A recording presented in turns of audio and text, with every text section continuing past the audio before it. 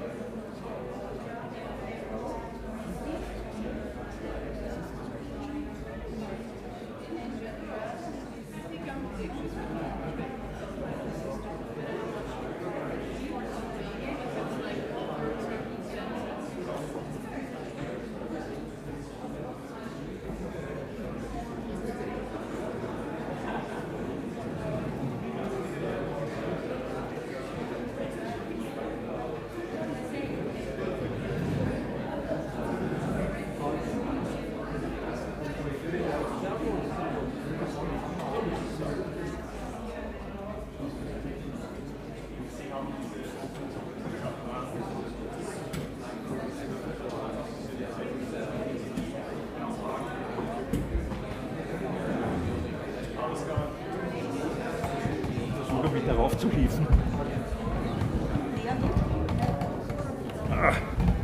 Oh, es gibt ein bisschen nach, aber es geht.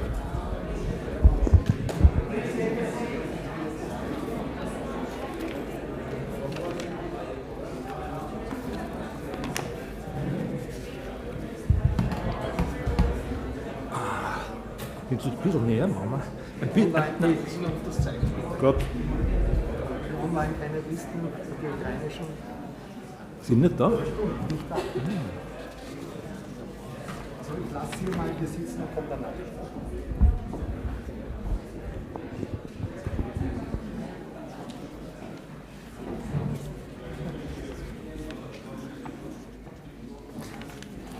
Excellency.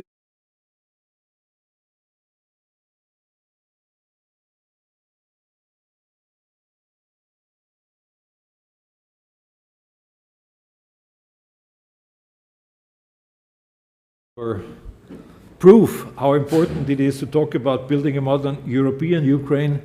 The events of last Saturday, it's already 2 days by now, have proven how important it is not only to support Ukraine on the humanitarian side and on the financial side, in the economic side, but also on the building up of a modern European Ukraine after the war. So our discussion this afternoon should concentrate on what should and will be done and what is being done in the Ukraine and in the international community for the time after the war on rebuilding Ukraine. Let me say at this very beginning, from our point of view, Ukraine deserves unreservedly to be supported building a modern European country. And it's right now. It's already before the end of the war that we have to discuss this and to find ways forward how to support this. You are, obviously, for those of you who are Austrians, you know the official Austrian position. We are supporting a strong, independent and future-oriented Ukraine, and our foreign minister attended the London Donors Conference just last Wednesday, I think it was, and there he exactly said, a strong, independent, free and prosperous Ukraine, and also that we all should think forward, how can we support the reconstruction and the building of this modern European Ukraine.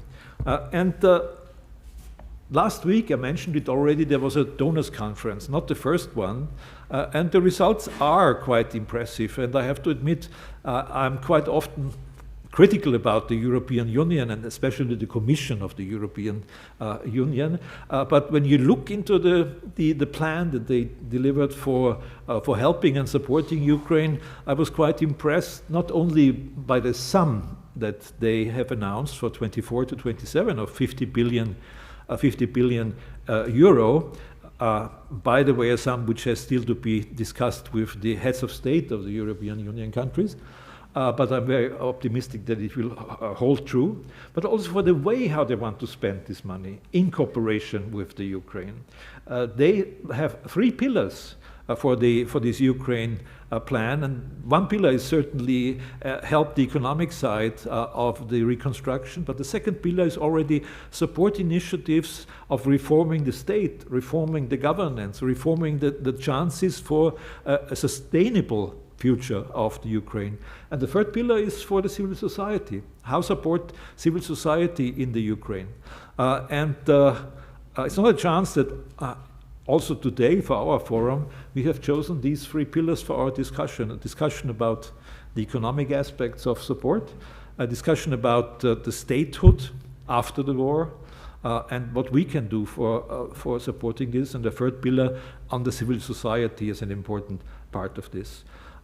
Ukraine has developed a civic nation, and that is something that we, the rest of the European, know what it means. It means more than just base your identity on either language or ethnicity, or I don't know what we have as our identity markers in different European countries, but a civic nation is something which is at the core of what we in Europe think is necessary for cooperation.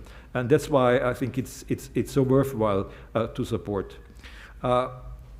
There are a lot of action plans. So this conference is not about a new action plan. We have a Council of Europe action plan for the Ukraine 2023 to 26. We have the Commission plan that I mentioned already.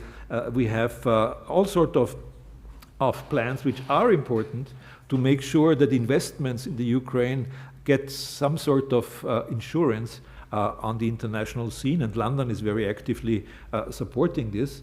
As you know, there is also a discussion in Austria, maybe some of you know, about how we can insure investments in the Ukraine, which is not a small issue also for Austria, because we are one of the biggest investors, I think number 6 at the moment in the Ukraine as foreign investors, and we plan not to decrease this aspect. And there are discussions where the coordination in the Austrian government needs some improvement as far as the support for Ukraine is concerned.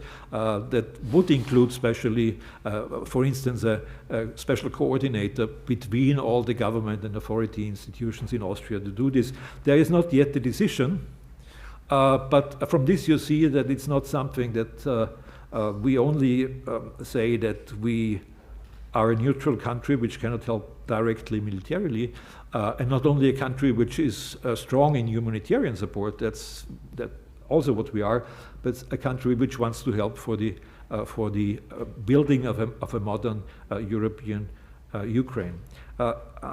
I stop here because I want to give floor to the voices from Ukraine and from other parts of Europe on how this building back better can be supported.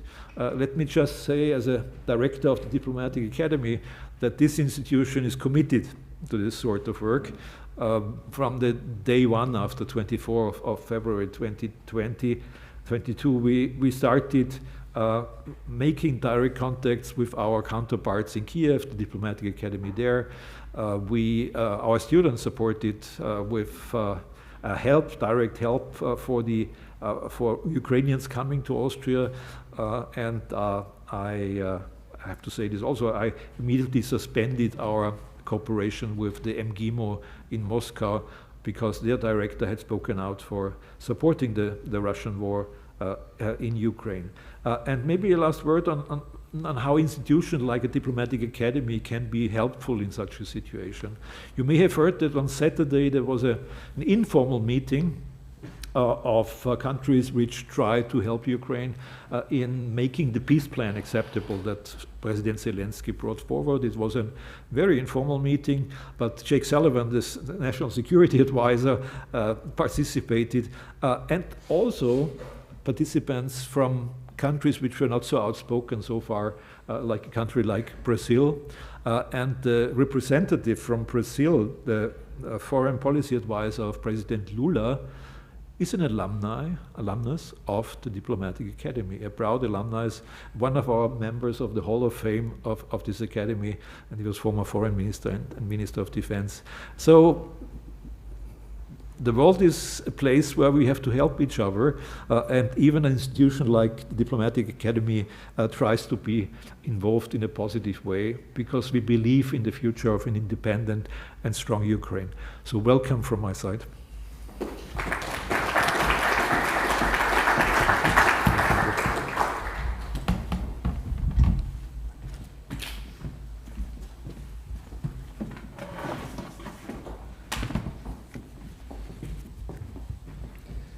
Ladies and gentlemen, thank you very much for joining. A warm welcome also from my side. My name is Alfred Praus. I'm the co-organizer, or some people say even main organizer of this event. I have been living in Ukraine for 16 years, came to Vienna, my home city, because of the war, beginning of March last year. And I love Ukraine, and I had found it after a long industrial career up to board level of international groups, Wagner Bureau, I was able to successfully restructure 20 years ago. Now it's not existing anymore, but 18 years later that happened. I founded the Ukrainian-Austrian Association in 2017 as a bilateral platform for business, economy, but at the same time for culture, because there are a lot of cultural things in common between Ukraine and Austria, and not only with Western Ukraine, which was part of the Austro-Hungarian monarchy, but also with other areas of Ukraine. That would go too far if I go into detail. And thirdly, civil society. I'm also a member of an Ukrainian NGO in civil society, and a colleague of mine from Ukraine will be speaker in the last panel on civil society today. So this for Ukrainian-Austrian Association, so it is, it's coming from the heart that I wanted to organize this holistic forum, holistic as Ambassador Emil Brix has put it. It's not only economy, it's the structure of state and communities, especially when the war regime will hopefully be over as soon as possible, and civil society. Without that, Ukraine would not be where it is today. And without a civil society, a strong civil society, Ukraine will not really develop. That has been seen at least since 2014, when Crimea was occupied by the Russians. Okay, not to go too much into details, to stay more or less in line with the schedule, I will accompany this forum as a so to say overarching moderator, and we will have 3 panels as Ambassador Emil Brix has stated. After that we will have a short cultural interludium with soloist of National Opera Susanna Chachoyan being accompanied, and I will tell that later, by an international pianist. And last not least, please, let me thank the Federation of Austrian Industries, the Austrian Chamber of Commerce, Advantage Austria, and the Vienna Insurance Group for their financial support, which made it possible to make this conference. And I don't know if she is here already. Vienna Insurance Group will even send, there will be Liane Hirner, member of the board of directors. I don't know her. Here she is. Nice to see you. Welcome. Thank you very much. And from the other 2 supporting members, or say supporting institutions, we have speakers today. And this is Mr. Michael Löwy from the Federation of Austrian Industries. He will be in the panel just now. And from the Austrian Chamber of Commerce, also in the first panel, Advantage Austria, it's the commercial delegate, or how you say in English? Austrian Trade Commissioner Gabriele Haselsberger. So let us start. Thank you very much. If there is anything, if there are questions, I will be there until kind of last ditcher, until the last people leave. Thank you very much, and I do hope we will have a successful forum. Thank you.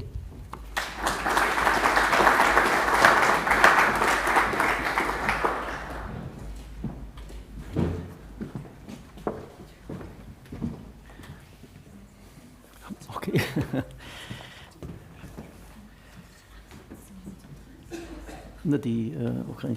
So, welcome. My name is Michael Landesmann. I have the pleasure to moderate the first panel.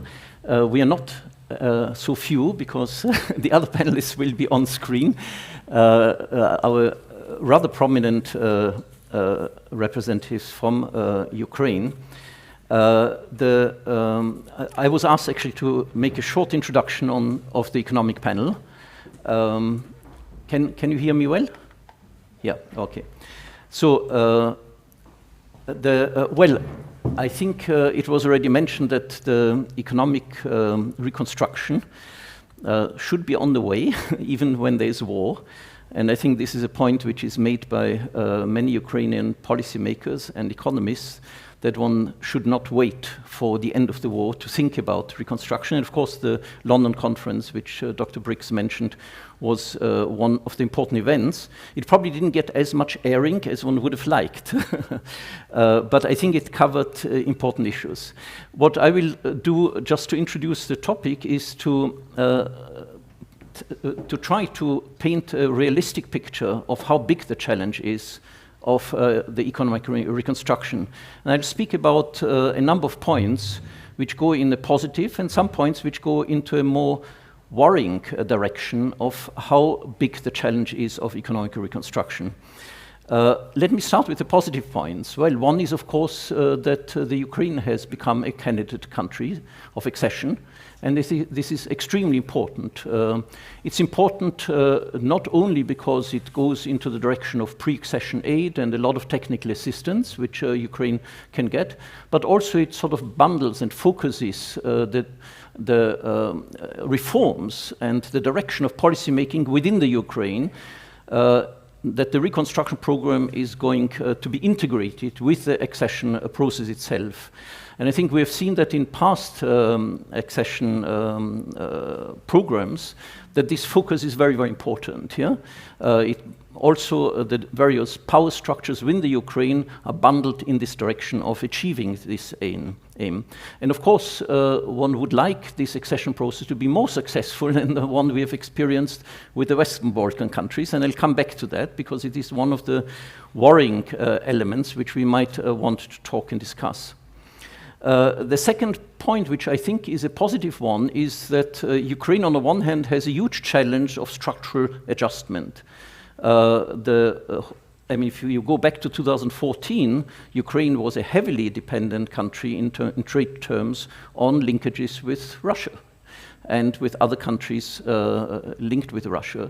Now, the 2014 situation has broken that, and a rather dramatic change in trade relationships has happened, relatively successfully happened, the orientation of trade towards the EU, and also the beginning of production linkages, especially in the western regions of the Ukraine, where there is a lot of potential of following more or less the pattern which other Central Eastern European countries had to get tightly integrated with businesses which are interested to use the potential of Ukraine to develop economic linkages. And of course, we come back to that FDI plays an extremely important role. But there's another area of structural adjustment, which is the regional adjustment. I mean, the war, of course, starting around 2014, has led to an area which used to be the industrial heartland of the Ukraine, the eastern regions, to become a dysfunctional part of the Ukrainian economy and continues to be. It is, of course, the regional area which is most affected by the fighting, by the destruction, by the depopulation which is going on dramatically in the eastern regions, not only the ones which are occupied or which are directly fighting, but even neighboring regions. So this issue has led already to a regional reorientation towards regions which were not necessarily the heartland of economic activity in the past, but of course will require in economic reconstruction very strong attention. And I think the reconstruction program will have to deal quite differently with the regional dimensions of the Ukraine. The point which is always mentioned as being a problematic part in Ukraine are governance structures, and we know pre-war, and Ukraine was always described as having problematic governance structures in terms of rule of law, in terms of corruption, and in terms of oligarchic controls of the economy. Now, I put it partly under the positive aspects because the war has shocked the political economy of the Ukraine. The strongest positions of oligarchs were in the east, actually, because that's where you had the strongest economic assets of these oligarchs. So one can see, of course, that of course the Ukrainian colleagues will, if they are willing to do that, will talk more about it. But obviously, the Ukraine will come out of this situation with a much stronger position of the presidency, and therefore potentially of a more centralized governance structure, although the Ukraine also prides itself of having been very successful in decentralization of where local governments and local authorities play a role. The fourth point is probably the most important one, is that we have examples of very successful reconstruction and catching up, which are many of the Central Eastern European economies, which are basically a success story in the European economy. And I think if you think about the underlying forces, the Ukraine has a lot of potential to follow that sort of pattern. It starts off with rather low wage levels, but with a relatively skilled population, with potential for very fast, potentially fast productivity catching up, and as I mentioned, because of its geographic position, of a potential to link up very well with the emerging economic linkages across that part of Europe. Now, there are of course many conditions which have to be fulfilled to exploit this potential.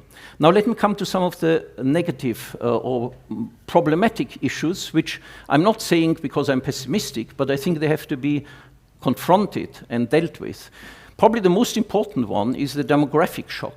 I mean, the Ukraine went through a dramatic demographic shock, and this comes on top of a trend which happened before the war. The fertility rates in the Ukraine were very low. There was an aging process going on prior to the and that was a trend development which was to some extent worse than in many other countries. There was emigration also prior to the war. If we go back to the mid-1990s, the Ukraine had a population of over 50 million, just about 52 million. At the beginning of the war, it was down to 42 million, and now it's estimated about 35, 36 million. So a dramatic collapse. And this is not only a collapse in overall population, but it affects the labor force particularly strongly because, of course, the young and also the more qualified are leaving. So I think if we think about a huge challenge, which is probably the most important one, it is how to make Ukraine attractive for people to return. Yeah? And I think even in the discussions in London, etc., there's not enough attention, I think, given to that issue, which I think could become the most strongest hindering factor in recovery. The second point which I want to mention is, of course, same issue which I mentioned as a positive factor, it's FDI, how to attract foreign direct investment. Dr. Brix already mentioned that, and I think there's a lot of thinking about that. Foreign direct investment was absolutely vital for the catching up process of Central Eastern European countries. I mean, that was really based on foreign direct investment building up a rather strong exporting sector, a sector which could compete at the international level and which could also overcome quite a lot of macroeconomic problems which otherwise would appear. Now, of course, to make sure that that there is traction for foreign investment, one has to think about how to bring it there in a situation where even if the war calms down, it's unlikely that there will be that there will not be an view of at least parts of the Ukraine still being involved in a conflictual situation. And I think Dr. Brix rightly said that the insurance component of supporting foreign direct investment and giving some guarantees will be vital for that. Of course, institutional factors, rule of law and so on, all of this is important. The next point which I would see as still problematic, even though there was a lot of rhetoric about it and there are conferences, the financing issue is not resolved. Yeah? These are huge demands which will be there for the international donor community, and I think Dr. Brix also mentioned the coordination challenges will be very big. It's quite different from the Marshall Plan after the war, where there was a single huge donor, and here the coordination issues will be vital. Not only between the EU and the other donor countries, but also within the EU. So it's untested territory in some sense. Yeah?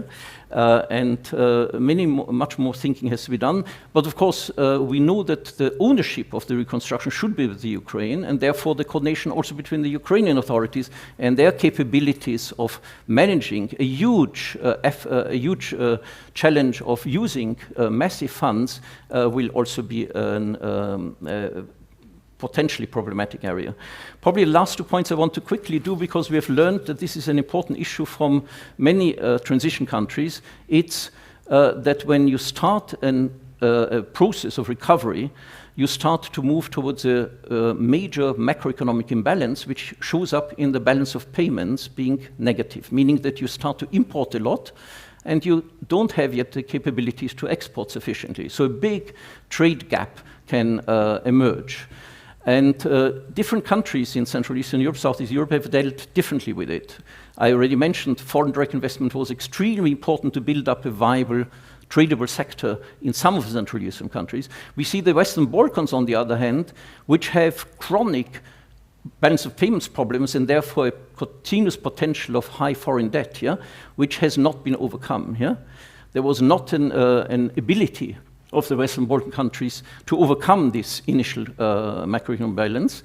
And I think there are some reason to think that in Ukraine there could be additional factors which accentuate that problem. Basically, when a country receives a lot of finance from abroad, a lot of money is coming in, is being spent in the country, but the productive capacities are not built up to the same extent. So, and this pushes up we call it the real exchange rate, meaning that the country becomes less competitive in price terms because people spend a lot of money on the markets, prices going up, and it, to some extent, reduces the competitiveness on other sectors. So I think attention to the problem of focusing on the tradable sector will be very important. So the last point is also one which I mentioned as a positive one, which is that the EU accession process has to undergo a major reform in order to give the process of accession a positive acceptance and a continuous consistency in terms of the internal developments. Because if it happens like in the Western Balkans, then the disenchantment, the frustration will grow. I think many political scientists, also economists, are now favoring what we call a stage-staggered process of accession, meaning whenever one ticks off or negotiates a particular chapter, the Ukraine should be a de facto full member without decision-making powers, but full member of the financing and technical support systems in this area which has been covered, be it education, being infrastructure, be it even regional funds, structural funds, that there has to be a much more massive front-up support which is going on even much before full accession is being achieved. So let me now come to the panel. I'm sorry that I talked a little bit longer, and I hope we have our Ukrainian colleagues online. And I would like to introduce Rostyslav Shurma. All of them, we are very grateful because they are extremely important figures in the current development process in Ukraine. Rostyslav Shurma is deputy head of the office of the president of the Ukraine, so he must have enormous amounts to do, and we are very grateful to have you with us. I think from an economic point of view, it's interesting that he has a long history in being involved with the steel industry in Ukraine. He was CFO of Metinvest. Metinvest is the biggest steel corporation in Ukraine. He was CEO of Zaporizhzhia, the iron steel plant in Zaporizhzhia. So I think it will be interesting to get your view also on how you see the economic recovery process in terms of the difficult recovery of some of the important branches of the Ukrainian economy. We have Maryian Zablotskiy, who is a member of the European Parliament. He's a member of the Parliamentary Committee on Finance and Taxes. Also, again, interesting from an economic point of view because he's deputy head of the Ukrainian-Austrian Association. We know that agriculture, food processing is an extremely important and very successful and competitive part of the Ukrainian economy, which will play and is already playing a very important role.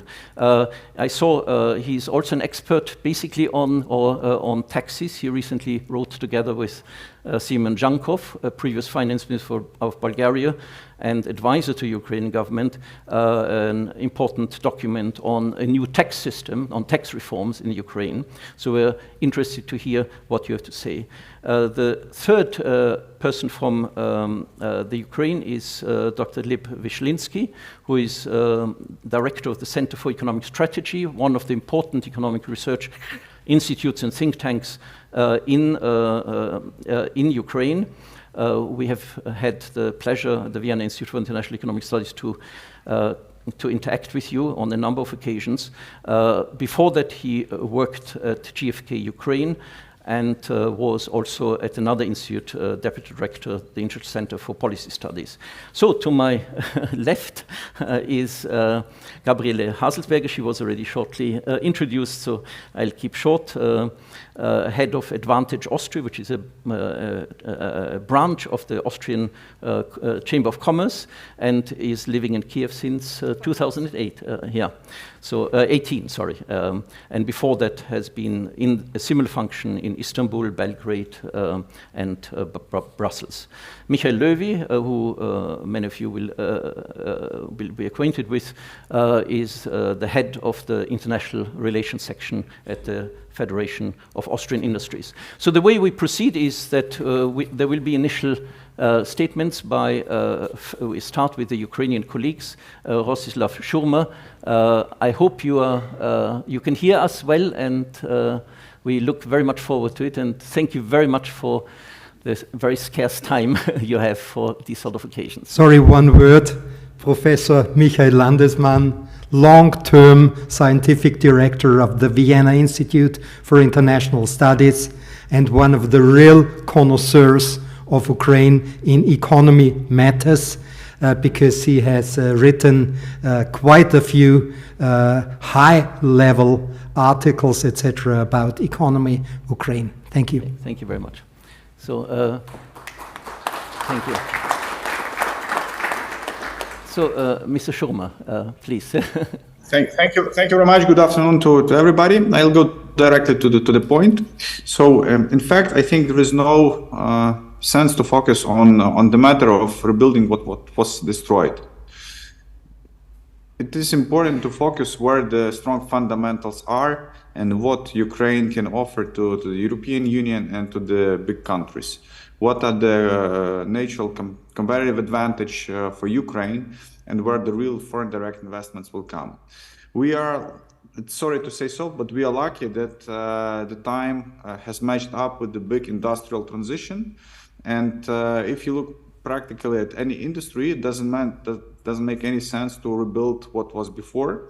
It doesn't make any sense to locate where it was before. Specifically, if we speak about the Donbass and the steel industry at Donbass, it was located there because there were huge deposits of coal there that was traditionally used in the steel. But now with the transition to the green steel, you don't need coal and coke anymore in the production process. So there is no logic absolutely of locating the new steel facilities in Donbass. You should locate them either on the market or at the deposits of the iron ore. So that's why, while designing the target structure of the Ukrainian economy, we try to critically understand what really Ukraine can offer to the European Union. And we have identified a couple of segments. The first one, and perhaps the biggest one, might be the energy one. The strong fundamentals are there because the Europe will be gradually phasing out the fossil fuels and the fossil fuels from Russia, and these enormous amounts of energy, more than 3,000 terawatt hours. And the electricity equivalent. The Europe will continue to electrify a lot of segments like the mobility, like the heating, and you just need more need green power for this. And for the green power, you need the land. For the solar, you need the wind, onshore wind for the wind electricity, and perhaps what we see, the European continent might not have enough of that. And Ukraine is a perfect match because the natural situation provides enough and abundant land, hundreds of gigawatts of onshore wind with the proper speed to become the really good energy hub for the Europe. And not only in the electricity supplies, but in all the energy intensive products like the hydrogen, like the green steel, because for every ton of green steel, you need more than 4 megawatt hours of electricity, like green fertilizers and some others. So this is the first opportunity and the first big business case and the first direction of the big international foreign direct investments. The second one might be everything what is around the agribusiness, and the Ukrainian agri market is very big. To make it financially sound, to build the crop protection factories, to build the seed factories, to build the machinery factories, etc., and to move further on the value chain, not just producing the grains and the mains, but producing the products on the shelf, the meat, the milk, the eggs, the spirits, the oils, the lecithins, proteins, etc. And as well a huge green industry around the agri, like the biomethane, because the potential of biogas in Ukraine more than 10 billion cubic meters, just out of the existing capacities. Another block is about the manufacturing, the whole bunch of industries where Ukraine has strong fundamentals, starting up from the green steel, as we have the biggest deposit of the iron ore on the continent, and we have all the conditions, favorable conditions for the green energy. So the Ukrainian locations like Hlib, like Horishny Plavny are the perfect location for the green steel production, becoming the good and big part of the supplies for the Europe. As well, this is about the whole reshoring process, because all the supply chains for the developed economies are highly reliant on China, and they are being quite diversified now. And Ukraine might be a very good place to locate many of the industries, machinery, chemical industries, wood processing industries, and many, many others. Traditionally, this is the very strong IT segment, just because of the good human capital, and the potential for expanding it is manifolds. The only thing that we want to bring is to move a little bit from the classical outsourcing companies to more product companies, because much more value added will stay in Ukraine and will be available for the domestic reinvestments. And obviously this is about the military track. The military industry perhaps is not the most productive for the economy, but the whole world will spend more money for weapons now. And Ukraine, due to what happened, became the very good test field for the new technologies, a very big market for the new technologies. And we see the dozens of very advanced military tech companies emerging now in Ukraine, which will be a very, very big cluster of the economy perhaps in the future. So just summarizing all of that, we see that Ukraine should benefit from the green transition, from the location, from the natural resources, from the human capital, building up quite a big and decent industry, green industry, starting from the energy, green steel, green fertilizers, and machinery, and many, many others. And this will not be linked anymore to the traditional Donbas region. Thank you very much, Mr. Shurma. Sorry.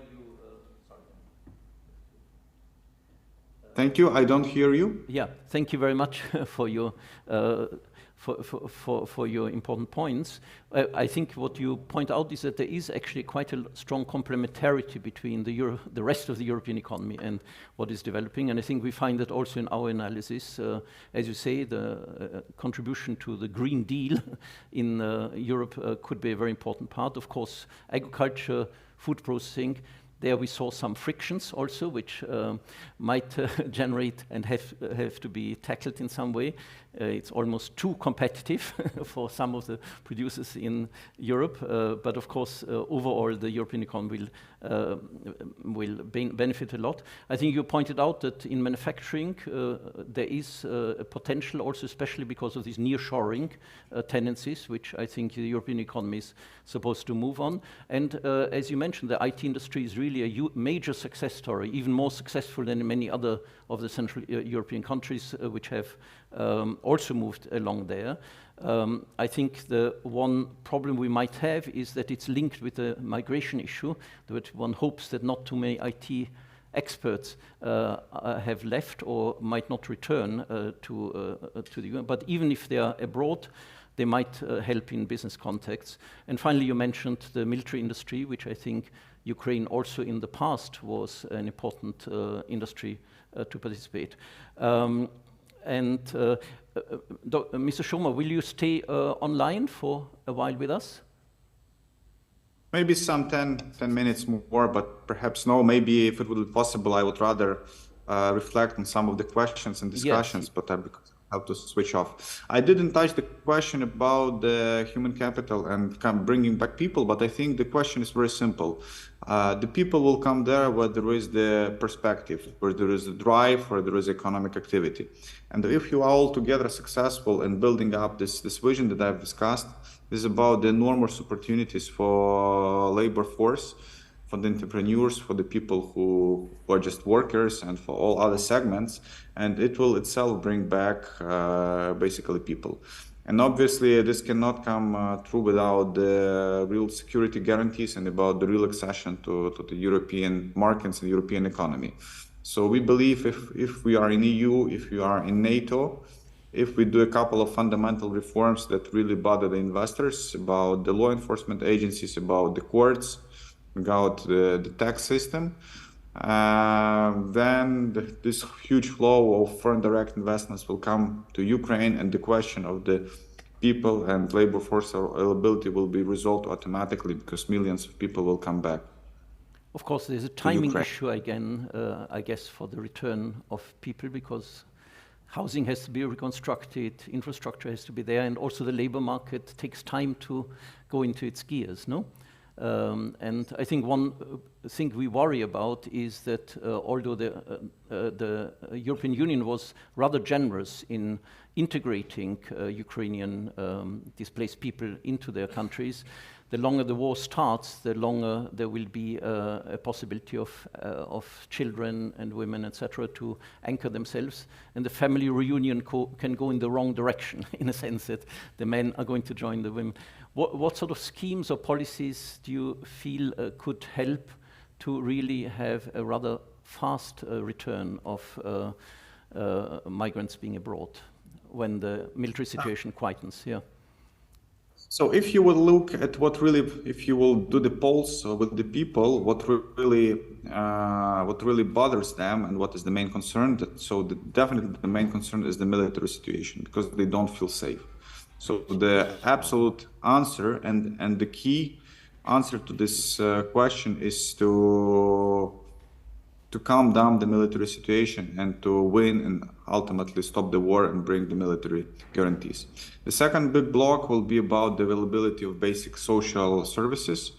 So obviously the hundreds of schools and hospitals and kindergartens have been destroyed. But anyway, still in the other regional perspective, we still have a lot of them. And we are now starting up the process of the fast recovery, which assumes that a lot of new schools and hospitals and kindergartens will be built. I think it will be fixed within a year and a half, when we will be ready to provide the proper capacity. Number 3 is about the housing. So Ukraine had a very good industry of building the houses, every year providing like close to 500,000 of apartments. And it's very scalable, so we've now launched the program with the subsidized mortgage, and there'll be a couple of more tools of repaying people for their damaged housing, which will create the demand and create the supply very quickly in Ukraine. So I believe that in a year or two, we'll fix this the social basic social infrastructure issue to bring people back. And number 3, which is really important long term, is the perspective. So that people start believing in the country, start believe that really there is the future for them, for the people. And the best confirmation for this is the job or the business opportunities. And after the EU accession, NATO and foreign direct investments come, then it will open up automatically. I wanted also to get your reaction to the outcome of the London conference. Do you think it went far enough? Do you think coordination issues are going to be resolved, or are they going in the right direction? I think overall it goes in the right direction. We are quite happy with the political outcome of the London conference, because we feel very unified and strong support from our partners. What we've launched a couple of new instruments to boost the business activity, like the Ukrainian Development Fund, that we are now designing like the development finance institution for Ukraine, like the KfW was in Germany, with the support of the biggest financial firms like the BlackRock and JP Morgan, who are advising us on that. But we've seen quite a decent representation of the international business. The good is this is the first time that they all come to test, to check, to hear.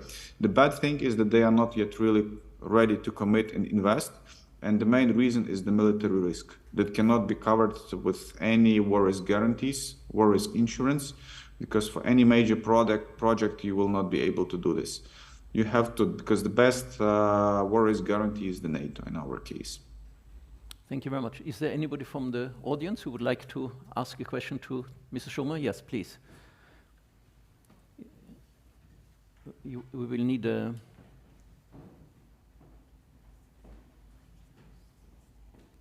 Just a minute, yeah. We are just getting a microphone. Thank you. Thank you very much. My name is Wolfgang Helper. I'm a business consultant, and I have a question on the energy sector. You mentioned energy will be priority number one, which is obvious. We did not experience too much of interest on the oblast level for energy projects. Therefore, my question, what will be the governance structure for energy projects in this kind of triangle between oblast, the energy grid, and probably the central government? Thank you.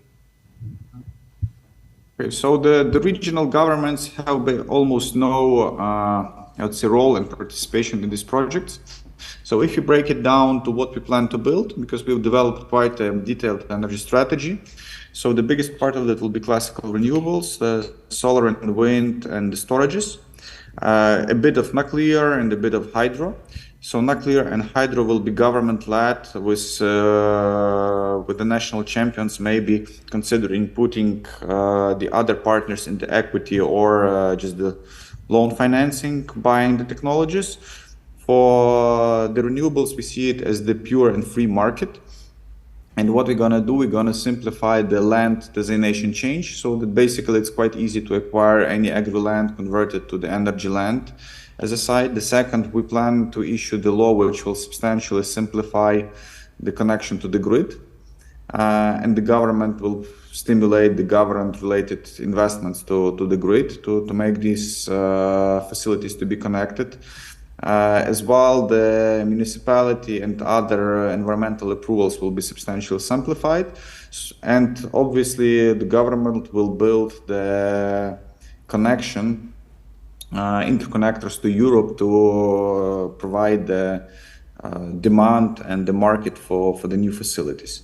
So just summarizing the answer, we see it as the free market with the obvious natural stimulus, where the role of the regional governments is close to zero, and the role of the central government will be about the rules. Thank you very much, Mr. Shurma. So I think we are very grateful for your time, and I'm going to ask our next panelist to come in. Thank you very much. So Maryian Zablotskiy, I already introduced him as member of the Ukrainian Parliament, and an expert also on agriculture, but also on taxes. So we're quite keen to hear your views on Ukraine's economy. Thank you very much. Thank you for having me. A double pleasure for me, as I actually started my career at Erste Bank. I was the chairman of macro research department at Erste Bank Ukraine up until it left. So traveled to Vienna many times and had the opportunity to meet some of strong economic professors in Austria. So I'll try to keep it short and concise, as there's, of course, a lot of issues that we can talk about. But in principle, here are the key points that I would like you to know, and if possible, help Ukraine with those. So first, and the biggest one, we are extremely grateful for all the aid that European Union is providing to Ukraine. Of course, among those are the Austrian taxpayers. Without that aid, we would have lost the war. Even if that aid does not go directly to the military, sometimes not all the aid is directly to the military, but the current situation in Ukraine is such that all of the social contributions, which are not big, so the average pension in Ukraine is significantly below 100 euros per month. Other social contributions, teacher salaries, doctor salaries, they are largely and almost entirely financed by foreign aid, roughly 50% of which is split between the United States and EU. So that is currently our survival mode, and unfortunately it cannot be any other way. A lot of industries have stopped and will not recover up until war ends. For example, construction. Of course, nothing's gonna happen. Just 2 days ago, a rocket hit an apartment building just right next to my apartment building. Of course, when people see that, the willingness to buy apartments is down to zero. So of course, no new construction activities, no new investment activities, and this is the mode of the economy that we will currently be at, and we will not survive without foreign subsidies. But on the other hand, no foreign subsidies can create a strong Ukrainian economy. Marshall Plan, although it was quite good, statistically it accounted only for 3% of post-war European GDP. So while it has this name and an image that Europe was largely rebuilt by the Marshall Plan, it was almost entirely done by internal resources. And when we talk about Ukraine, there are no subsidies in the world that can rebuild not just the destroyed part of the country. And remember that Ukraine is having between 10 to 60,000 shells fired on our territory every day, causing huge damage. It's also about bringing ourselves, the economy, to European level. And unfortunately, currently, the GDP per capita in Ukraine is more than 10 times lower to that of Austria. So in order for us to develop, we need to rely on internal resources. For that, we need reforms, free market reforms, that can make our country powerful. For that, freedom. We need free trade with the European Union.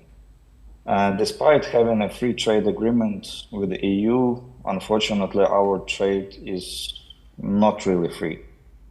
You can check that out very closely if you go to Ukrainian border. Already on the Polish side and the same thing on Ukrainian side, you will see between 300 to 500 trucks waiting in line. So the average wait time for any truck to cross the border into EU and vice versa is roughly 3 days. 3 days, everyone who wants to bring some of their goods to EU have to spend the night on the road near the border in order to be able to transfer goods. This is because the capacity of the border crossings is significantly lower than the turnover. So it needs to be expanded significantly on both sides. Although ideally, I think it would be best if the border is gone altogether. In any case, Europe is generous enough to host all the Ukrainians, to give them jobs, even social guarantees. So I honestly do not think that there is a reason for the border to exist at the current moment.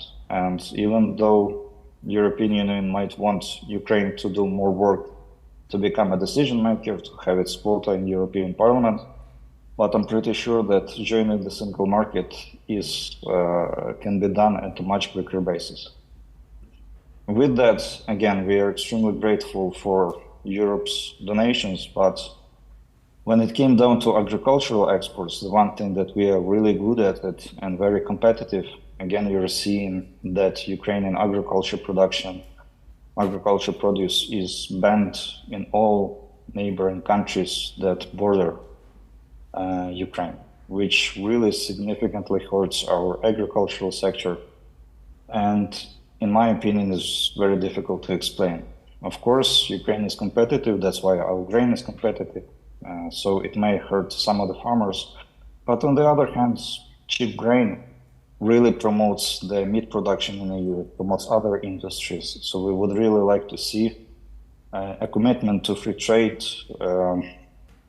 relates to all the industries, and where they are tested the most is where Ukraine is competitive. Unfortunately, the test has been failed.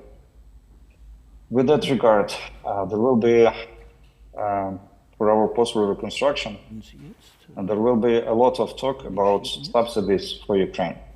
We think that one of the best ways to develop is internal resource, and for that we need to make reforms.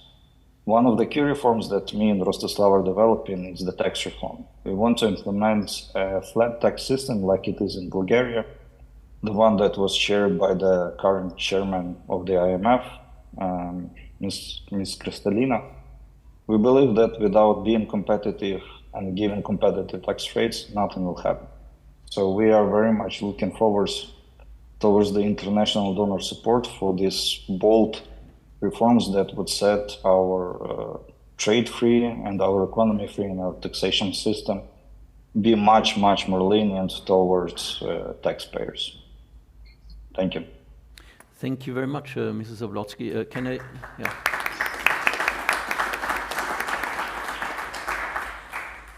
Well, you already pointed out that as we move towards more concrete issues of negotiations with the EU, certain conflict situations might arise and different interests emerge.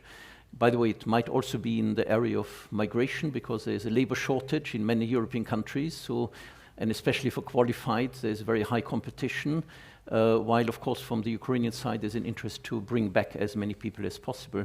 And you pointed out of course, on agriculture and food processing, on food products, there might be quite a difficult negotiations and adjustments on the European side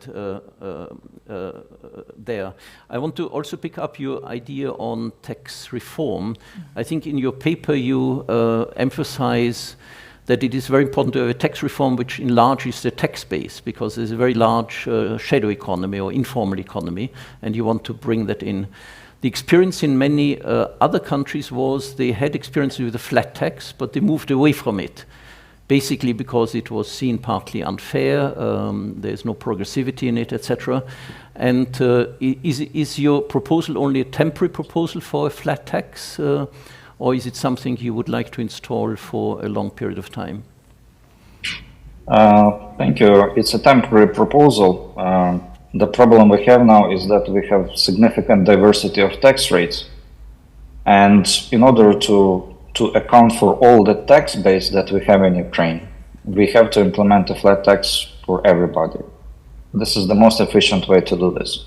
Other countries have gone through that. So Bulgaria, we talked a lot with Semyon Jankov, they had their taxes on salaries decreased fivefold. They did several-fold decrease on corporate profit tax rate, and still the nominal incomes to their budget were going up. So with Semyon Jankov, when we were discussing, he said that elasticity, so the lowering of the tax rates towards recovering the tax base was threefold. And this is the biggest problem we have right now. I don't understand the tax system in EU, but unfortunately it is not good as a starting point. So in EU, for example, you have officially very high VAT rate, although when you look into the reports by European Commission, the effective VAT rate in EU is 11.3%.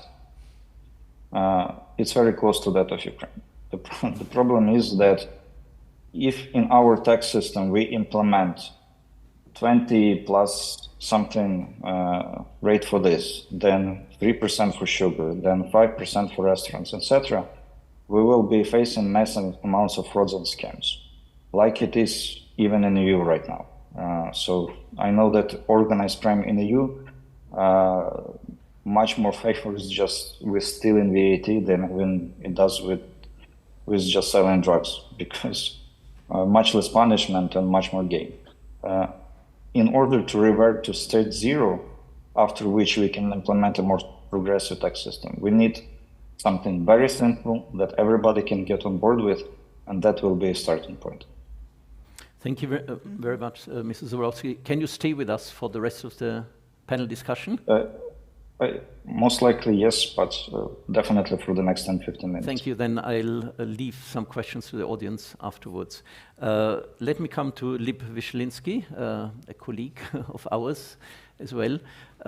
Thank you for being with us. So I think I leave to you which topics you want to cover in your introductory statement. Yeah, hello. Thank you for inviting. I want to speak to more extent about the resources for recovery.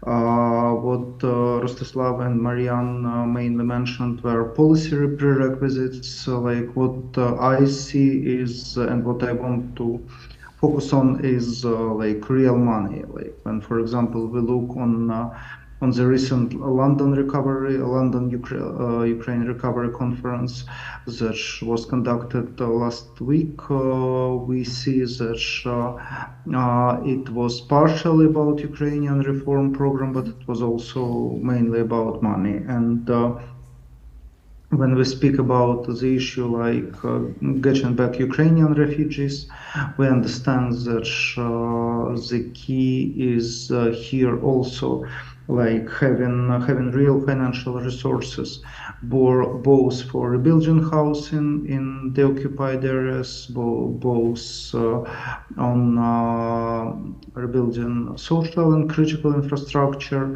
but certainly it is also like creating jobs, and it is also like real money. Like this money is could be split into public investment and private investment. Like for example, when we come back to this idea of Ukraine recovery conference, UK government planned to speak a lot about attraction private investment, but like then what we saw there was real understanding that like public money should underpin private involvement, not vice versa. So like in terms of public money, the key to now winning the war for Ukraine to win the war, and also like to have needed funding for the first period of peace is certainly covering budget deficit. We understand such like there are different estimates. Like for example, IMF estimated needs external financing needs for Ukraine at $115 billion for the 4 years. European Commission estimated like total budget and the recovery needs for 4 years and at 110, but we still like have this money not covered. European Commission committed last week at like providing 50 billion euros, which is 45% of like total needs for budget and recovery spending. And for recovery, it is even more complicated, as at least we see like covering budget deficit this year.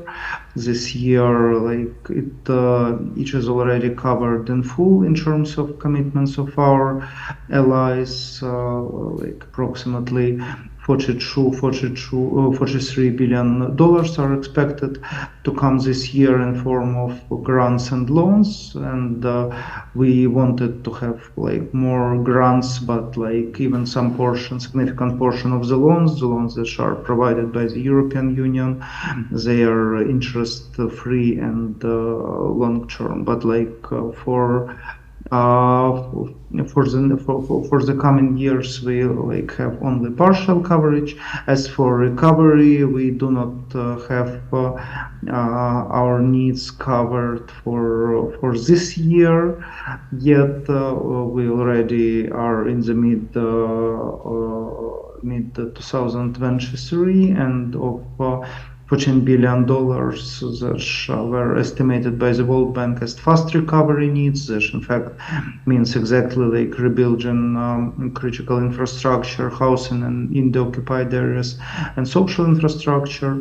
Like these 14 billions that were estimated by the World Bank are currently covered only in half in terms of real funding. So we also, like on this stage, are practically practically stopping like thinking about like this hundreds of billions of dollars that are of full Ukraine recovery needs, and we need to go back to the total estimate that was done by the World Bank in its rapid damage and needs assessment, and which is over $400 billion.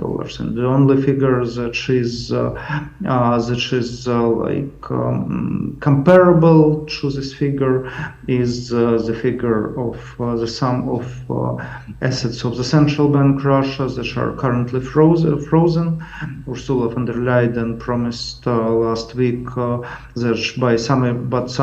by summer break this year, European Commission will present the plan of using interest revenues from these assets being invested, and it could be in the range of like up to $10 billion. But we now see objections even to this very mild approach. Like there was an article in Financial Times that, like, for example, Germany is stopping this process, and there are rumors that like Germany is Germany fears that Poland will require reparations, but like this example with Germany in fact says that aggressor should pay, should be in fact the must, it should be on the basis of like treatment of all aggressors, because like without like full usage of Russian frozen assets on this stage, like maybe for interest, but like we believe that as soon as possible it should be done for all Russian assets. Like without this principle, like it will just attract more and more aggressors to start wars, because they will understand that they could damage everything, that they could destroy everything, and like pay nothing for it. And finally, like the final pillar is private investment. As it was already mentioned by colleagues from the government, in the broader sense, we understand that like private foreign direct investment, private investment inclusion, like foreign investment, it is the key. But the main issue is not only policy conditions, policy prerequisites, but insurance.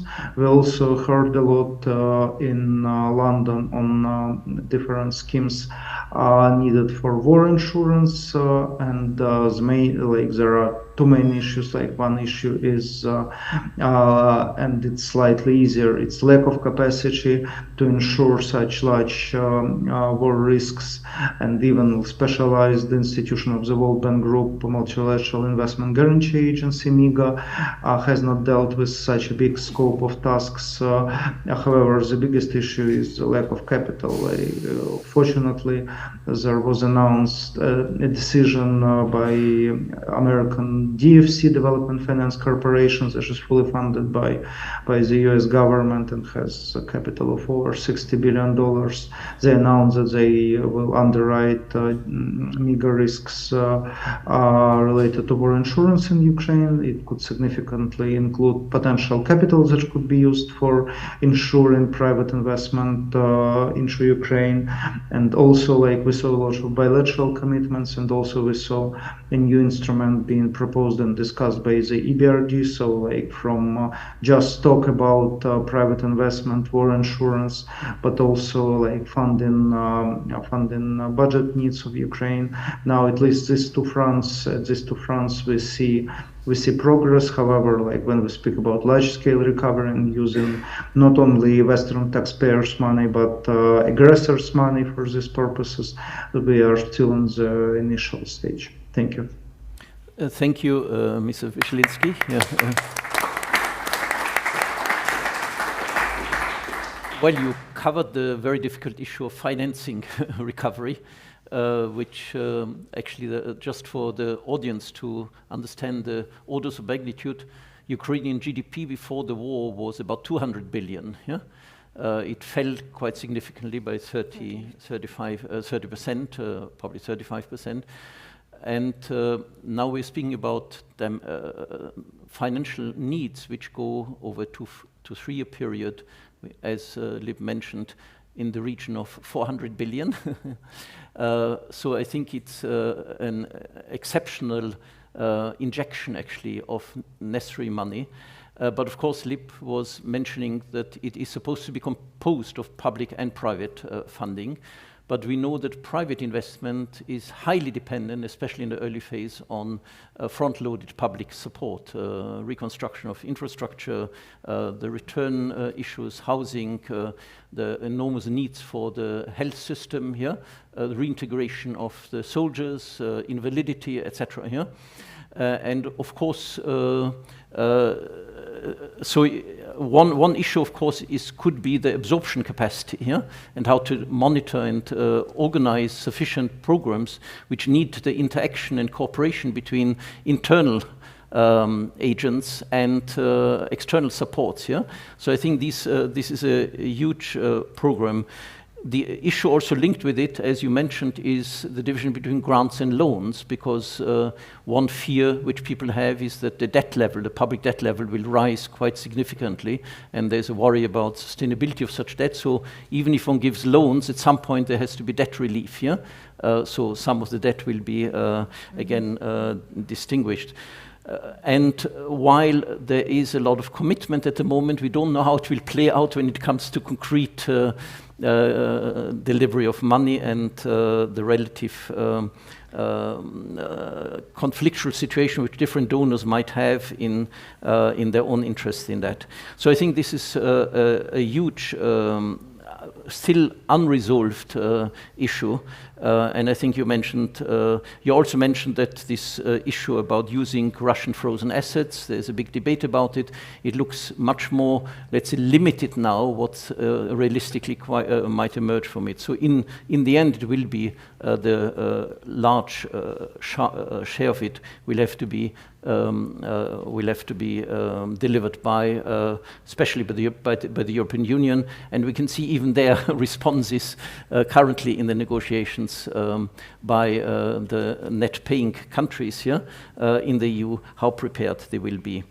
I think I'll leave it probably to the audience to ask further questions on that issue.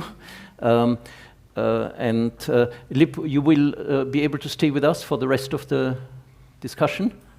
Yes. Yeah, yes. okay, very good. So let me pass the, unless there is probably a question to Maryian Zablotskiy, who said he needed to leave a bit earlier.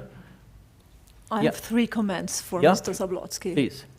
Hi, Maryian. I'm Gabriele. I'm Austrian commercial councillor based in Kiev. So I represent around 200 companies who are based in Ukraine. And only recently we had a big meeting with those companies, and I want to convey 2 messages.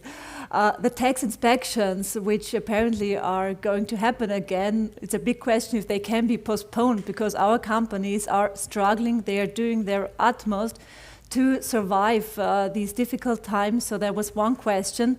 Second is if it would be possible to enhance a bit the dialogue between government decision-making people, authorities, and business associations, companies, to find maybe solutions that could be, good for both sides. And the third, very short remark, it's on the customs issue.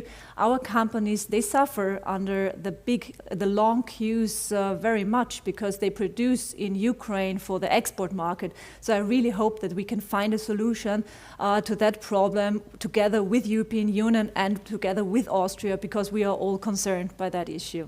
Thank you very much. That were my messages, and hope to see you soon in Kiev. Did you expect? Thank you. Thank you very much. I do have to disconnect some, but just to follow up on that and to be very open and non-diplomatic, personally, I am completely against the renewal of these tax checks, and I do not know whether you follow or not, but there are significant disagreements between myself and the chairman of my Finance and Tax Committee on these issues. He typically takes the fiscal hardline policy, which I disagree with wholeheartedly. And I do fully understand what you say, because even under the most recent surveys, when companies were asked what is the biggest hurdle to further development or whether you face problems, no agency was above 12%, in terms of complaints from the businesses, but our tax authorities were at historic 65%. So I have huge issues with that, and principal ideological disagreements within our team on that issue. And that's why we are trying to focus on this tax reform to resolve this issue. Thank you. Thank There you was very a much. question from the audience, yeah? Thanks a lot. My name is Günther Fehlinger. It's wonderful news, the 10% flat tax in Ukraine, and I'm optimistic now the recovery will be very successful. My question is now about the European Customs Union. When we are already paying 40 billion euros for Ukraine, why don't we integrate Ukraine fully in the European Customs Union immediately, open the borders in Poland and Hungary, and of course not Poland and Romania with Ukraine, and allow the movement of goods and people much more easily, because you are our ally, we support you, we want you to win, and then we block you at our border. And my question is now, who is responsible for this mess at the Polish-Ukrainian border? Is it the EU protectionism, or is it the Ukrainian unwillingness to open that border towards the EU? Openly, sorry, I can answer that. Openly speaking, it's the EU unwillingness to open borders, because our capacity to pass trucks through is significantly higher and willingness is much higher. Unfortunately, it does not make sense, because once you pass the truck, it's being stopped on the Polish or other border, and there you have standards that you have to have this number of employees to pass this number of trucks, etc. I think that we can enter customs union immediately. There are the only other two countries that we border not from European Union are Belarus and Russia. Maybe there have been issues before that. First we need to secure the borders, but now they are over secured. If anyone comes over the border, he will be shot at. That's the biggest protection you can ever have. And in terms of freedom of movement of people, it's already there. You're already accepting Ukrainians, and we are currently already discussing how do we get them back. So I think it could be done immediately, but unfortunately protectionism and significant lobby of business associations, farmers unions in Europe prevents that currently, unfortunately. Anybody If else? yeah, I want to add on this, if possible. Like I fully agree with Maryian on his comments, except maybe one. Like I fully agree that European Union should offer free movement of goods and labor and free movements of people as fast as possible, because like in fact each is there on temporary basis, and in line with EU candidacy status for Ukraine, this temporary basis should be continued till the official accession of Ukraine into the EU. However, like if with the labor, it is more or less like politically okay now, but like with goods, as Maryian mentioned, it is more complicated. I think that like there should be a very intensive debate, very intensive discussions with all business stakeholders in the European Union, because in fact, like yes, Ukraine could compete with some producers. However, Ukraine integrates perfectly well in the puzzle of European value chain, like in the same way as Poland was and other Central European countries were very good in integration, like closing like the gap between commodity and commodity goods and high-end processed goods produced by well-developed economies of the Western Europe. Like the same could be said now about Ukraine after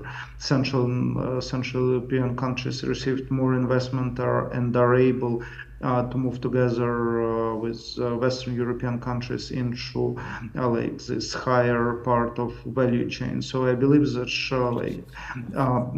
there should be more work done with business associations, so that like those that are interested in receiving Ukraine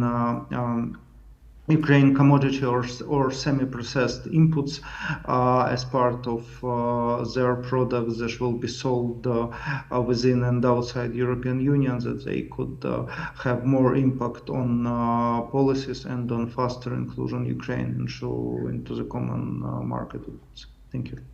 Thank you. I think. Sorry, just have to say that thank you for having me, and need to run to to my boss. Thank you for very having much, me. Mrs. Zablotskiy. Yeah.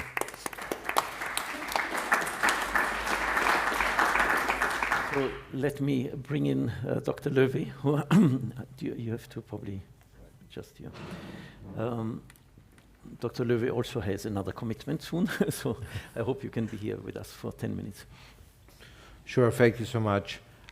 First of all, I really think it is a good initiative. It was said that we are supporting it. So why are we supporting it? For all the reasons why we are probably all here together. Thank you for taking the initiative also as an organization. We know each other for some while already. As a Federation of Austrian Industries, we are very much aware of all the difficulties. You pointed out the 200 companies that are active in Ukraine. We all know them as well, you know, as a federation.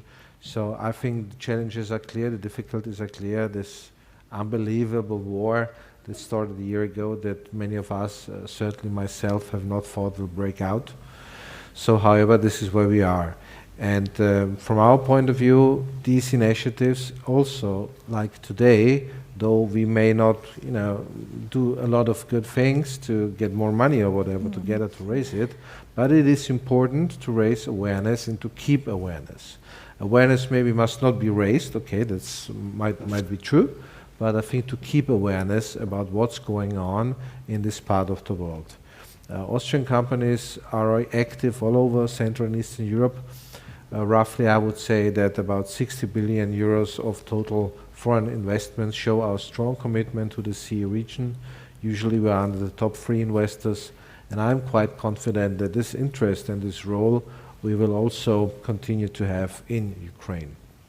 So why is this? Because this has been already said by the Ukrainian colleagues. The market is huge, the potential is huge, many things can be done in the country, and I'm quite sure that once, you know, things get easier to invest there, and let's hope all of us this will be soon, I can see dynamism that companies will move forward. Not only those, the directive already there, but I can see from the discussions we have internally, there is strong interest if it comes to hydrogen, because the country is huge, it is flat, so there are many possibilities, you know, to explore the potential of the market itself. Secondly, I also believe that the international community, if one can say so, should be supported strongly by Austria, through Austria. So we are committed within the EU infrastructures of, you know, facility managements, giving all kind of donations to the country or credit lines. We should do this through the IMF. These things are already being done, EBRD and so on and so forth. Though one has to be realistic about it, this success cannot be reached by tomorrow, but everybody who's involved in these multilateral discussions knows it takes a long time.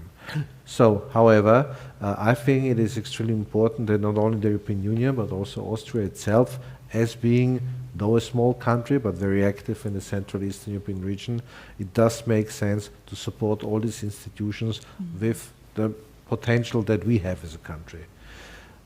So, meaning investing in Ukraine in future or doing trade right now, of course, is a mixture of helping the country right now, doing the best our companies can do, but of course also believing in a common future. So from my point of view, finally I would say it does make sense also to address stronger the Austrian government to keep, you know, this path going. I know it is not always that easy. We have internal politics, we have our own budgetary problems and challenges, but I think it is important that within the Austrian financial structure, within our budget, we will keep you know, our commitment strong for Ukraine, whether through international channels that I explained before, or also directly. And I do see some space that will even increase, you know, the possibilities for export credits. I don't want to be too technical, some of you may know this, so it gives us a possibility to make financing for exports easier. That's basically what it is about. So putting this all together, I would finally say it's a great thing that we are still together here, though it is, of course, difficult to discuss this all in detail, but from our point of view, we should keep committed we should believe in the future of that country. And from what I've said before, I think there are instruments to support, and we will continue doing this. Thank you. Thank you, Dr. Löwy.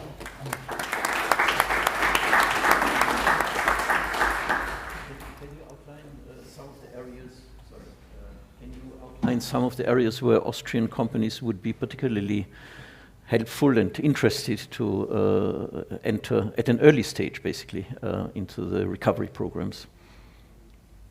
Well, I think we are lucky in Austria in the sense of that all kind of top technologies are available in the country. Our businesses are very competitive all over the world, globally active. And having said this, when you look these days, what is needed in the country is all kind of modern infrastructure. So modern infrastructure doesn't mean just to have highways and roads and bridges. Of course, it's needed too, it's clear.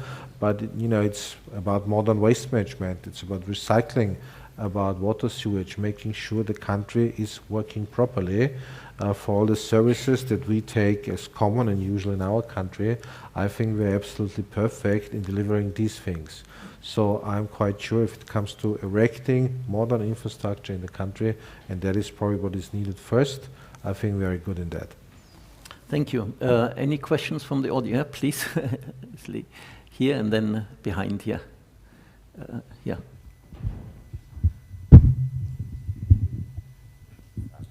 Yeah. Now, the lady first. It's an interesting, complicated system with a microphone. My name is Lisa Yasko, a member of Ukraine Parliament. You said a phrase, we will start investing as soon as it becomes easier. Of course, I'm aware that the main risks, that there is war going on, who is going to take the insurance, but I would like if you could answer this question of what would it mean when it's easier? And also whether there is something happening also from the Austrian government side to provide some risks protection for that and insurance. Thank you. Krachenberg, formerly a commercial councillor as well. And I don't know if Mr. Vyshlinsky is still on, otherwise the question goes to Gabriele Haselsberger. It's about the conditions of energy supply for local business as well as for FDI. What conditions are there? We all know that there was a centralized system for electricity, for heating, and then all the missile attacks came. And Ukraine was very happy and lucky to have a warm winter, but the next winter may not be as warm again. So what is done in the meanwhile to decentralize and to make it safer that there is an energy supply? Thank you. Thank you. While you listen carefully, obviously, I would come back to the first question. Well, what does it mean easier? I was on purpose rather general. Why? Because this is very subjective from the point of view of each company. So what you need as a company usually is a rule of law. You need political stability, and you want to make sure your business case pays off. So in these circumstances, it's not that easy to answer all over this country.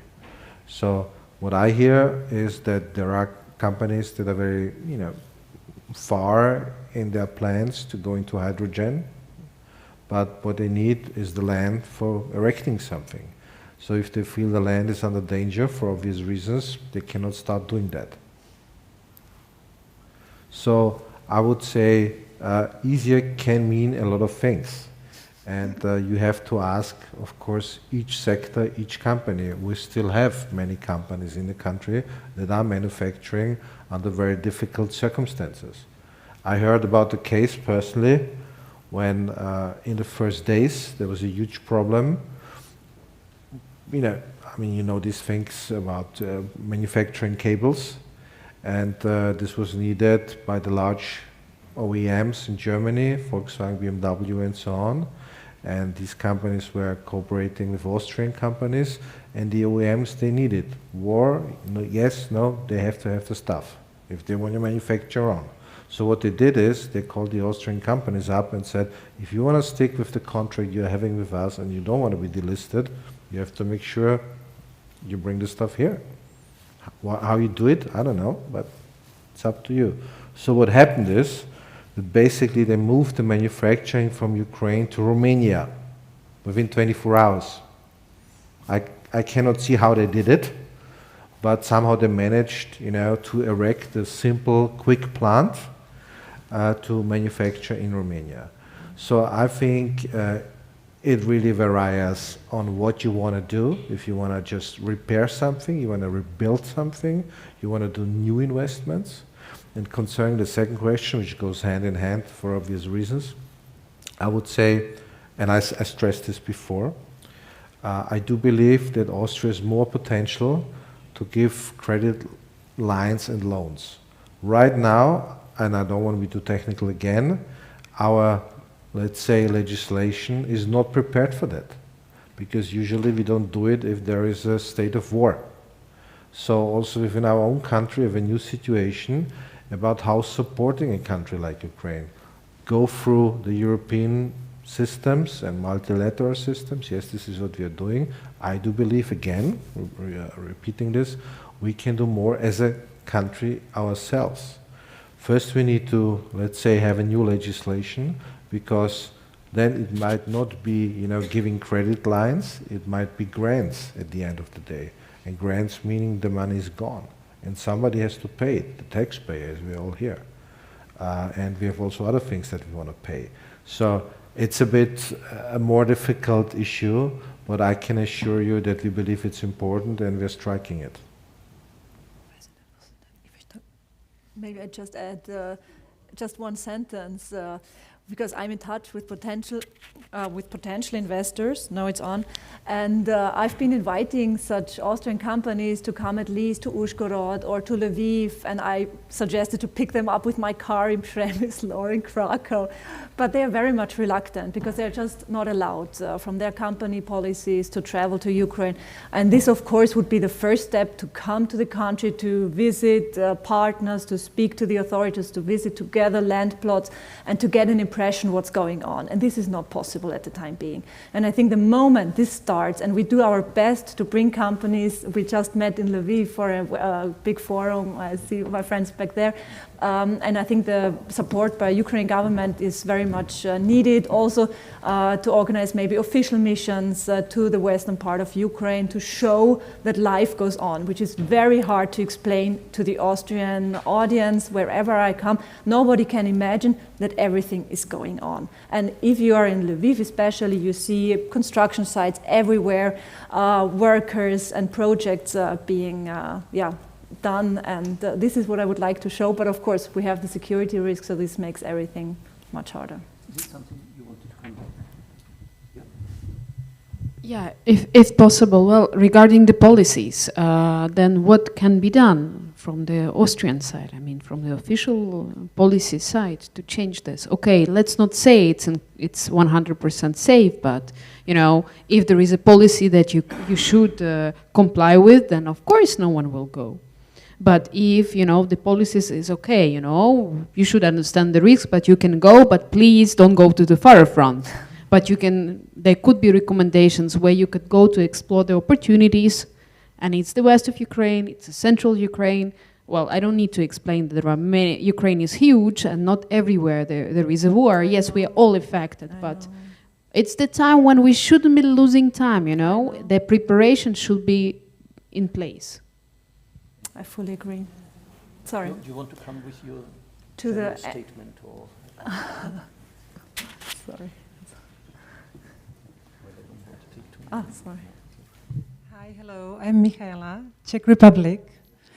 We both are investors in Ukraine. We are having there in the west, in Lviv area, we have there a wire harness assembly for automotive industry. We haven't moved to Romania, we stayed in Ukraine. We are fighting every day, but we are still there. Second, I'm also a vice president of Ukrainian-Czech Chamber of Commerce in Czech Republic, and we are doing these missions, and we are going in 2 weeks to Dnipro. Oh. We are going by train. We will spend 5 nights in a train altogether, and we are going more than 30 investors there at the moment. So we hope that we will survive, everything will be fine. And we have a stop at 3 or 4 cities, and everywhere we have a meeting with the local administration and with the B2B businesses, and this is amazing. So now it is energy focused on energy and infrastructure for sure. And we believe that in 2-3 years, hi, Mr. Praus. We believe that the next will be manufacturing, yeah. So we cannot wait, we have to do that now. Yeah. I let Ms. Haselsberger respond, and then we open up for any questions. You wanted me to respond to the energy question. Well, Ukraine invests a lot and is permanently repairing energy infrastructure that has been damaged.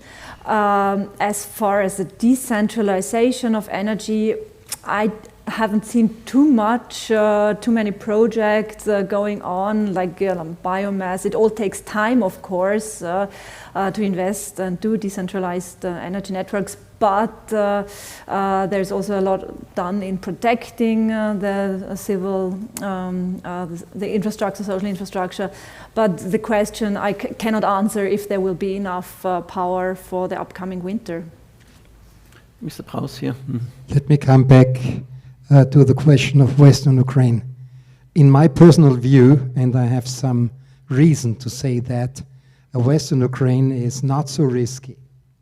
And I have been called to Zakarpattia 3 weeks ago. I was traveling 2 weeks to Ukraine, so I have a very actual and clear picture. And the reason why they called me, and Ukrainians were calling me, that was, Alfred, you are Austrian. Zakarpattia has been Austria in monarchic times, and there are more Turks in Zakarpattia than Austrians. How can this be? So my point, and this also relates to contacts I have to the region of Czernowitz, this is other companies, other countries, companies from other countries, they are less hesitant. It may be an Austrian nature to be double and treble hesitant. You think it's my driving skills, the problem? No, and the point is, I'm saying this from a completely different perspective, because I'm not only president of the Ukrainian-Austrian Association, I have built up and I have been Secretary General for 2 years of the International Council of Business Associations and Chambers in Ukraine, with 6 or 7 European countries, US, Canada, Ukrainian Chamber of Commerce, and my small Ukrainian-Austrian Association being members. So I had the head of the president of the Turkish Business Association in Ukraine with me in Vienna last week. They have more projects, the Turkish, than the Austrians in Zakarpattia, renewable energies, etc., than the Austrians have. So it's a question of creating more awareness, although in some way it is a fight a little bit against windmills. Well, thank you very much, Alfred. I can say that every week I receive information that an Austrian company just won a tender to a big project in the east of Ukraine and the west of Ukraine. So our companies, with their really extensive network, who've been working there for many years, they are very much on projects, so they are doing it. Maybe there are not too many missions with new companies taking place because of the fear of security issues. But I can assure you that our companies are very well connected and already participating in the reconstruction of Ukraine. And of course, for the future, we all hope that there will be more projects, but also it's been a while that we've been waiting for tenders to be published, because at first the IFIs, they put a lot of money into macro-financial support, and now there are concrete projects, and Austrian companies with their expertise, with their networks on the ground, they've been working there, they know the norms, they have their engineers on the ground, so they participating in the process of reconstruction already. There was a lady from the Vienna insurance company, so I wanted to animate her to make a comment on the insurance issue. Yeah, please, yeah. Mm-hmm. Thank you. Regarding the insurance, war is excluded in the insurance because you cannot calculate the premium for that. So if you go to Ukraine, you have to get an additional health insurance, additional car insurance, because otherwise you're simply not insured. And this, I think, also prevents a lot of people of going there. That's right. And also in our company, if someone goes there, we need a board decision and to make sure the person has additional insurance coverage, which is not always also easy to find. Thank you. I think there was just a question there. Yeah. My question is about the currency situation, and that's very important for investors because the 2014 and the 2015 currency crisis have led to a lot of loss for the investors community in Ukraine. And in Western Balkan countries and in Bulgaria, we have basically stabilized the currency after the wars with a currency peg or the introduction of the euro. And my question is, Mr. Landesmann especially, it would be interesting to see what is your estimation of the hryvnia? Should it be somehow stable to the dollar now or to the euro? Or what's the future? Will there be a devaluation after the hopefully victory of Ukraine? And what's your expectation for investors for the currency of Ukraine? Mm-hmm. Thanks a lot. Yeah, there's a question here. I'll keep track of that. Yes, I'm also from the insurance sector. And one of the complaints one of my local offices has had over the years is the difficulties in remittance premiums and currency flows out of the country. I assume that problem has not gone away, but it's only become worse, which makes me think yet, in addition to the currency flow issue, are there other barriers or problems that hindered an FDI going into Ukraine? Are those in danger of being overlooked now that there are bigger problems? And could you identify some of those pre-war barriers that may have hindered FDI, and how can they best be addressed? Is there something you want to say? Oh. Okay, so I think we're coming towards an end. I wanted to bring in Mr. Vyshlinsky also. I keep that question on exchange rates for him. Hlib, are you still there? Not sure, yeah. Well, on the FDI issue, of course, there were problems before war started, and we are now talking of building a modern European Ukraine. This process has been going on for many years. I've been working in Kiev for 5 years, and you wouldn't recognize the Kiev or Ukraine 5 years ago, what it's now. So there has been so much progress has been done, and we should look at also the EU approximation, which already has been taking place, and reform process. Of course, now with the war, we have a completely different set of problems on top of everything, but the tendency was the good one, and sometimes I feel that the Ukrainians are more modern than some Austrians are. Apologies, my dear Austrian friends, but there has been such a progress, and Ukraine has always been the most underestimated country. I don't know for what reasons, but so we are there. I can only underline what also Dr. Löwy said, to show our commitment. We were the first ones, the Austrians, who were fully back in Kiev in summer last year, supporting Ukraine and supporting our companies on the ground, and everyone is doing a tremendously great job at the time being, because with this high volatility and so much going on, you feel every day that the rug is pulled under your feet, and you have to get up from new and orientate yourself what's going on. And so I believe that a lot of progress will be made, because everyone is fully aware in Ukraine that the money is, of course, that is flowing in is bound to certain conditionalities, like further reform, rule of law, and to create business environment that enables more FDI. And for the National Bank of Ukraine was very restrictive at the beginning of war with foreign currency exchange restrictions. So they are slowly opening up and allowing, if you have an export credit agency backed loan, that money can leave the country. So there are steps taken, but of course very cautiously and very slowly. But at the time being, everything points in a so far good direction. So I'm quite optimistic, and we all should have trust in Ukraine. Well,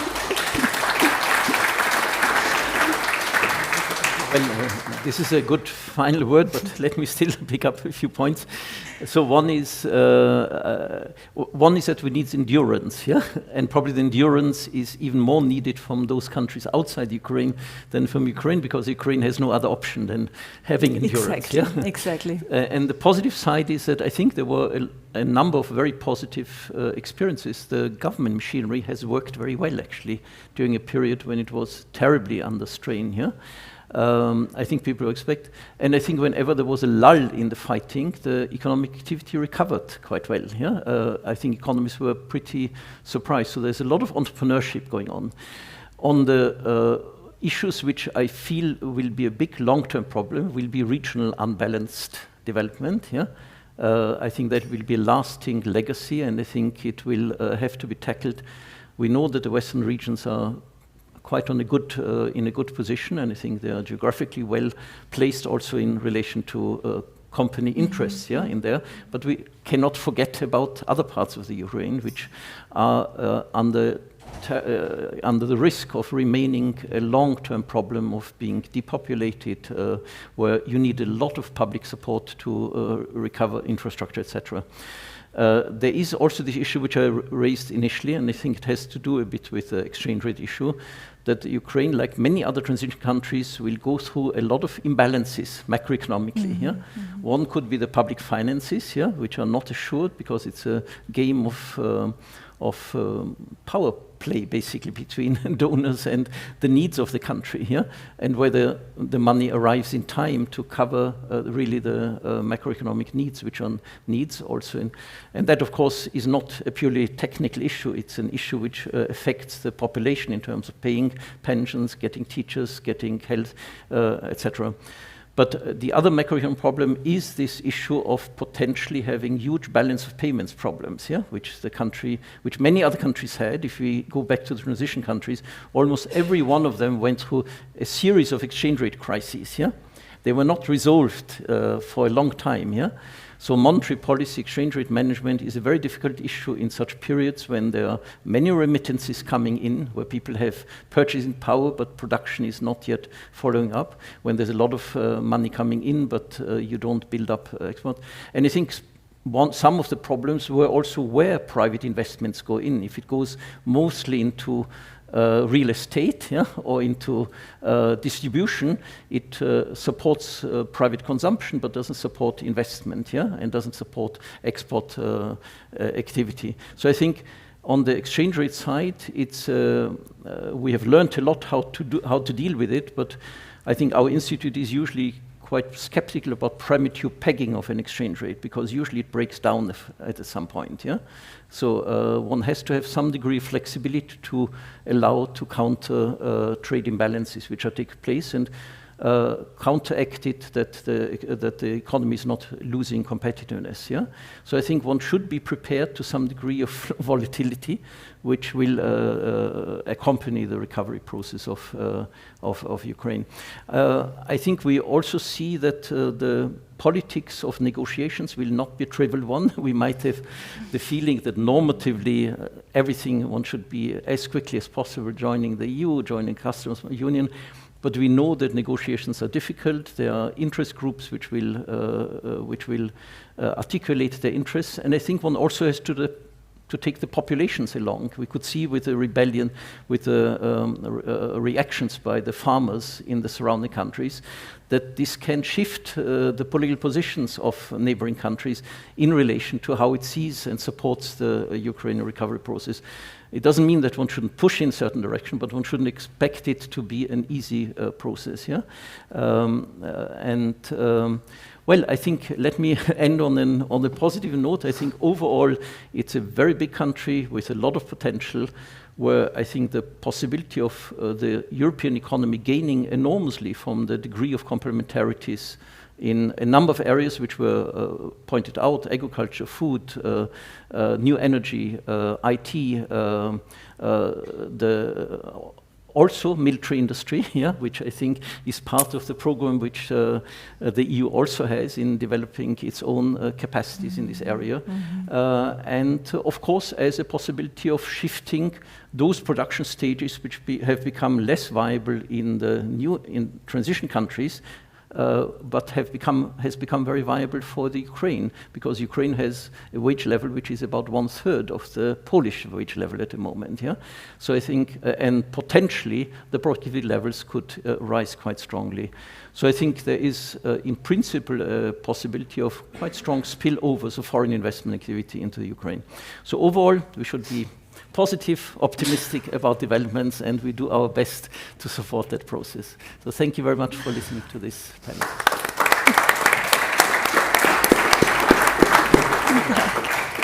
So thank you, Michael Landesmann, and the panelists. And we have 15 minutes. We will restart at 3:15 with a panel, The State of Ukraine After the War, moderated by Ambassador Emil Brix. Thank you. Take some coffee.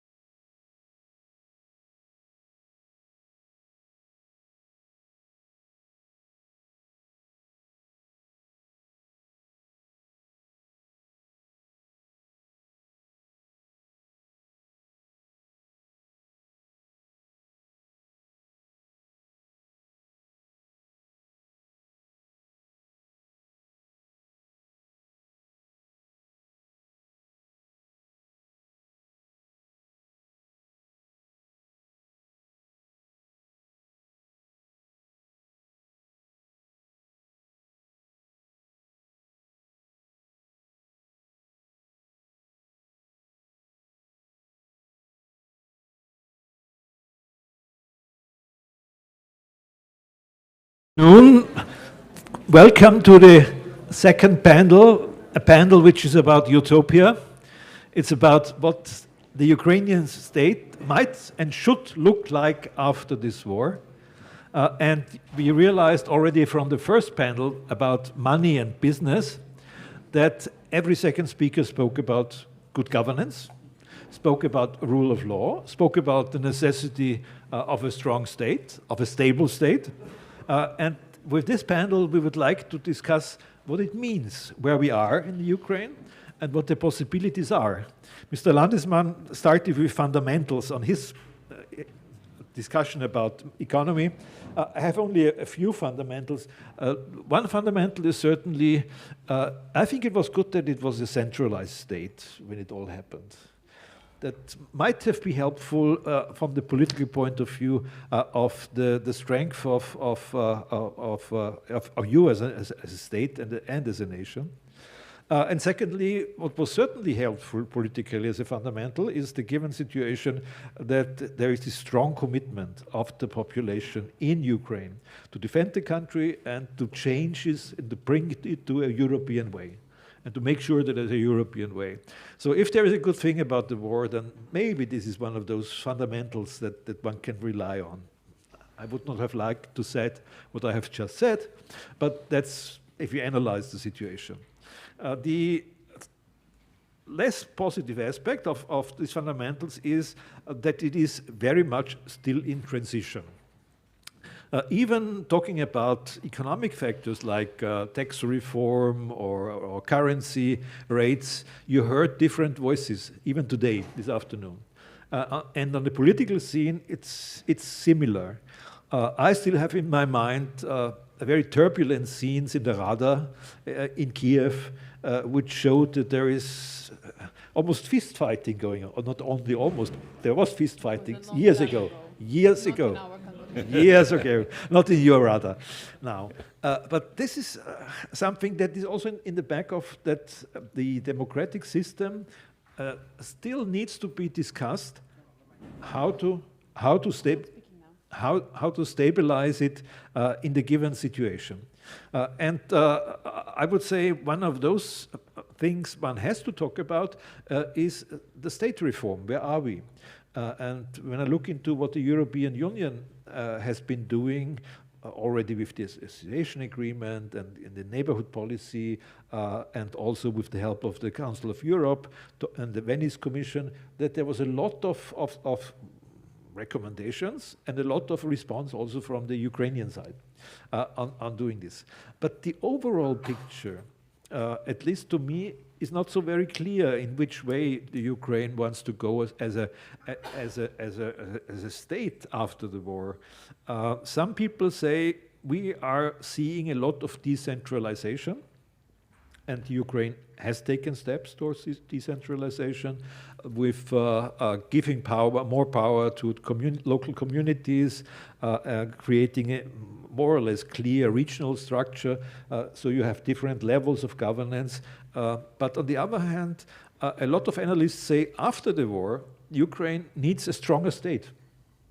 A stronger state than it has today. It needs to have a governance system which can implement better than it can do it now in the situation of a martial war, the fundamentals of a state. And another possibly difficult point is that has also to do with the fact what the business people say. We need stability and security as far as fighting corruption is concerned, as far as independent judiciary is concerned, and certainly also as far as the management of the political system in Ukraine is concerned. So it's a transition, obviously, and a difficult transition in times of war, made even more difficult. So how can Ukraine achieve a stronger state? And what can be done already now to achieve this? Because as we said at the beginning, we are here to talk about what can be done before the end of the war. I know a lot of things will depend on the outcome. If Ukraine wins, it is easier to create a strong state with the full support. So where are we? And we have here quite an excellent list of speakers on that. I would like to introduce, we have, if I see it correctly, we have all together 5 speakers. Andrej Borovic will be first. 6 speakers. 6 speakers even. Andrej Borovic will be first. And Andrej Borovic has been Executive Director for Transparency International in Ukraine since 2019. His background is that he worked in the National Anti-Corruption Bureau of Ukraine, and he also he was on the anti-corruption agenda on the international level, working for Ukraine in the last 10 or so years. And before, he was working within the reforms unit in the General Prosecutor's Office as an investment analyst. After that, I will ask Helmut Brandstätter, member of Austrian Parliament, to give us his view about utopia, political utopia of Ukraine. Helmut Brandstätter has been recently also to Kiev and to the Ukraine, and he has actually sent a few questions to Austrian government ministers lately on the issue of the Austrian position on supporting the Ukraine, also concerning increased support. And he's one of the most outspoken members in parliament as a member of the NEOS, of the liberals, that is part of the Austrian opposition. Then we will have Ina Melnikovska. She's assistant professor in comparative political economy at the Central European University here in Vienna and Budapest, but she is in Vienna. She has been working in this field of political economy for quite some time. And I guess she will tell us a little bit what political economy can tell us about the ideal state for Ukraine. Then we will have Gabriele Miranda. Welcome to Gabriele Miranda. I know that she can only stay with us until 4 o'clock, so we will try to squeeze as much time that we can have you with us. She's country manager Ukraine at the Eurasia division at the OECD, with a long and distinguished career at the OSCE, with a Mexican background, working on minority issues and economic development. And I think the international organizations play a role in giving a response to Ukraine on this political way of reform. And the next speaker will be Mr. Umland, Andreas Umland. Welcome to you. Andreas Umland is one of those who know best what's going on in Central Eastern and Southeastern Europe, and very often on this sort of conferences and meetings, because he is simply one of the most critical analysts of given political situations. So I'm much looking forward what you also will have to say.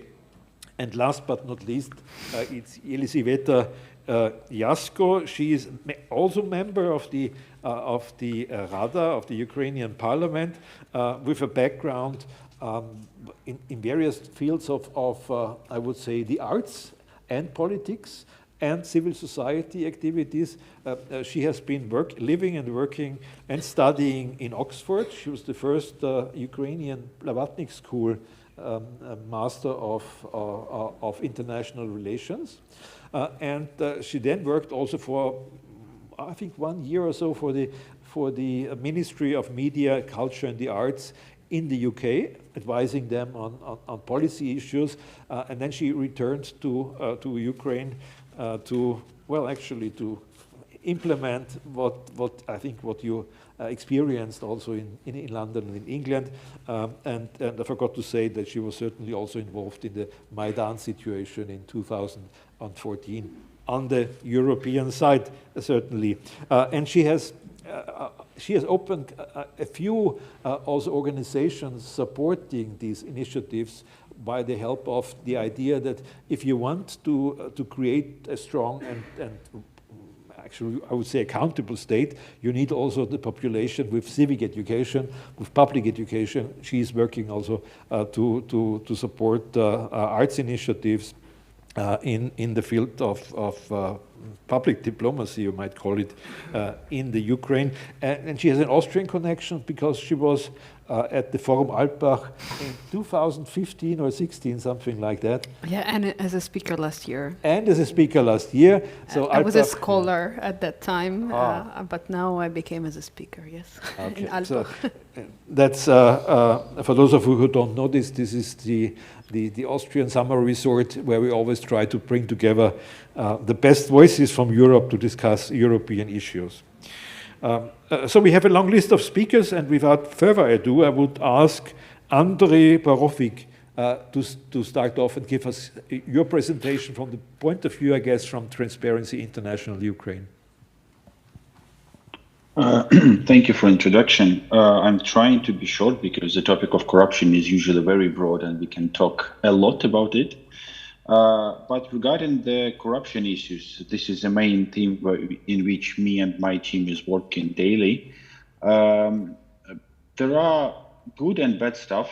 Let's say what happens for the last 16 months. I think first of all that Ukraine almost was never stopped in fighting the corruption, even if you're talking about the 24th February. As an example of this, I would say that during the first 3 months of the full-scale Russian invasion, all top anti-corruption institutions who supposed to fight the top-level corruption for a short period of time adapted to that situation which we had here.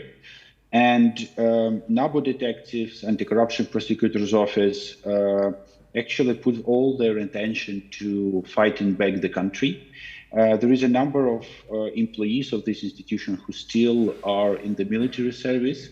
And I know that not only this kind of response was done by employees in these institutions, but also a number of them were engaged, and I guess some of them are still engaged in data analysis, looking for the Russian assets in Ukraine and outside of Ukraine in order to make Russia pay for what they're doing. Another good example of that times is a high anti-corruption court, which I would say took quite a while for civil society in Ukraine and international partners to persuade the political elites at that times for it to start operating. So as a very good example of how sustainable our system is that during the first 3 months of invasion, High Anti-Corruption Court finalized 5 cases with real final decisions of real imprisonment. Just for your understanding, at least till June, as I remember, no, there was no any other courts were working in Kiev, no local courts, no Supreme Court, everything was shut down. And High Anti-Corruption Court were trying and were actually delivering justice even during that very tough times. Later, I think there was quite a good boost for Ukrainian political elites, I would say, or political sole leadership as we have it now, a candidacy status which we received. Finally, many things it took really hard to bring on as an appointment of the leadership of the institutions of Special Anti-Corruption Prosecutor's Office and the head of NABU, the guy who was just recently appointed at the beginning of March. And there was also quite a good move in the sense of the judicial reform. And I think this also demonstrates that Ukrainians can do the reforms and can deliver change, even doing this in parallel with fighting at the front line. So I guess we did a lot, but of course we could do more. But this is about roses. Yeah, this is about the good stuff. About the bad stuff is that I think we could do more, and I think that we should do definitely more.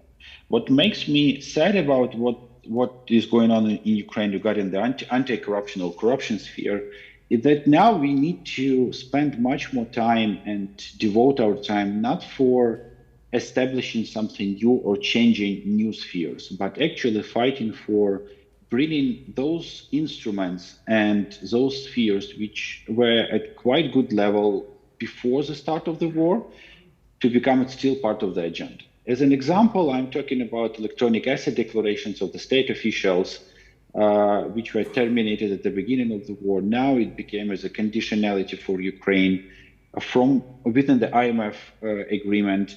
And as we saw within recent oral assessment of Ukraine regarding the EU integration, it is also part of that assessment as well. But this is the thing which was working in Ukraine before many years, and unfortunately now we have to spend our time to persuade the politicians, because still the decision needs to be made by the parliament in order to bring it back.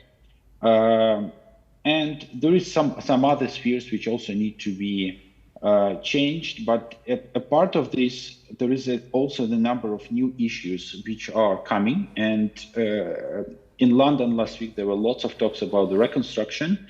And if some of the challenges of the future reconstruction, or not even future, but the reconstruction which is happening now, because it is happening now, of course, not in such big scale as it will be needed after our victory, but it is happening. And some of these things can be solved through the digitalization of some processes. So it's more on the prevention side. But we also need to strengthen and preserve the independence of our anti-corruption institutions, and to think how we can strengthen them even now in order to be ready for the challenges which will come to Ukraine after the victory. Because let's be honest, in any country, the more money you have, the more problems you might have. So, and here there is a huge potential for improvements, starting from increasing the number of detectives and the law enforcement specialists in general, and ending with reform of the institutions to which we not really were paying attention a lot last 7-8 years. For example, the function of financial control in the country. And these are the institutions and actually the whole spheres which need to be changed. And of course, some of these institutions or sectors should be changed not only because of the reconstruction, just because if we really want to do the European integration, for example, we definitely need to change our antitrust laws. We cannot rely on any law about anti-oligarchs. And honestly, me personally, I do not share that this law can change,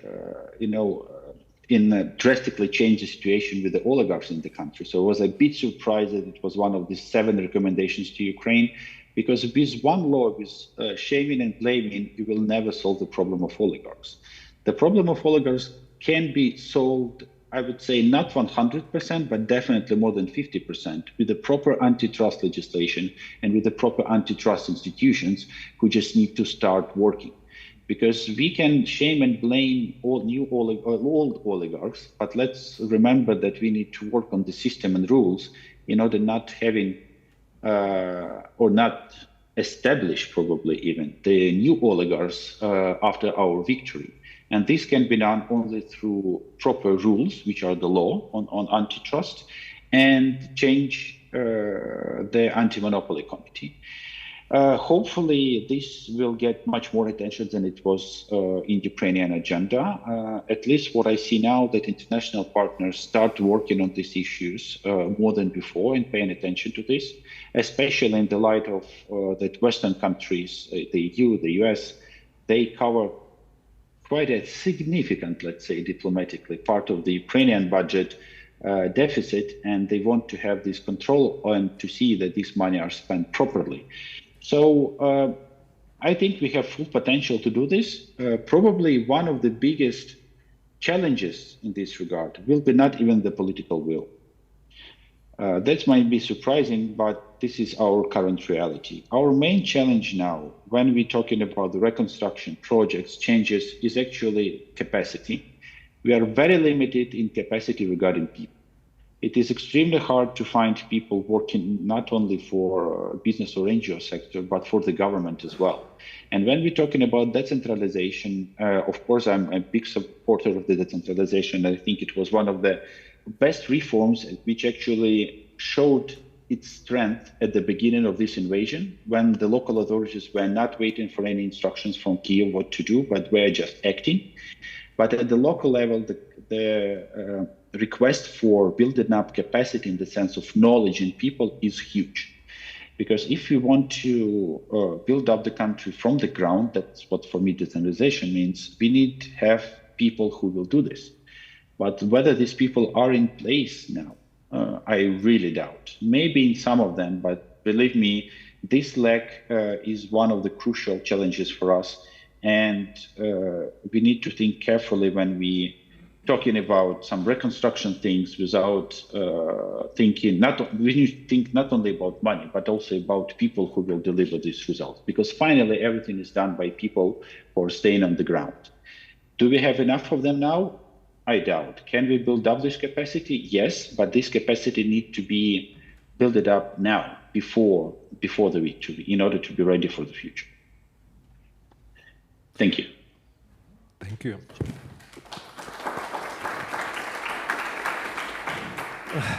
Thank you very much for this very clear and frank picture. You said the EU candidate status helped you a lot and helps you a lot to make the reforms possible. This is interesting that you say that, because in Western circles we often say this is only a symbolic act. This has only been a symbolic act by giving candidate status. We only did that because we don't have our means to support the Ukraine. But you clearly showed us that's much more than a symbolic act that was going on. And my second point actually would be, there is, as you know, this sort of narrative coming from the Russians, but not only from the Russians, whatever money you put in, Western money, into Ukraine disappears in a black hole. Disappears in a black hole. I heard that yesterday again on a podcast about geopolitics with a former Austrian foreign minister, by the way. So what can you say to that? That's interesting, because if it was true, so all support from European Union, let's talk about the EU, for the since 2014, I barely can remember how many of macro-financial assistance we received and how many other types of assistance we received through other instruments to Ukraine. Everything ended in the black hole. I doubt that this person who actually said this can give me even one example. Whether the corruption is an issue in the country, yes, it is. How I can lie if we will take any sociology poll, and actually 2 weeks ago we also published our sociology poll, which we did in cooperation with one of the agencies, and there we were asking business and Ukrainian citizens separately, and in both groups, number 2 issue was the corruption. This is what the people are afraid of during the future reconstruction. And if to take any other sociology poll, for example, I remember one asking, what are your main fears after the end of the war? Number 1 was that Russia will stay unpunished. Number 2 was that there will be no jobs, so purely about the income of the people, that is obvious. And the third one, that corruption will still exist. So corruption is here, but from the other hand, with help of our Western partners, many things was done in different spheres, not only when we're talking about the anti-corruption institutions, but when we're talking about any kind of reform, there was always part of the anti-corruption that was delivered. Let's talk about the health reform. There is no need for me to go and to leave some thank you, a chocolate or something else when I go to the doctor now. I just sign off and receive everything, what I need, all the service, because I know that this doctor receives the money because I am his client. So there is also part of the anti-corruption reform, but in a little bit different angle. So Ukraine now and Ukraine in 2013 are absolutely 2 different countries. I can give you another example with the data. That's, by the way, about Russians. I know how they manipulate with numbers when they're talking about corruption perception index. Their messaging is very, very simple. Look, Ukraine is second the most corrupted country in Europe. Why second? Because Russia is number one. And why second? Because in CPI, Ukraine has only 33 points and Russia has even less. But if to look into corruption perception index, comparing to 2013, Ukraine got 8 points. And according to our methodology, this is a lot. And if to compare to other 180 countries around the globe, Ukraine will be in top 15 countries who made considerable positive results in fighting the corruption. And in general, there are only 25 countries around the globe who has a positive slide in this regard, which means that the whole world has a problem of corruption and Ukraine is moving the right direction. Is it fast enough? Of course, no. Do we want to see the results, at least if you're talking about the CPI, like it was in Armenia, where they were getting 8 points during 1 year? Yes, of course we want, but we still move in the right direction. And I think saying that all the money which you put in Ukraine ending in the black hole is absolutely wrong. And we already proved that we can fight the corruption because there is a number of cases. There is more than 100 delivered, finalized cases from High Anti-Corruption Court. We can talk in practice without political statements. But do we need more? Yes, of course. Do we have capacity to do it now? I think more yes than no. I cannot say 100% because capacity is also about the capacity of these institutions. So there is a huge room for improvement, but we are moving and hopefully understanding the whole attention to Ukraine from the West, all that support which we receive now, our political elite and the governance will put it much higher in the list of what needs to be done. Despite that, number one priority is, of course, to save the country in order to have a place where we can fight the corruption, right? And where all money can be invested. But this is what we have. If talking about numbers and rankings and the opinions. Thank you very much. I wanted to challenge you on, that's why I asked about the black hole. So thank you for the answer, certainly. And we also have corruption problems in Austria. Maybe Mr. Brandstätter would say more about this, but not about the Austrian corruption, please. But let us know how you see the given situation as far as the Ukraine state is concerned and the future. First of all, thank you very much for the invitation. When we talk about the future of Ukraine, we talk about the future of the Ukrainian people. And so I was happy to see Lisa here, and she told me last time she was in Vienna we met, and today we meet again. And when I see Lisa as only one example of those many young women and men, more women than men, by the way, who are well educated, who have really bright mind and very much optimism. And they could have a nice future in the West as well. You know, look to different people that can get jobs at the World Bank or wherever. But no, they go back to their country. By the way, the same goes for Moldova. If you look at Maya Sandu, the president of Moldova, they go back to their country, work for their country, work for their future. And that's the first point why I'm really optimistic, because of those bright people, and they want to change something. And they know, first of all, from Western countries, they have an idea what kind of life they want. And also now they even know much better what they do not want. And that's one of the sentences which I heard most on my travels in Ukraine during the war.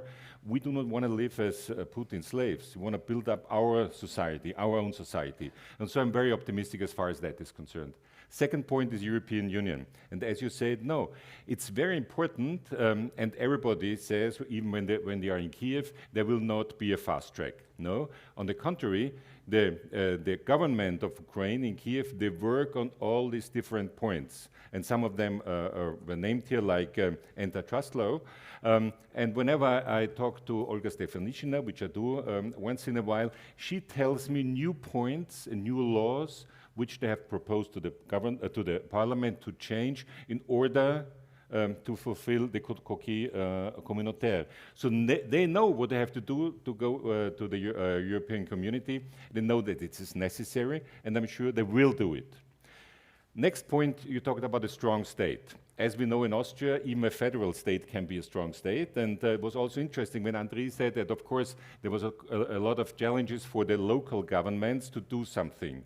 I think that's something which we cannot, we will not tell them what to do. But look at different possibilities, how you can build up a state. And a certain federal system has a lot of advantages, can have some disadvantages if the governors get too strong, as we see that sometimes in Austria. But that's another story. So I think there are some people here who could give advice, but that's completely the decision of the European people. Next thing is media. I always, as a former journalist, of course, I always try and always love to quote Thomas Jefferson, third president of the United States, and he said, if I had to decide to live in a country with a government and no media, only media but no government, I would choose the second. So a government but not a media, which the job is to control the government, is not a democratic country. So I think there will be a lot to do, and also something, as I hear there's a famous Austrian who already has a radio station in Ukraine, you know, Mr. Habsburg. There will be other people also to help out, and I think that's also a very important point. And one more thing which it's probably quite early to mention it, but I think it's necessary to mention it. And I said it, I tried to join all these rallies we had in favor of Ukraine here in Vienna. And once I listened when they were singing the national anthem, and I said, it's great that we do that, but please, next time, let's also sing together the European hymn, you know?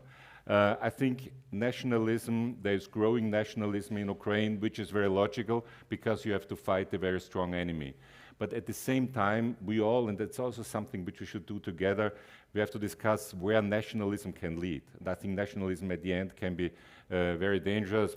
François Mitterrand said in his last speech in the European Parliament, he said, le nationalisme c'est la guerre. And I think that's a discussion which the Ukrainian people will need at a certain point. I think it's quite early now, but I just say it that it might be important for you as well. And last point, talking about capacity. In Austria, for some strange reasons, very young people, like 65-year-old diplomats, judges, and so on, they are forced into a pension, you know. They are not allowed to work anymore for the government, which is very strange. And I know a lot of them who are a little more than 65 and have a lot of experience, know languages, know the world because they traveled around or worked as judges. So I think not only Austria but other EU countries should really build up a certain system to find out who could be people helpful as far as judges are concerned, as far as transparency is concerned, as far as talks to European Union are concerned, and to help out. I think that's something which we should do. I always say this country would not be as rich a country if we hadn't had the Marshall Plan. That's another thing, to build up the economy. But it was not only the Marshall Plan, it was also, and I remember it because some of my teachers, like Hugo Portisch, what did they do after the war? They went to American Journalism University, and they learned journalism there. And it's just an example. I think we are Europeans, we work together, we live together, and we help each other out. And there will probably be a certain moment, you know, when I was in Romania last time, a few weeks ago, and they were not very happy about our government's decision as far as Schengen is concerned, one of the people said, probably you will need us one day. Why are you against Romania now? What will happen at a certain moment when Romania probably can help out Austria? I think that should be our mental status. How can we help each other? And I think that's important. There's a lot of things which we can do now, and probably later on the Ukrainians will help us. So that's what I said to a few members of government. You also know a few of them, I think. And we probably, if we all tell them, please let's organize, you know, as I said, judges, diplomats, other people, even doctors. I've been to a few hospitals also because we were traveling with the Pharmacists Without Borders. Great NGO, by the way. I think they've been many times to the Ukraine, brought a lot of medicine to the Ukraine. So, you know, there's so many things already working, but we could do much more, and I would really love to be part of that. Thank you very much. Thank you. Thank you, Helmut Brandstätter. You are as fundamental as always in telling us what you think about the situation. The practical side I like very much. More senior civil servants, professors, doctors, to make possible for them to go with an insurance, with the chances to work there, to a country like the Ukraine, when the security situation allows that.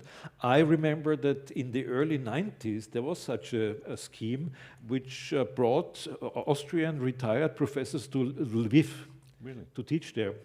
Professor Wolfgang Mantel, one of our big Austrians, who was one of them, but this stopped. Because, I don't know, because possibly there was less support from the Austrian side for such a scheme. The fundamental issues we will not be able to solve now, but maybe our next speakers will talk about that, whether Ukraine has a chance as a federal state, can it be a strong federal state, or the question about the presidential system that you have at the moment, what are the future plans? Do you want to keep it? Do you think it's important? How do you think that the political parties should play a role in the governance in the Ukraine? Big issues. No, it can't be solved in this afternoon, but I think it's important that also we here, but not only in Austria, but in other countries, certainly have our experiences with different ways of governance. And so maybe on the step of your discussions, it might be helpful what we have to say. There was a time when some Austrian diplomats also tried to give advice on the neutrality status for Ukraine, which at that time it might have been useful. Now I think it's too late for that. It's too late for that. I'm telling that to my diplomat friends who still think that they can offer this sort of model, a model which I don't know what it really means now, but this is a different Austrian discussion that we have. So I stop here, and I will change the order a little bit because Gabriele Miranda cannot stay for all the time. So maybe, Ms. Miranda, you can be next on our list. Is that fine? Please. Thank you very much for accommodating, and sorry I couldn't join you in Vienna. I have followed the discussions with passion because, of course, Ukraine is a very special European country that we follow very closely. I have had the privilege of working on Ukraine for the past 10 years, so pre-Maidan. So I've seen a lot of evolution in the country, a lot of passion in the search of an independent, democratic, and stronger Ukraine. And I must say that probably with the war, the full-scale war now, Ukraine has a window of opportunity that it's unique in this time, because we see, and I was there in February, and we have been continue to work in support of Ukraine since the 24th of February 2022. We have seen this window of opportunity as all the forces, parliament, government, civil society, even oligarchs, as you were mentioning before, the oligarchs, the president's office, all working together and fighting a common enemy, which in the past we know very well it was not necessarily the case. The window of opportunities is short. It's going to be really up to the Ukrainian authorities and up to the Ukrainian civil societies to keep the pressure on the authorities to push in the right direction, in the direction of the Ukraine of tomorrow, the European Ukraine, today's path to the European family. It's a very strong motivation, and we know that the top foreign policy priority of Ukraine is the European accession, but also NATO, and also actually OECD's membership, which is a request that was made by Prime Minister Shmyhal at the Ukraine Recovery Conference last year, already in Lugano, and OECD Council decided to grant prospective membership status to Ukraine in the organization. So since October, Ukraine is a prospective member, which is similarly to the level of engagement and the status of participation that Ukraine has in the EU. That means it's still not an accession country, but we are working in building the blocks towards both OECD membership and also supporting national recovery and development plans. So if you ask us from our perspective in OECD, what do we see as what would be the keys of the future of Ukraine, and how can they really pursue the goals, achieving definitely what you were saying at the beginning, stronger governance, attract investments, having stronger institutions. Indeed, I think to us, one of the key priorities is in general rebuilding and reinforcing the institutions. There is a lot already in place. We see the anti-corruption infrastructure, for instance, that has been set up for the past years since Maidan, with the National Anti-Corruption Bureau, where you used to work, Andri, and we have SAPO, we have the National Agency for Corruption Prevention, we have now a business ombudsman. So there is a lot of infrastructure working there on the ground. But indeed, the institutions themselves still have a damaged capacity. Not least because, of course, before the foreign influence was very disruptive, and as I said at the beginning, there were several interests, one side and the other, probably putting some challenges in addition to their own work, some challenges to institutions to operate to the level. So this is, as I said, up to us, a unique opportunity, because Ukraine, with this momentum, with the international support, steadfast support, unanimous support that it has. I was in London last week, the Ukraine Recovery Conference, and of course, all OECD members were there, all international financial institutions, and the support is not fading away. It is as strong as it was on the 24th of February. So I think there is a very strong opportunity, but it is up to Ukraine to continue and to show results. So what we're doing from OECD side, and as a way to support Ukraine, is that we have developed in joint, in close collaboration with the government, a country program. A country program is a structured multi-annual set of activities that cover what we see on our side as policy priorities that are not only, of course, supporting, as I said, the OECD's, Ukraine's aspirations to OECD's and EU membership, but also National Recovery and Development Plan aspirations. What we see in this country program and what we identified are areas such as the ones you mentioned, public governance, the fiscal reform, because it's going to be an extremely important area where Ukraine has to really come to terms in terms of, again, reinforcing the institutions, but also clarifying with the challenges emerging from this decentralization, which I agree is one of the most successful reforms on the way and should be pursued. But of course, in terms of the fiscal landscape, it has to be reviewed because the economic geography of Ukraine has changed and has changed probably forever, because we cannot expect today that the population and the businesses that have relocated from, say, Donetsk and Kharkiv, and that have moved to Lviv and Uzhhorod will go back. Not all of them will go back. Not all of them will relocate. So there has to be really an overhaul of the fiscal basis, because revenue mobilization is going to be essential.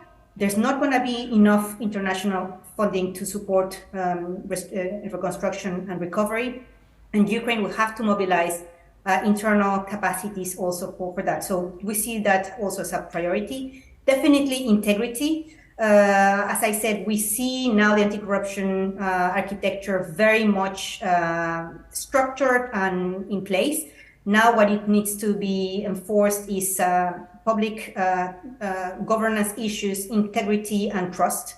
And these are areas where we have, I think, a lot of value to add. We must recall that the OECD was born out of the Marshall Plan for the reconstruction of Europe. We do have a lot of experience in that regard. Now, we are marathon runners, as I always say. We're not sprinters, so we won't be making the necessary financial or technical assistance projects that Ukraine needs and that we definitely acknowledge are the main priority. But we do come in now because Ukraine is already working on recovery, is already working in reconstruction, and we would like to help them to recover and reconstruct even in a better way. And just as a word of closing, I mean, since you were mentioning the role of subnational, we have a report here, but I can send the link. I will send the link on Zoom. The role of subnational authorities and decentralization and in reconstruction is going to be essential. We launched a report in that respect with specific recommendations on the engagement and the need for the subnational authorities to be not only empowered, but also part of the process is going to be essential. So this work is out there, and we're working with the Ministry of Restoration and hope to continue in that work to make sure that this is the case. And we will be, as we start implementation of our 4-year country program, which was launched earlier this month, actually, with Prime Minister, as we make progress in implementing that country program, we hope that the results will help really make Ukraine a stronger, more transparent, and a more sustainable country. So happy to answer any specific questions you have, and over back to you. Thank you. Thank you very much. Thank you very much, Gabriele. Thank you for reminding us again that there is a window of opportunity for Ukraine, which is an important issue, and that you think, like I think many of us, that it is still open. This window is still open, and that's due to what the Ukrainians are doing and due to the steadfast support, actually, of the Western community. But we have to work that the window stays open, and we use the time that we have. And thank you also for saying, again and again, we need stronger institutions. I remember from the time of the change in Central and Eastern Europe, the first thing the West asked of the Central Europeans was try to have strong new institutions, democratic institutions. And actually, the Central and Eastern Europeans were very fast. They had, within a few years, they had all the democratic institutions you can dream of, but the problem was the mentality. The mentality takes much longer normally than the institutions. In the Ukrainian case, I think maybe even the mentality is faster than the institution, which is a bit of a different case. You were forced to be faster as far as mentality is concerned. And you know that you have to work on all these issues of do we have the right administrators, the right civil servants, what are really the factors we need for integration into the European structures. Whereas in the Central and Eastern European case, there was no immediate danger after the end of communism coming from anywhere, so they had time to adapt to the new institution. It's different now. Thank you for reminding us also of this. Now I would like to give the floor to Ina Melnikovska from the Central European University. Please, the floor is yours. Okay, thank you very much for inviting me and giving the voice and platform for academic community to talk about Ukraine's reconstruction. And it's a pity that I'm not able to join you on site, but nevertheless.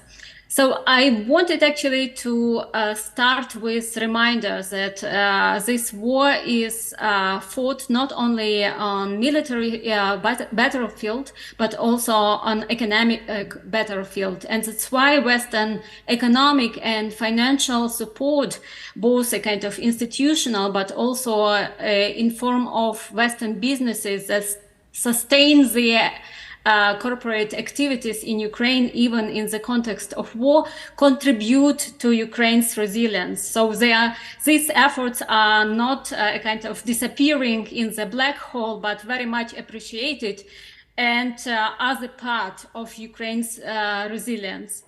And so Ukraine's reconstruction and contribution of Western private and public institutions would contribute to sustainable peace and long-lasting sustainable economic development of Ukraine. State, of course, is a kind of central for economic development. And so it's natural that we are having the talk, and that's why I appreciate also the panel on the topic of state building in the context of Ukraine's reconstruction, because reconstruction will not be only about money inflows, but it will be also about modernization of state structure that would be needed to to administer, to implement all the plans that reconstruction discussion involves currently. So Western offer, I argue, would need not only take into account what are sort of desires and capacities on the Western side, but first of all needs to be driven by the need to sustain this resilience, yes, on the one side. So when we talk about conditionality, we need to have an understanding that compliance with certain conditionality, very comprehensive on the side of the EU, would require a lot of capacities and efforts. And so one need to have a good trade-off, what kind of sequences, what should be first, what could be probably postponed for later. This process should be structured upon.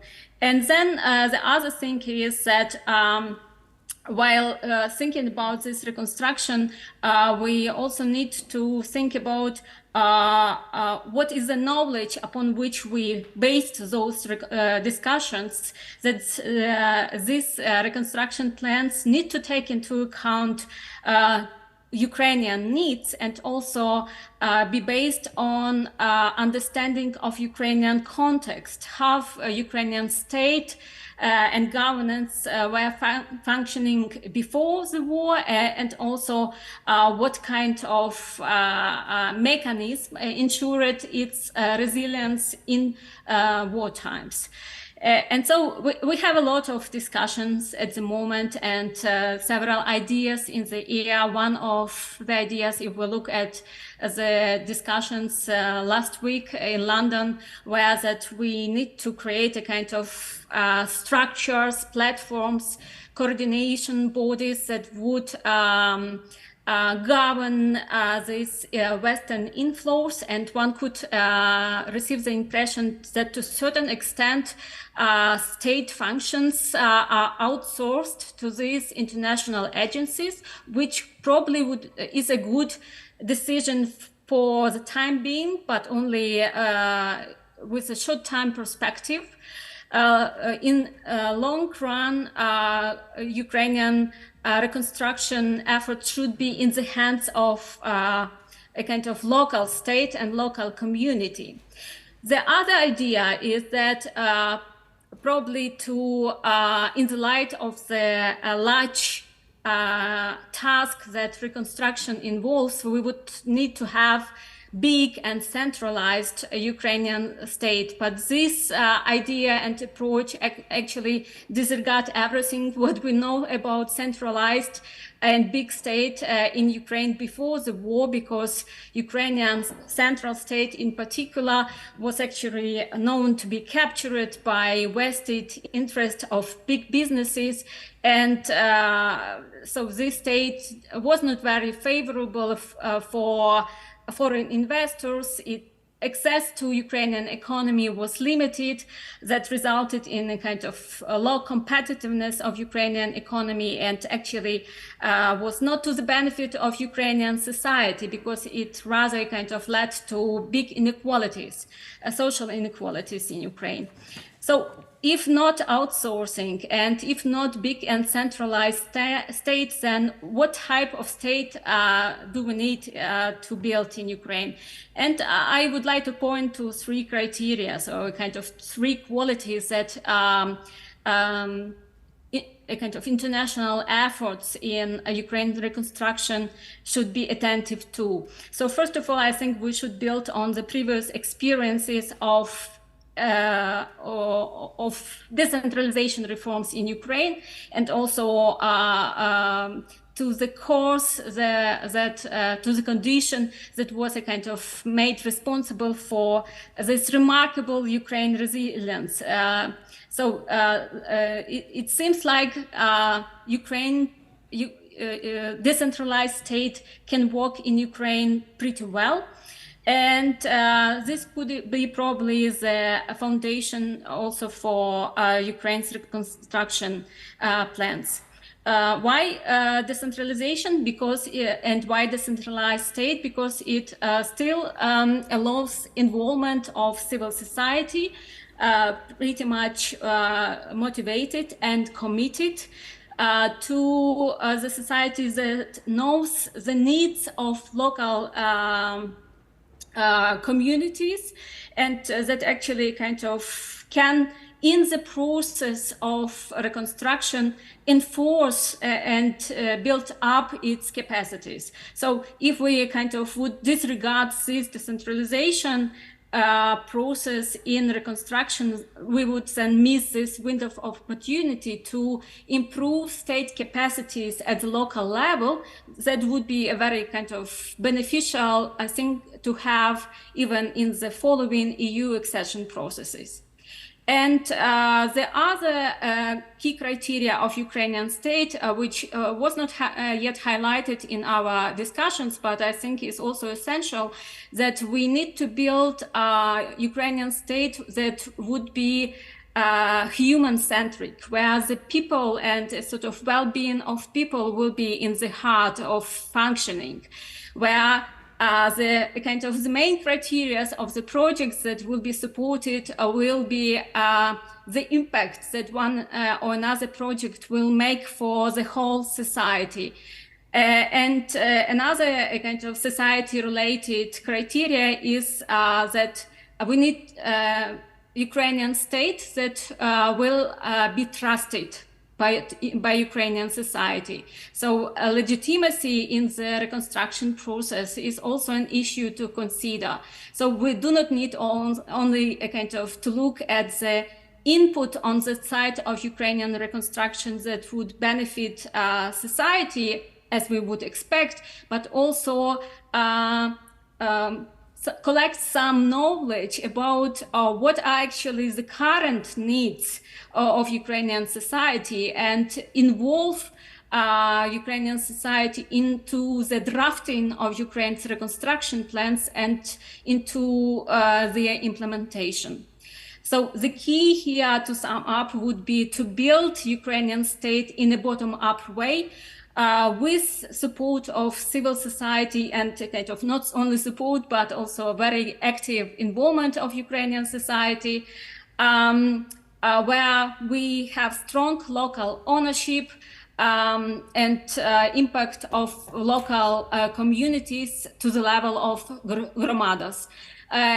In the long term, it would not be only beneficial for Ukrainian society, but it will be also beneficial for Western communities, because it will kind of provide the ground also for Western businesses to do their activities in Ukraine.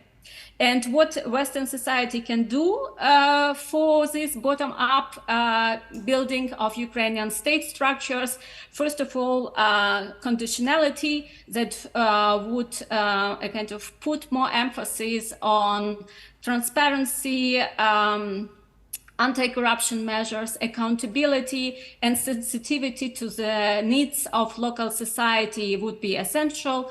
And then, of course, the other thing is that conditionality compliance should be supported by a kind of substantial capacity building promotion from the side of Western communities.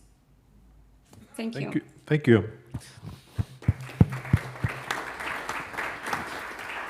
Thank you for this very important contribution, because you gave us the ups and downs of versions. It's interesting that you discussed in London the outsourcing of state functions also as an option. I don't think that we have many good examples of where this works, outsourcing of state functions in the time of transition, but we can discuss this. And thank you also for saying whatever the form is, a federal or centralized state, it has to be human-centered, the Ukrainian state. Well, maybe this is a point of discussion, what human-centered means, but you mean a strong civil society which has an influence not only on formulating it, but also on deciding on issues. In all European countries, we have similar issues. How can we really bring the human sides, also the civil society, in which form, into the process of political decision-making? This is certainly a point that I guess will be of importance also in your Ukrainian discussions. My last point, thank you very much for talking about legitimacy, about trust. But as I see it, that's the least of the problems that you have in Ukrainian politics at the moment, because the trust of the population is very high, very strong. Maybe it's important to keep it like that when you have more difficult reforms to do in the state. But you start from a very good point of as far as trust and legitimacy is concerned. Again, in Austria, the legitimacy and trust in government is half about what it is in Ukraine at the moment. So this is one of the positive points, I think, that where you start also discussing your reforms. Thank you very much. Let me come now to Mr. Andreas Umland. Mr. Umland, you are in Kiev, I guess, at the moment.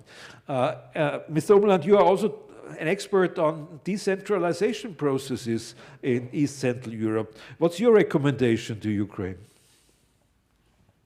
Well, the fact that I'm now here in Kiev, and I've just bought actually a flat here in Kiev, is this sort of my own circumstances are also the main message that what I want to bring here about. I think Ina already said most of the things that I would have said about decentralization.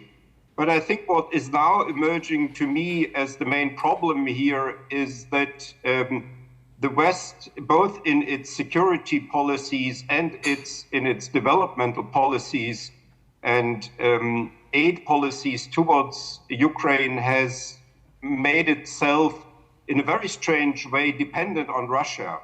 So much of the talk about reconstruction, about NATO accession, about recovery, about European integration is now conditional upon the end of the war.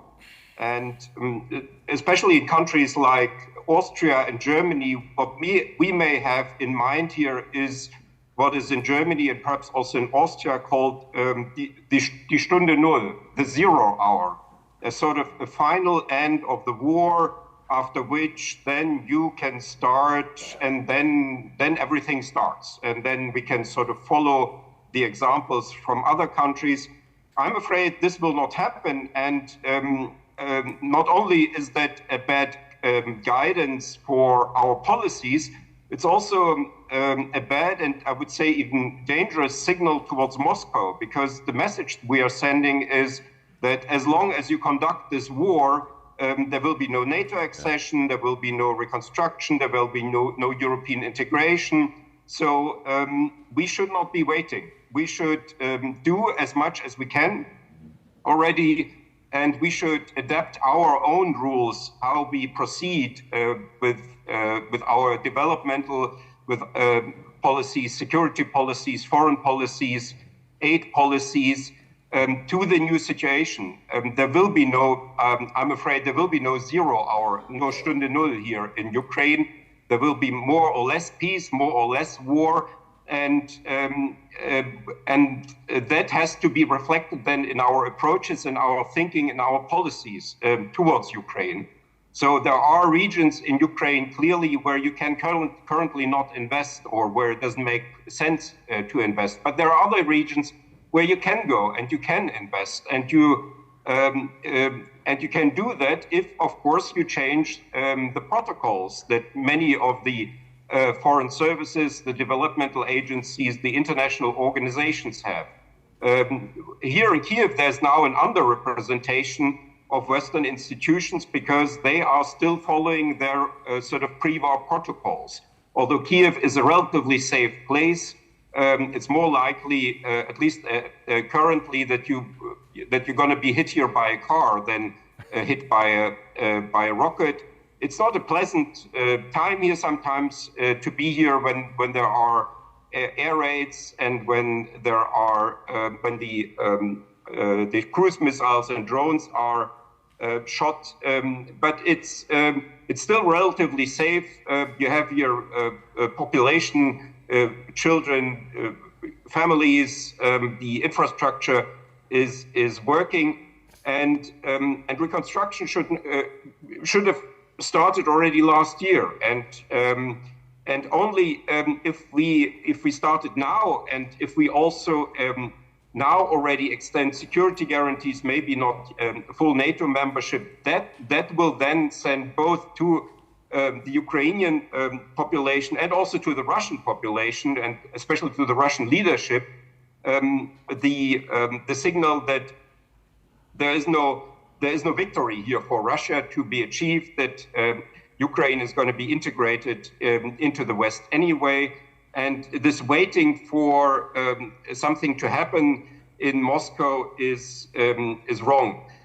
The events of the last days have also illustrated what actually the rationale of the Ukrainian resistance could be, and I think is, namely that perhaps Ukraine is in purely sort of material terms not as powerful as Russia, but many Ukrainians, I think, understand intuitively that Russian defeats on the front line around Crimea, in the Donbas, in southern Ukraine, will have domestic political repercussions. And during the last days, we have just observed what kind of repercussions that could be. And the surprising, at least to me, surprising aspect of these repercussions, these domestic repercussions in Ukraine, was that they already happened before actually the counter-offensive has achieved any major victories in the Donbas or in southern Ukraine.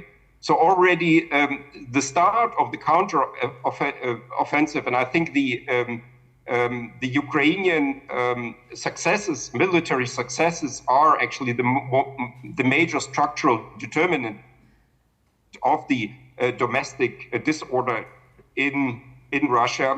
Already the start of the counteroffensive is creating this disorder in Russia, and that is, I think, also something that makes me hopeful that new successes on the front line by Ukraine will create new instability of Russia, new blaming games, new division within the elite, the sort of things that we have now seen between Prigozhin and Shoigu will then repeat. I'm also more optimistic now than 2 years ago concerning the reform and the European integration. In a very strange sense, there is here even a beneficial factor from the war. There's an old saying in political science that not only do states make wars, but also wars make states. So wars create for states, and that now also applies to Ukraine, existential situations. And the result usually of wars is that they come out of these these defensive wars, is that they come out of these wars with stronger states, with better functioning governmental apparatuses. We have now, of course, also a different situation with the EU candidacy status and perhaps the start of the accession negotiations later this year.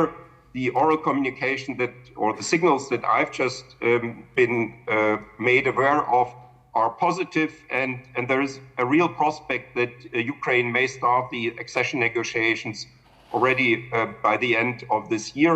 And this then creates something that is called in European studies and has been mentioned here already, the hard conditionality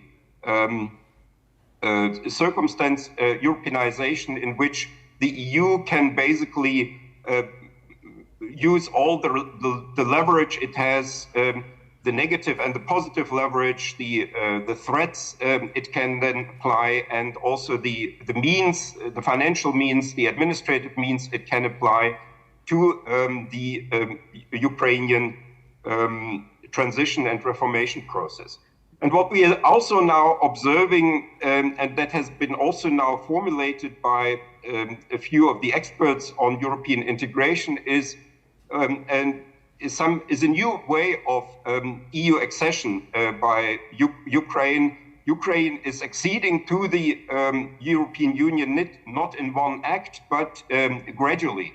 So Ukrainians can already now settle in the European Union and work there.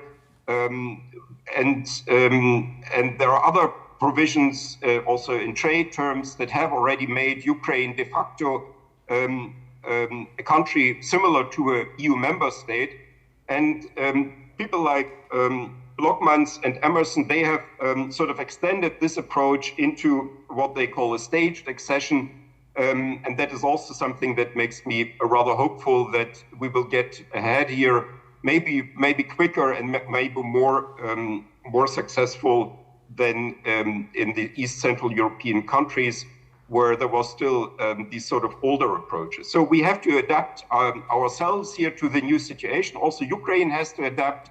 To say maybe something negative also about Ukraine is the still complicated rules for settlement and for work permission, for investment, for money transfer. A lot of still ridiculous rules that, or I would say over-bureaucratic rules that make it difficult for foreigners to settle here, to get a job here.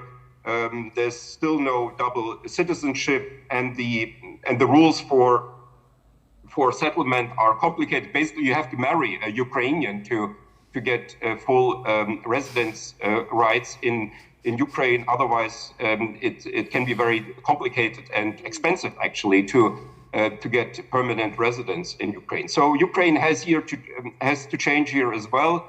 But on the whole, I'm optimistic if we indeed adapt our approaches to the new situation here. We cannot wait until Moscow decides to stop this war.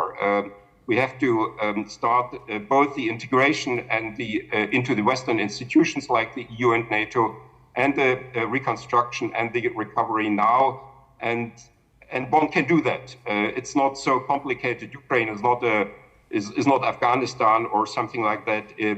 Large parts of the country are relatively secure, and the security can be increased with more anti-aircraft weapons, with hopefully soon arriving fighter jets, and then we can now already invest and start the reconstruction. Thank you.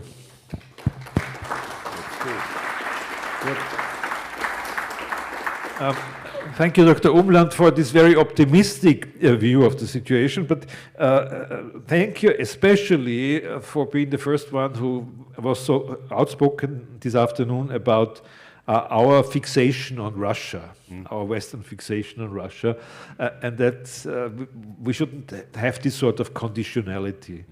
Because when you talk to European policymakers, you always hear, what will Russia then do if we support the Ukraine or support Moldova or Georgia?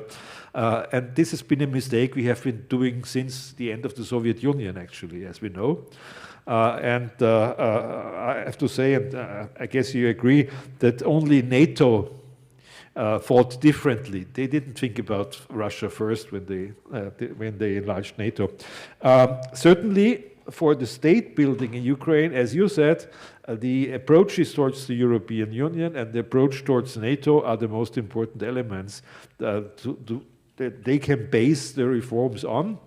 I'm also very optimistic that by the end of the year there will be a positive report which allows the opening of negotiations with the European Union, and I hope that the NATO summit next month will give some positive signs towards the Ukraine again. And thank you also for saying in Ukraine there is no hour zero. There is no hour zero that we should wait for, but we should actually act on this. So there is so much on the table now for our last speaker. Poor you, but I still ask you to try to tell us a little bit about how you see the situation and the utopia for a Ukraine state that you want to wish for. Finally, thank you. I'm glad. Well, you know, I want you to think of the speakers that you just heard on how many positive things they said about Ukraine. Our previous speaker, Andreas, is currently in Kiev. He explained the situation. Our first speaker from anti-corruption institution spoke about how much is being done on building anti-corruption system. We see foreign friends speaking very highly about that opportunities in Ukraine that exist. And you know, this is something that I know, unfortunately, you didn't know about before the war. And you had a very nice introduction of me. Yes, I studied in Oxford, and the reason I want to mention this is because that was the place nearly 7 years ago where I understood how competitive Ukraine is.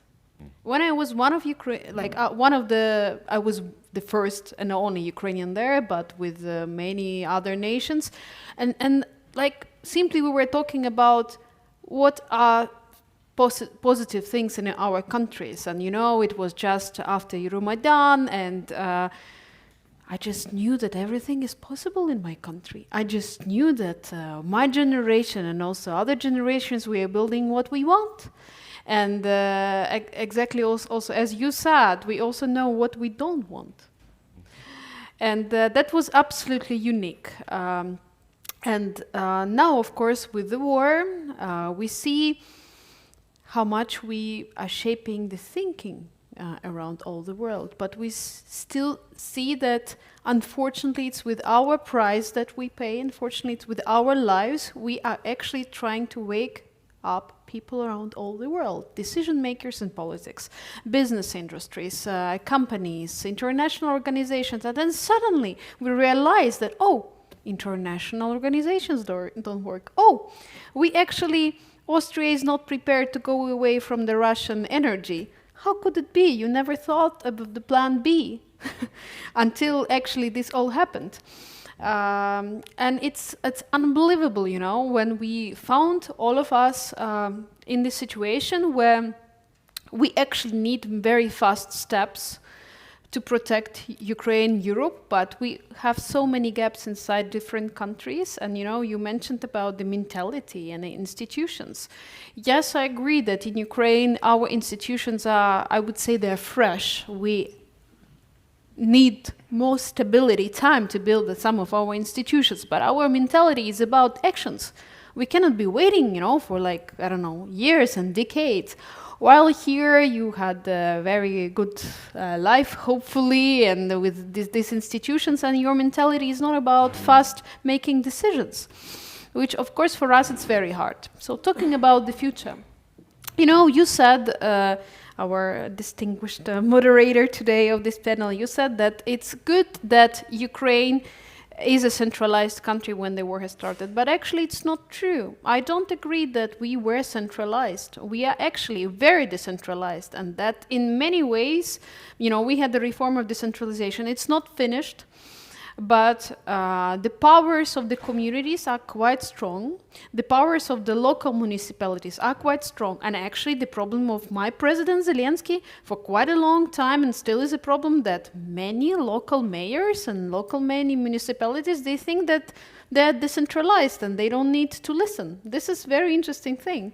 But thanks God, we are centralized probably in the way, as you mentioned, in our unity. And it, you know, it was not planned. It was chaotic. It was just an expression of our hearts, of our minds, and we knew what we have to do to protect our country. and not only our country. And it's very important to mention that it's absolutely not about Ukraine. It's on our shoulders, on our lives, but it's about the future of so many things. It's not only about Europe, it's in general about the democracies around all the world, because we understand that, look at the situation of what happens, who are the Putin's allies, usually dictators, absolutely non-democratic states, authoritarian regimes. We didn't invest in democracy buildings in that places. It means. So I know I recently spoke to like representatives of different societies from Latin America, from Africa, who are saying to me, look, if you win, if you get victory, if Russia falls from that regime, we will also have that democracy. And I think it's important to put all this conversation in this big picture too.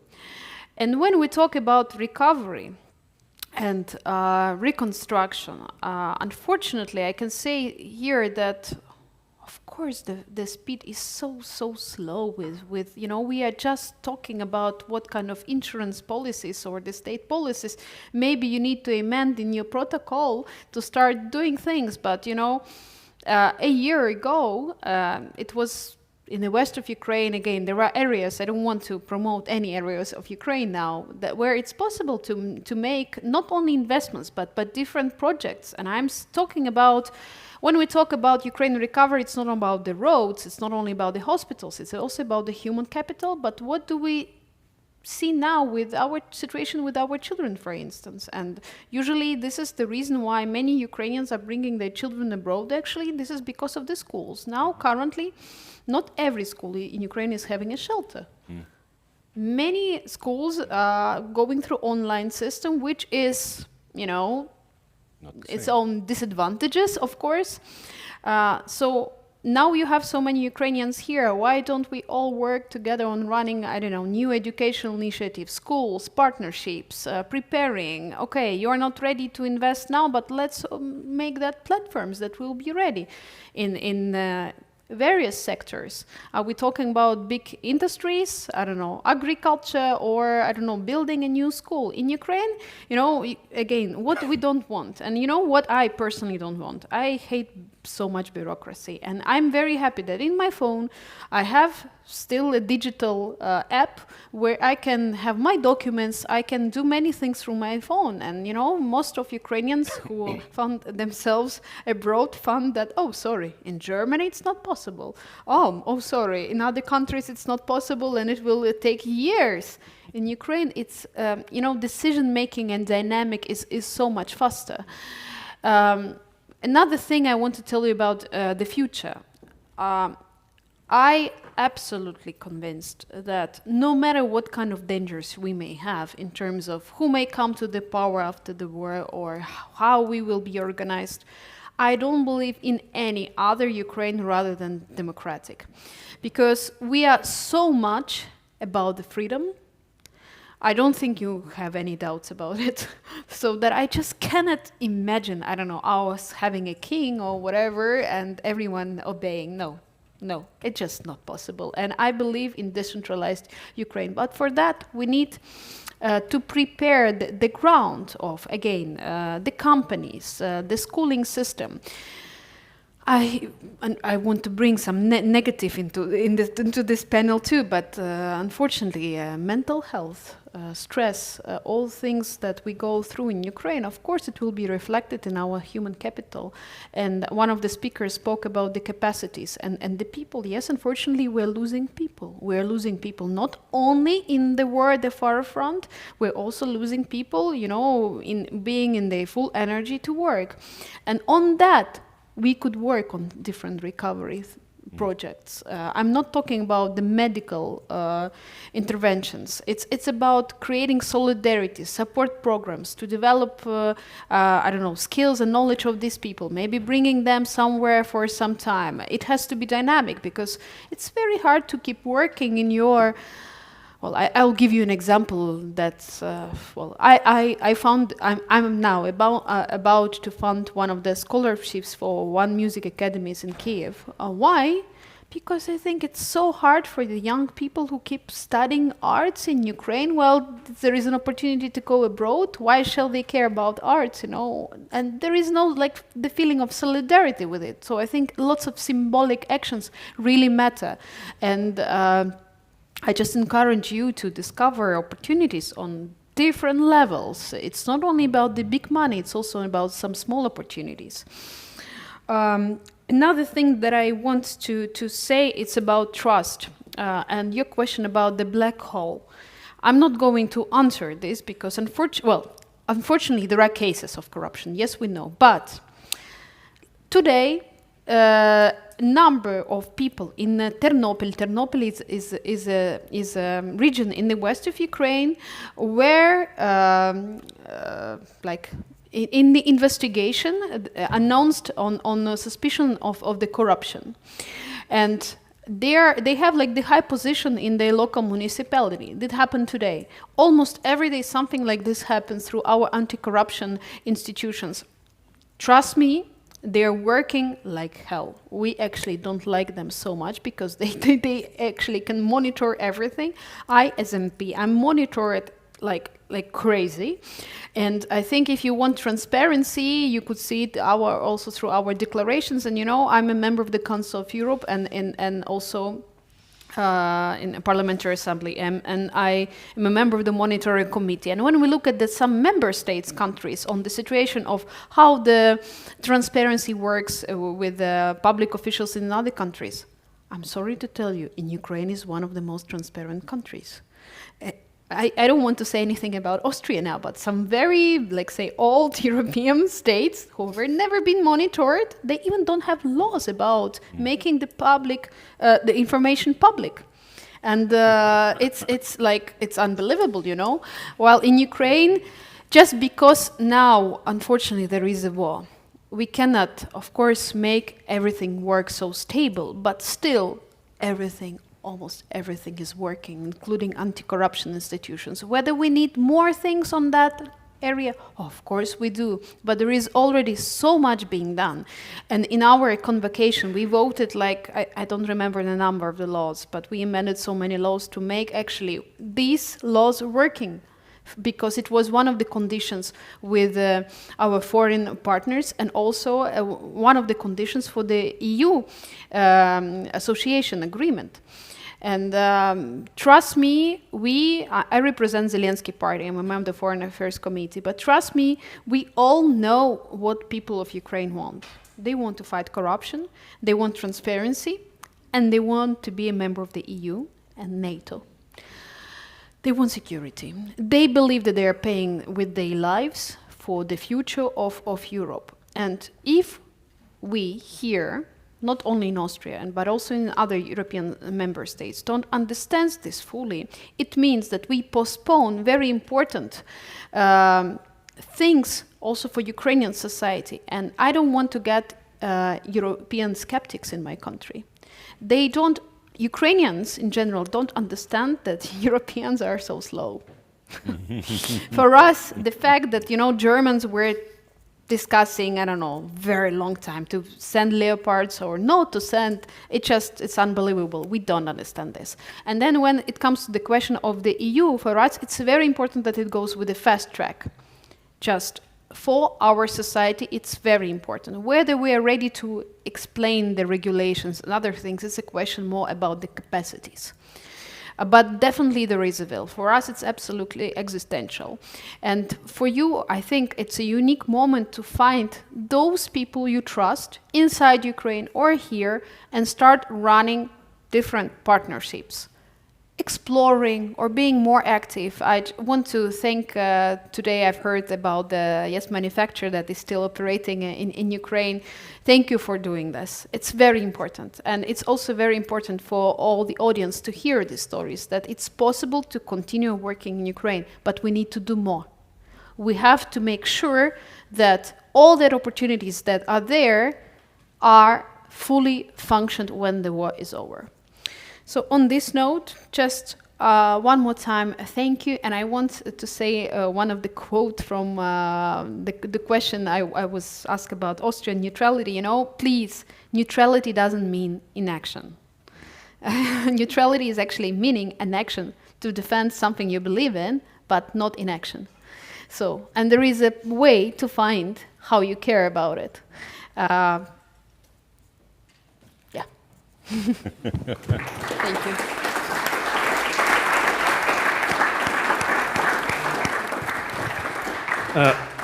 Thank you very much. Mr. President Zelensky has a good partner here in you, as I can see.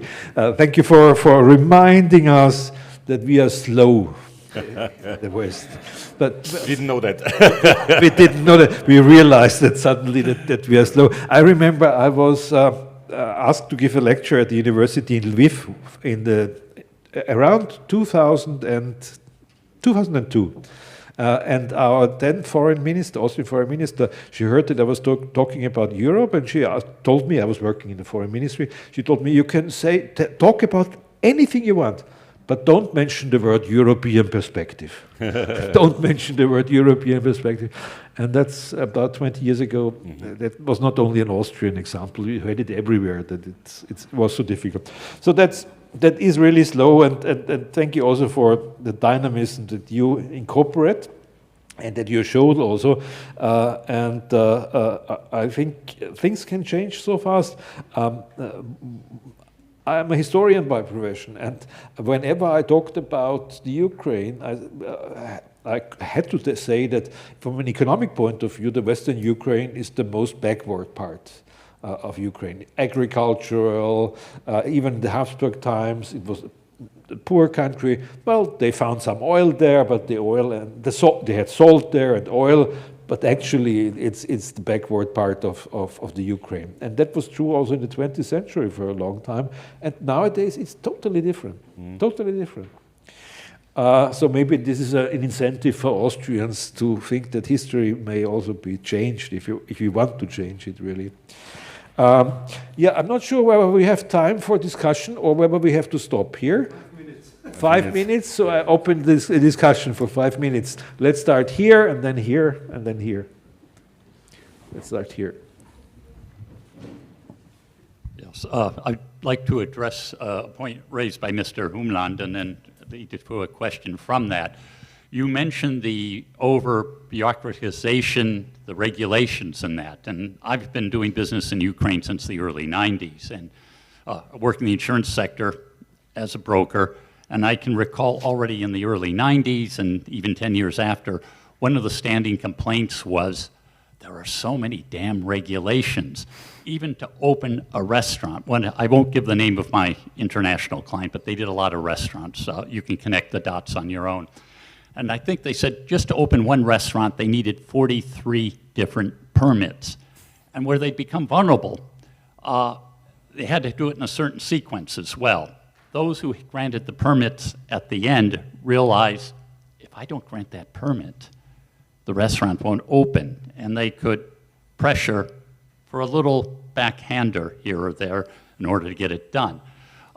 So it appears that may still be something that eggs on or encourages corruption, maybe not at high levels, but at the magistrate's level. Two, another colleague of mine worked in the legal industry. She has her own law firm in the US and in Ukraine. She pointed out another issue was that the commercial code and the civil codes are not harmonized, which means you follow the one law, you're going to violate the other one, which also created an opportunity for corruption, again, at the lower level of doing business.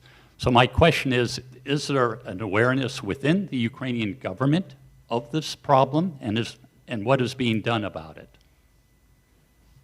Thank you. We have 3 questions, and then we ask you for the first question and see the others we see. Yeah, Günther Fehlinger from the Austrian NATO movement. My question is to Andreas Umland.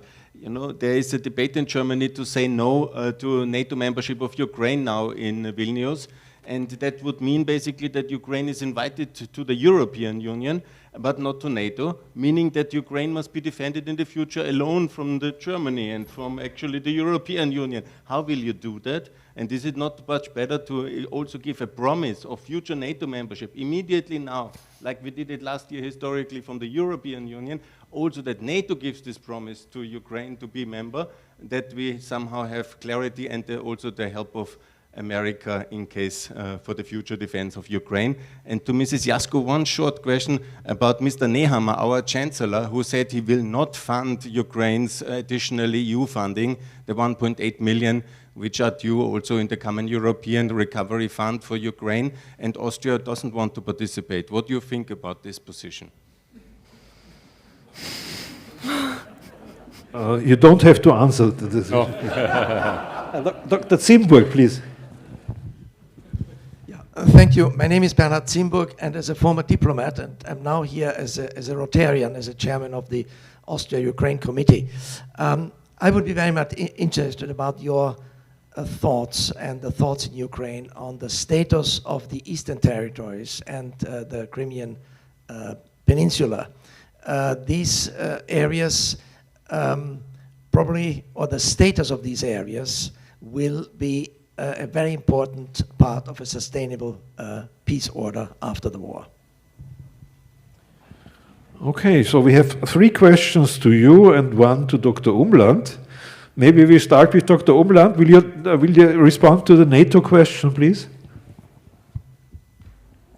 Yeah, there was also the other question about the bureaucracy. Regulations. The regulations, and I mean, as you mentioned, the restaurants. I know about these, bureaucracy, but still, the restaurants in Kiev, at least, I know them well, are very good, and there are lots of them, and they're cheap, and the service is good, and it's delicious, and it's very good food for the price. About NATO, the problem here is that we need a consensus decision of all the 31 currently NATO members, and this is not easily now achieved. What Ukraine could perhaps refer to are the sort of intermediary stages that Finland went through and Sweden still is in. So a promise of membership that then will simply depend on once all of the 31 or perhaps soon 32 members are on board. Something like that. That would be also an important signal to the international community. And about the status of Crimea and the Donbas, I just want to say I've just published also in the Neue Zürcher Zeitung and in English arguments that an exclusion of Crimea from the recovery from the liberation of Ukrainian territory does not make sense. Crimea is historically, geologically, culturally, geographically, economically a part of Ukraine, and it doesn't make sense to make here any exceptions. I know that there's a popular idea among, I'm afraid, many diplomats in the West who want to have some sort of land for peace deal where Russian control over Crimea would somehow be accepted, but this is actually a totally wrong strategy. Apart from violating international law and Ukrainian interests and so on, it's also strategically simply a wrong decision. So these territories have to be reintegrated and liberated. Thank you.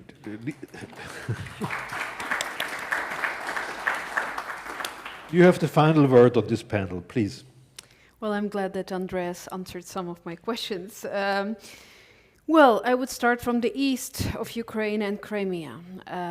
Absolute majority of Ukrainians will not accept any victory without Crimea and east of Ukraine because of the price we paid with our lives. I think it's very, very sad, if to be very honest, to hear your question, because this was Putin's narrative that he was trying to plant in the heads of many people for many years. Crimea actually is a land of Crimean Tatars. And the Russian people were never there until the 19th century, in the end of 19th century. There were lots of deportations of people who were living there. And then, within all the international law, Crimea belongs is a part only of Ukraine. So forget about any, you know, the Russian-speaking argument about, oh, whether, you know, Russian-speaking people are for Russia. No, I'm from the Russian-speaking family. And, you know, usually how it happens, why you are from the Russian-speaking family is because your grandparents in the Soviet Union who used to speak Ukrainian were forced to study in Russian. So that's why, you know, with the children and with the grandchildren, you know, they already used like a mixed language. So it's quite important to understand.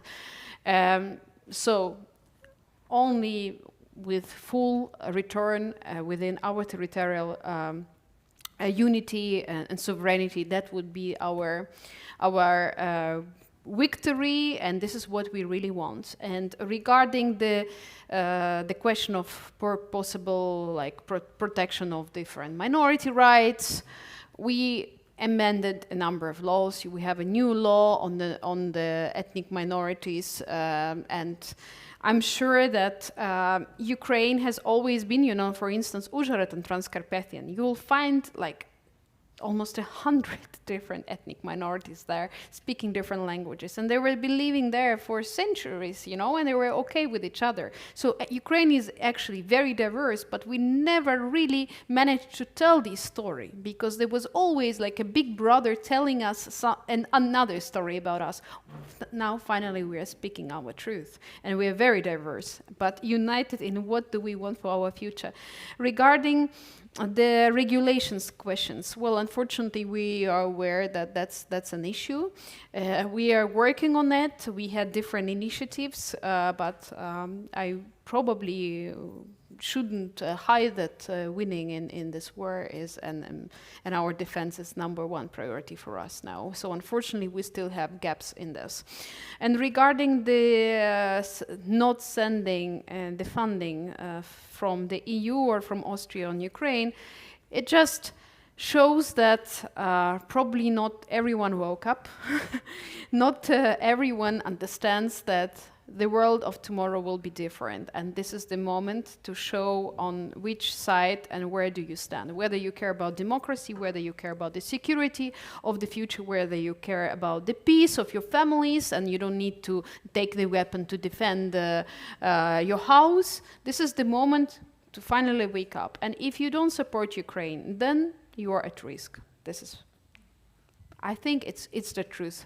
And I will be running after this, but I would be happy to stay in touch. So if someone can share my contacts after that, that would be great. Yes.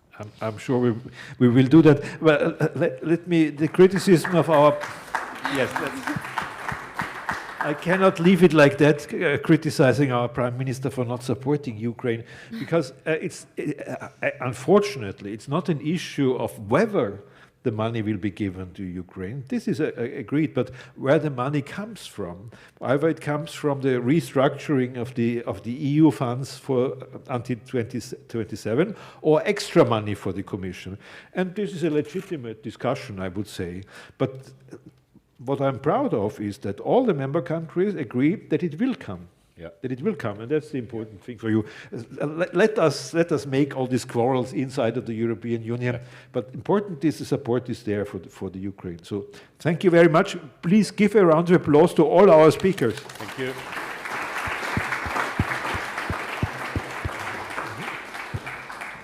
Without microphone, speaking about Crimea, Russian or Ukrainian, if you look at the Donbass, 100 years ago, Donbass was mainly Ukrainian. It was Stalin who changed the population. So 50% of the Russians, or more than 50% of the Russians actually in Donbass, were deported to Donbass from Russia. We have a 15 minutes break now. Thank you.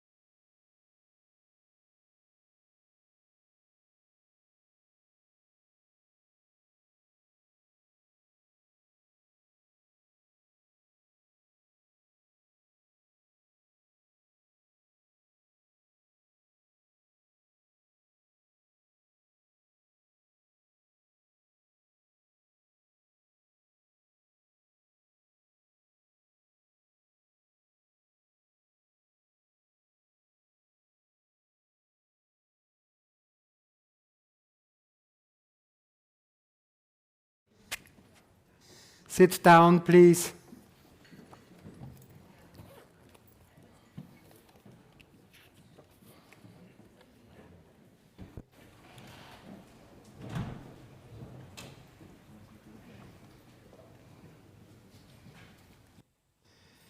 So, ladies and gentlemen, we are coming to the last panel. After that, as is stated in the program, we will have a short musical interludium, and after that, we have a reception. You may become hungry, or you may be hungry, so there will be even some warm food, don't worry. And of course, something to drink. So, we are at the panel Civil Society. And there has been a lot of references to the civil society already, in that civil society was not only a watchdog, but it was a driver of reforms. And Ukraine is where it is, forget about the war, where it was immediately before the war, because on one hand, due to the pressure from the international community, especially European Union, World Bank, etc., IMF, but on the other hand, and I would say to the same extent, because of the hard work and continuous pressure from the civil society. So, civil society is not only a watchdog, civil society is also a driver of the development of Ukraine. We are a little bit late, so I would leave it at that. Let me just introduce to you our panel. First, and we will start with her, we have Alexandra Matvichuk. She is the chairwoman of Center for Civil Liberties. Unfortunately, she will be only online because she has been traveling for nearly half a year to and through, so she could not make it, but she has agreed, and I'm happy about that, to make an online statement. Unfortunately, she is not here physically, like she was, I think, 6 weeks ago in Vienna in the Jewish Museum, but happy to have you. Second, we have Jana Barinova. Jana Barinova, she is here physically at the panel. She's project manager, European policies and Ukraine at the Erste Foundation, Erste Stiftung. But not only that, she has left Ukraine due to the war, and before that, she was heading the cultural department of the city of Kiev under Mayor Vitaly Klitschko. And before that, she has been general secretary or head of Babin Yar, and this is the site where the Nazis were killing some 30,000. 33,000 Ukrainian Jews within 24 or 36 hours. This was a killing.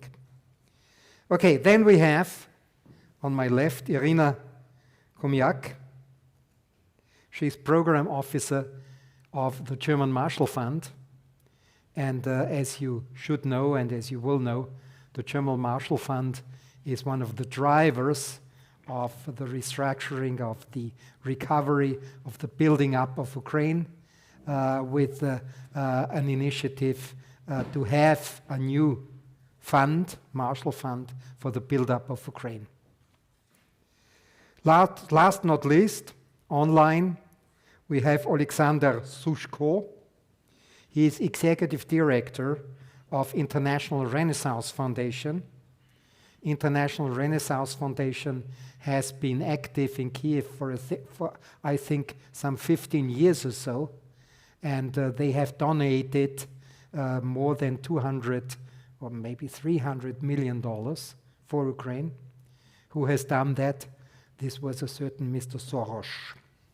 So it's a Soros foundation, as is Open Society, and in Ukraine it's International Renaissance Foundation. Last not least, to my right, It's Palach, right? More or less. I'm not so good. Trenčeni. He's professor of the whole historical department of the Central European University. He is at the Democracy Institute. He is elected director of Academia Europaea. He has several fellowships. He's a fellow in several organizations. And he will talk about the Invisible University for Ukraine project. Last one, far left, is a colleague of mine, because I'm also board director of the Ukrainian NGO Vilna Nacija, Free Nation, and it was Bogdan who had invited me to join, and I'm kind of an international ambassador, international relations, etc., of this Vilna Nacija NGO. So, let me start the whole thing, the whole panel, with Alexandra, and may I ask her for 5 to 10 minutes, an initial statement. What do you see and how do you see the civil society now, say even up to now, and what is the role of civil society from now on and especially after the war? Thank you very much for having you with us. Thank you very much for providing me a floor. It's a huge honor for me to have opportunity to address to this distinguished audience. When we speak about the role of civil society, first of all, I must admit that Ukrainian civil society has grown up after large-scale invasion. In past years, sociology indicated only 8% of people who undertook something for public well-being, according to the Democracy Initiative research. Now, hardly anyone can stay indifferent. Ordinary people in Ukraine do extraordinary things and risk their own lives for the sake of others. And when we speak about role of civil society, people play different role in different field in order to fulfill two tasks. The first task is to defend our country, our people, and our democratic choice. Unlike international organizations, which since the beginning of the full-scale invasion evacuated their personnel abroad or to more secure oblasts, Ukrainian civil society has been working locally all this time. Ordinary people rescue wounded from under the rubbles of the destroyed houses, evacuated others under Russian shellings, find way to encircle cities in order to deliver humanitarian aid, support each other and help to survive in bomb shelters, provide medical care without electricity, heat, water, or light. Authoritarian regime perceived the world through the specific prism. Putin thought that exclusively Ukraine armed forces would resist him. He misjudged. Entire Ukrainian people resist him. But what is interesting that democratic West also failed to understand this. Unlike the developed democracies, Ukrainians have never enjoyed the opulence of effective state institutions. This is the reason why, since the full-scale invasion, the point of crystallization appeared not only in state bodies, but on their own in different sectors of civil society. And suddenly it appeared that people are more significant than the army number 2 in the world, that ordinary people's efforts have practical impact and determine the outcome of this war. But we have also the second task, because victory for Ukraine is not just to repel Russian troops out from Ukrainian territory and release people who live in Crimea and other temporarily occupied regions of Ukraine. Victory for Ukraine means to succeed in democratic transition of our country. 9 years ago, in the course of Revolution of Dignity, we were fighting for our own democratic choice, just for a chance to develop our country where everyone's rights would be protected, the government would be accountable, the court would be independent, and the police wouldn't disperse any peaceful students' demonstrations. And we paid the high price for that.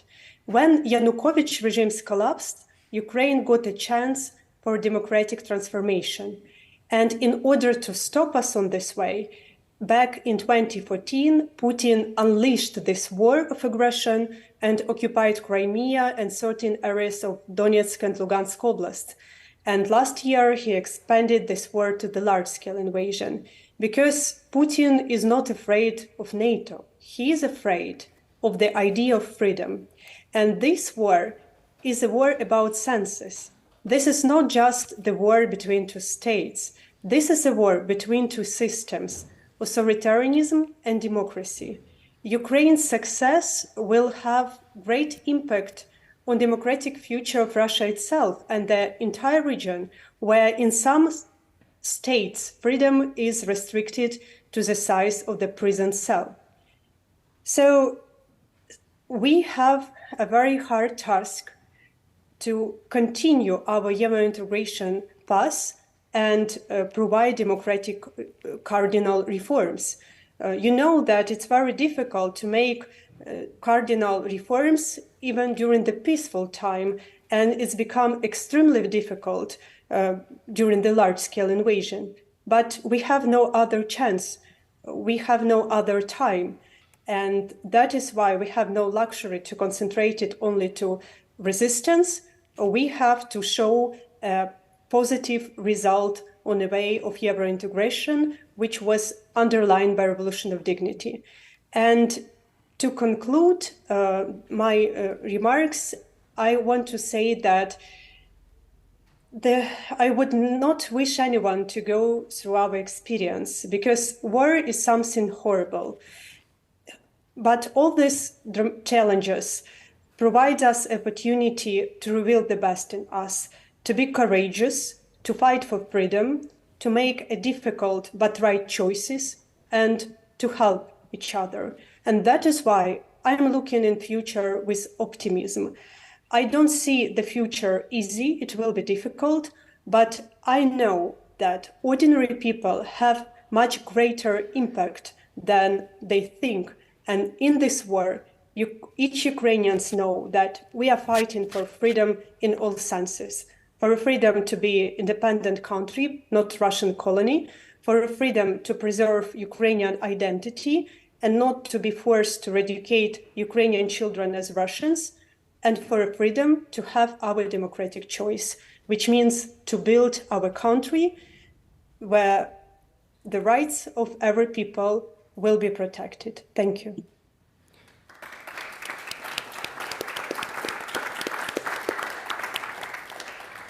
Alexandra, your organization, the organization you are chairing, Center for Civil Liberties, has been awarded the Peace Nobel Prize. And this is something I can only say bravo.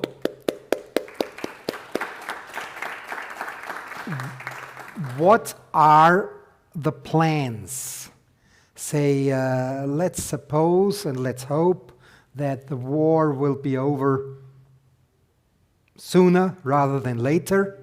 What are the plans of Center of Civil Liberties to contribute to the build-up of Ukraine from the angle of the civil society? We also found our responsibility in these two tasks which I mentioned before. We document Russian war crimes in order that sooner or later all Russians who committed these crimes by their own hands, as well as Putin and high political leadership and top military command, will be brought to justice. Because justice is not just precondition to the sustainable peace in our region, where Russia for decades uses the war as a tool how to achieve their geopolitical interests and uses the war crimes as the methods how to win this war. Russia is also a precondition, justice is also a precondition to the speed of democratic reform. And now I switch to the second task, which we as a Center for Civil Liberties see our responsibility to contribute in democratic transitions of Ukraine, and we'll explain this link. Because when we speak about democratic transitions, it's not enough just to adopt equalities laws and build formal institutions. The values of society always prevail.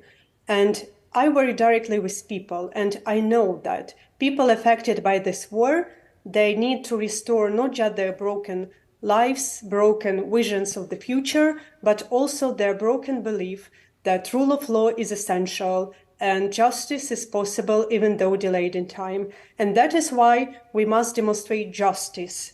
Without this energy, without this belief, it will be very difficult to make these new laws and formal institutions to work in a proper direction.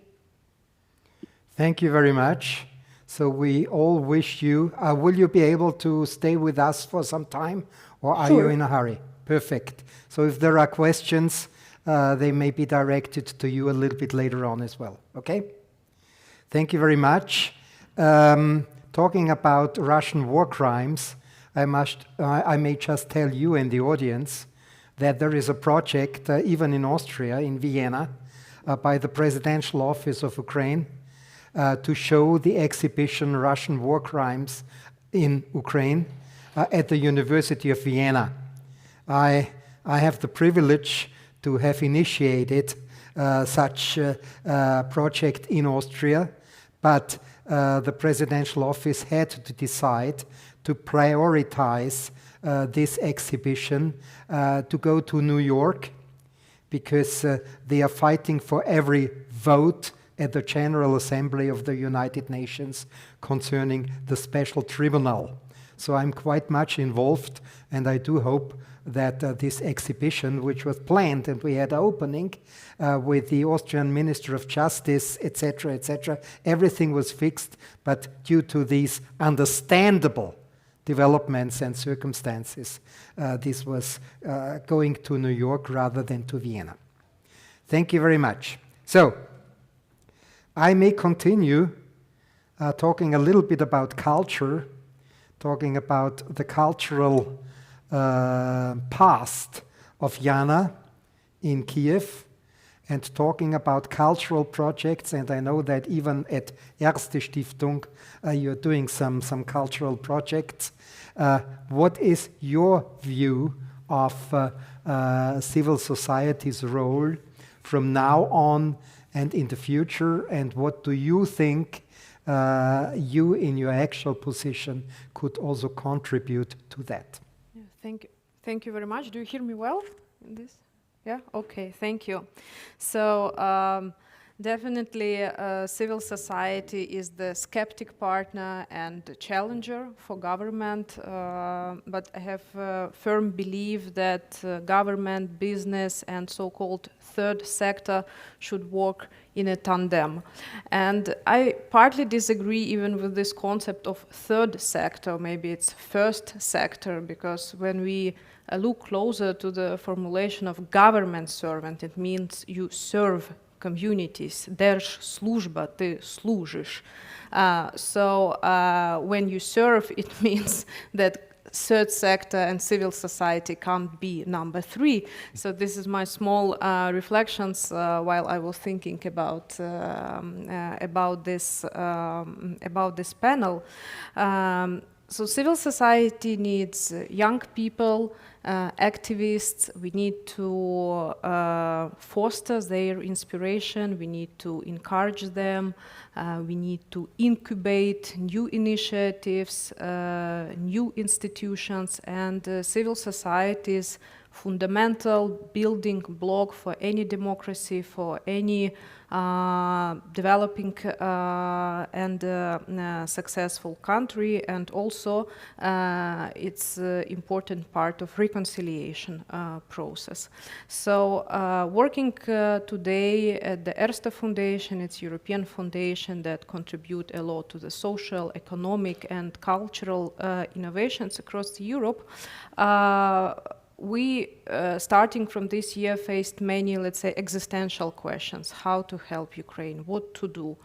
And not only Erste Foundation. I observed this also talking with colleagues from other European foundations.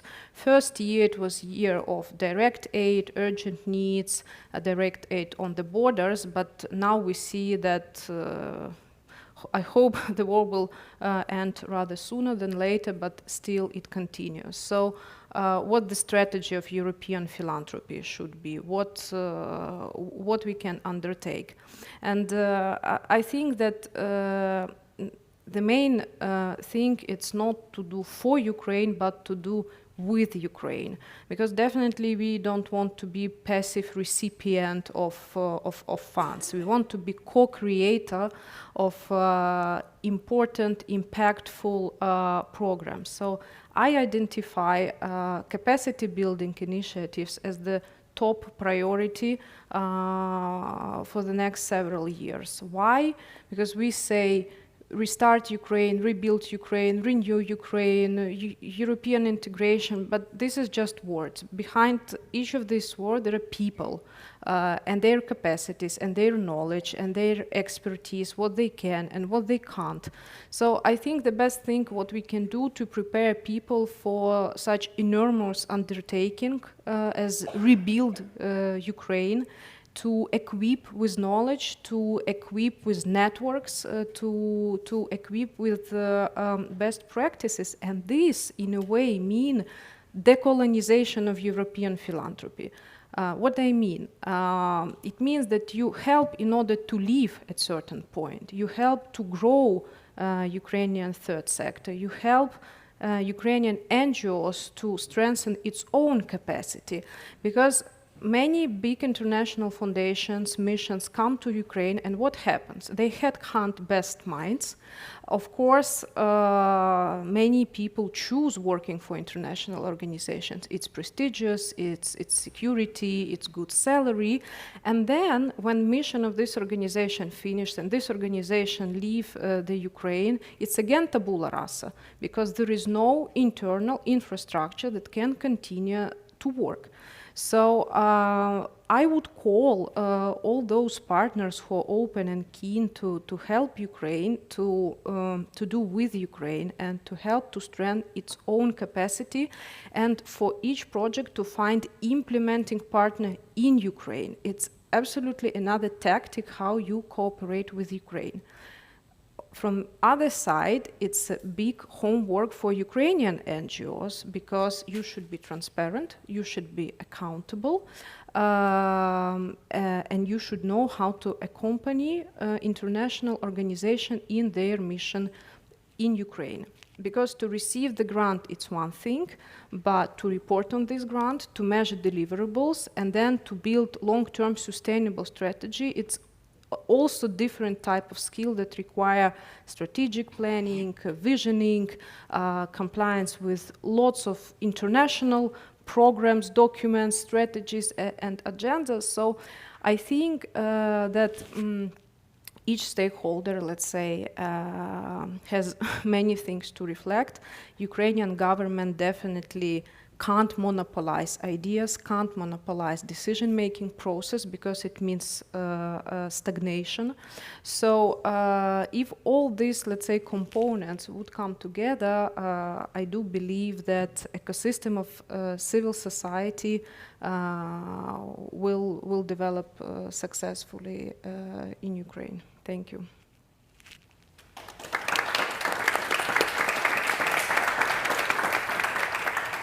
Thank you very much, Jana. Maybe I should mention that Erste Foundation is so clearly pro-Ukraine that you have done quite a few important projects in the past, and I do hope that you will continue that. I had a talk with Andreas Streichel exactly 1 year ago, or maybe beginning of July last year. And he assured me that you will continue, and this is a very valuable contribution, not least to tell the real story. and the real story of the war, of the reasons of the war, and the consequences and the future of Ukraine, this real story has to be told in order to counter the Russian narrative, which is in most cases, in many cases, just fake. May I continue with my neighbor, Irina? As I said, you are German Marshall Fund, but today we are not speaking about money and financial plans. Today we are speaking about civil society, and this is a topic of yours. Please.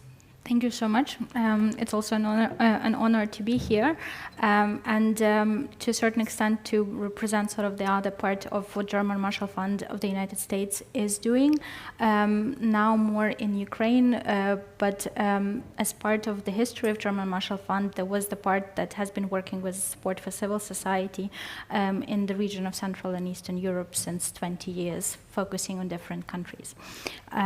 Following the full-scale invasion in February last year, we established the emergency support program to support specifically Ukrainian civil society on as local levels as possible.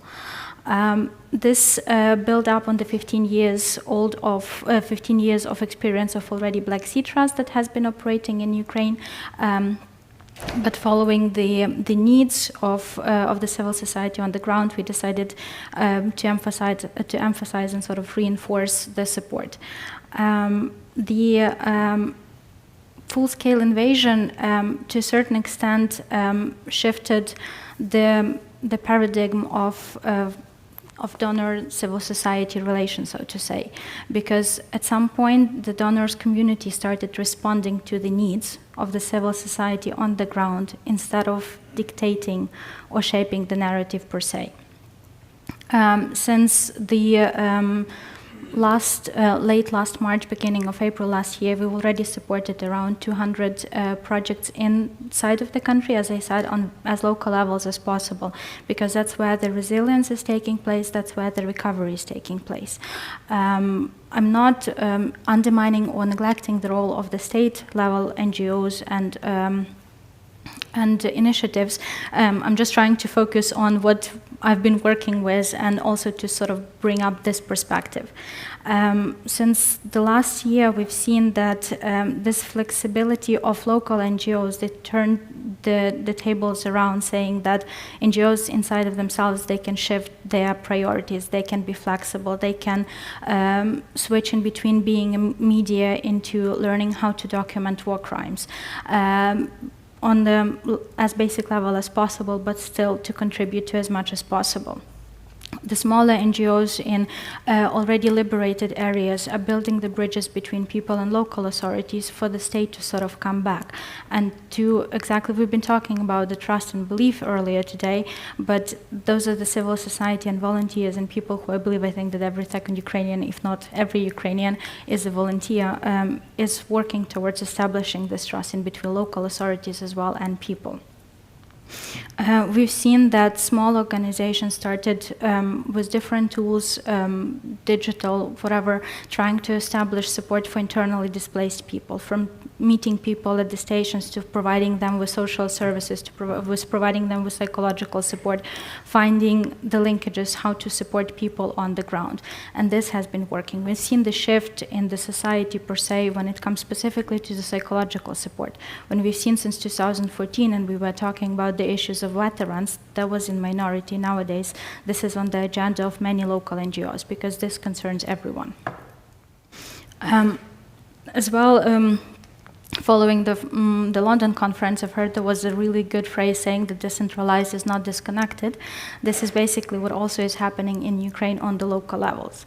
This decentralization is taking place, the resilience is taking place, but also in a very connected way, because people meet each other, people talk to each other, and they try to find to complement whatever everyone is doing, and this is exactly the resilience that we are trying to support and to reinforce. The recovery itself and again resilience have to be coming from Ukrainian side. It is coming from Ukrainian side.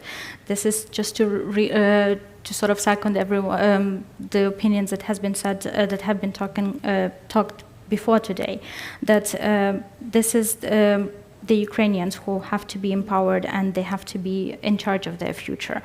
When it comes to narratives, we do work with also small independent media, and again trying to see this in the perspective of disinformation and fake news. This is a problem not only of the West but inside of the country as well. I think we've talked a bit about the role of civil society, but per se media, especially after 2013-2014, the Revolution of Dignity, we've seen how the civic journalism has been empowered and sort of developing. That's what we also see nowadays. People try to support the armed forces of Ukraine also just with their phones, just with being informed, just with informing the authorities with every possible way they see. Every Ukrainian abroad becomes the ambassador of Ukraine to a certain extent, and this is important, especially in terms of fighting disinformation and fake news that unfortunately has been present in the West. I would like to say for the last 30 years, but I know I'm mistaken to say that. And this is exactly, when it comes to recovery, this is a very small early term, mid-term, long-term perspective that is establishing the background for Ukrainian civil society to go on further. Inside of the country, Ukrainians know what to do, we know what we don't want, but at the same time, this is the opportunity for the West to see what's been actually happening, how it has been happening, and how the history is reshaping itself. Probably I would leave more opportunities for the questions, but to say that it is really important to empower the locals, the local organizations, because they are fast, they know what they're doing, they know how they're doing things, and they're being very effective and very inspiring. Another thing just to add about youth organizations, this is a very inspirational and also personal experience for me, because seeing the continuation of tradition of this resilience of youth is very inspiring and also gives as much optimism as possible to see how the future is being shaped. They're politically active, they're very much persistent and insistent and extremely energetic. And this is inspiring not only for the country inside of it, but also for people outside. Thanks. Thank you, Irina. Talking about resilience, I may tell you 1 minute about what I experienced when I was leaving Ukraine 1 week after the start of the war. When we were going through the Carpathians, it was near Ternopil and then Stry, where, Michaela, you have a business, automotive sub-supplies. We were going towards Mukachevo and then Uzhgorod. And where the mountains started and the hills became mountains, there are some wooden churches, etc. And on our way there, below these churches, the ancient churches, there were stalls with food and with beverages, but not for selling to the refugees. It was donations. And it was something I was really deeply impressed. So this is a clear sign of this sticking together. And this is what exactly the contrary to what Putin was intending to provoke. He has, at the end, he has provoked this resilience in that stand by your people, yeah, protect your country, be resilient. Okay, short question to you, Irina. You were mentioning the media. What do you think could be done, should be done by civil society with the media, etc., to even increase, enhance the effects which are needed and driven by civil society? Do you mean inside of the country or outside? Inside of the country and outside. I think Inside of the country, I think the process has already started. Unfortunately, first wave was seen in 2014 with the internally displaced people from eastern part of Ukraine to the central areas and western areas, and secondly after the 24th of February last year. There is not much to somehow artificially reinforce this connection, because with the people moving around inside of the country, they see how disinformation works. They sort of debunk the myth and everything on their own. And they see how united the society is. Yes, there are differences, but this diversity and this how shall I say, persistent diversity, I would put it this way, is very much what keeps people together. And as long as this connection is being sustained naturally, it's going to somehow build up this critical approach to perceiving the information, and in general, in the media sphere, inside of the country and also outside of the country. The resilience is also coming from the media themselves. They are learning their ways how to sustain themselves and how to become the actual force power of democracy, to watchdog what's happening, to report, to be critical, to re-establish the investigative journalism and so on. This is happening already. This has been happening since 2000, since 90s in Ukraine, but nowadays there is an opportunity and there is a huge need for this. So I feel like people, and also what is being seen from the tendencies on the ground, civil society and independent media, they do have this drive and they do have this desire to learn the skills what to do next, and they need some trainings and they are very vocal about it. And here is where some international partners come in, again, to be responsive to what is needed on the ground. From the international perspective, I think here again Ukrainians are in power because they are in Europe, for instance, they are in all of the other countries around the world. They are able to share their personal stories, and from the human perspective, you do believe another human being standing in front of you saying that, yes, we've fled from the bombings of the houses. This is real. If some propaganda is still working, it is the long-term perspective, but again, propaganda was also built with time, and fighting it takes time, takes an effort. Ukrainians, from my personal, apparently biased perspective, are doing it very fast, but with a very high price. Okay, because I may say, and you will certainly agree, the media are playing a pivotal role in countering the Russian narrative, which is everywhere. And that's not only a question of money, which is plugged into the system subversively.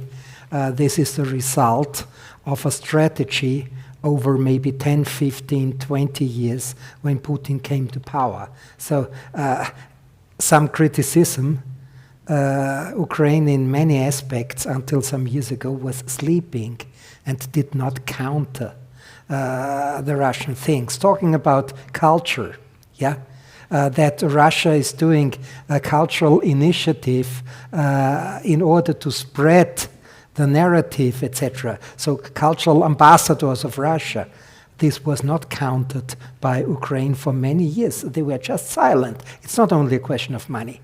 And only with the Ukrainian Institute it started, and that has been maybe 5, 6, 7 years ago. Before that, there was nothing. Sorry, if I may add, the responsibility of receiving information also lies on the person receiving the information. I don't mean to undermine or to neglect the role of Ukraine as itself to be more vocal about it, but frankly speaking, I mean, this is also the tendency what we see with countries fighting for democracy. Choosing on the plate of priorities, defense is the priority. Sheltering from rockets is the priority. And this, unfortunately, has been the history of Ukraine for not only the last century. And again, because of the neighbor. When it comes to the cultural aspect and so on, yes, but this is also, we can look at it from the post-colonial perspective, because at some point it was more, how to say it, like more fashionable to be a Russian imperialistic writer than actually acknowledge that you are coming from the village in the northern part of Ukraine, just because to be able to go to places, to see places, and this stuck with the history. Yeah, but just to give an example, that Leonard Bernstein, family of Leonard Bernstein, is from Rivne, and who is this famous American composer, I forgot the name, sorry, but even the same famous as Bernstein, it's Ukrainians, and this is not known. It was taken by Russia, or it was taken as American, and nobody knows that these people are Ukrainian. Okay, let's continue. Maybe I may ask if you are here, Alexander Sushko from the International Renaissance Foundation. Are you there? Yes, I'm here. Perfect. Alexander, we were speaking in Kiev 3 weeks ago or something like that. So please, as I told you, you are not related to government and this and that, and you are representing a very powerful and very international organization. And I'm asking you to speak very openly. What are your thoughts, also partly to what you heard so far? Thank you so much. So, yes, our foundation is working to strengthen civil society for decades, for over 30 years. And we really have been observing the whole history of Ukrainian independent civil society. And here I really have a lot of experience with various actors of Ukrainian civil society. And first of all, we have to acknowledge that it's very diverse. It presents a wider and wider spectrum of the interests, and certainly it is difficult sometimes to say, to summarize what is the main goal of the civil society. Probably this diversity also provides certain risks, but this is the normal trend. And yes, we have a moment when there is a hope, and we as a foundation and our partners are hoping for this, that Ukrainian civil society will not just strengthen, not just empower during the war, but also to find a more advanced way of providing systematic impact on national, regional, and local levels. Certainly now we have an extraordinary situation of war. And the civic activism, which was generated by the need to defend the country, is extraordinary one. So there is certainly, we hope the war will end and there will be normal life again. And our interest in these circumstances is how to preserve the energy of the civil activism and how to channelize it into systemic efforts and opportunities for the active people to build better state, better society, better relationships across the country. So first of all, we have a really flourishing horizontal links between the people, which is a fundamental for any civil society. So we have so many self-organized people as never before. Here I can only agree. But then how to proceed to a more advanced form of civic participation? And here I think that the major challenge, because as war continues, as war consumes and even exhausts civic energy, there is a risk that after the war, we will have a frustration, and we will have a demoralization of on the side of part of the people who were closely involved, who invested their best resources, best available energy, and then the picture will, in the end, will not be so perfect to satisfy everyone's expectations. And so probably we will have a frustration which will lead to departure of many of current activists from the activism.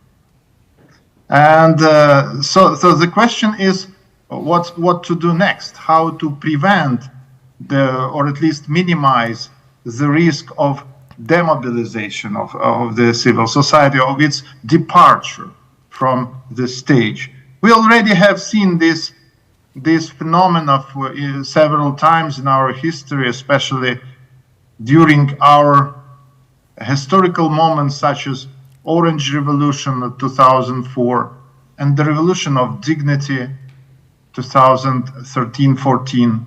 So we have seen that certainly after mobilization, usually we see more frustration and even loss of energy. Yeah. And certainly something will happen this way because nobody can preserve, nobody has an instrument to keep people so active as they are in the extraordinary circumstances. So in the normal life, the activism will certainly not be so massive. But what to do in order to give people real instruments of influence, even without extraordinary situation? And here we are coming to the challenge which we face, which we will need to address in the future. We are thinking about it now.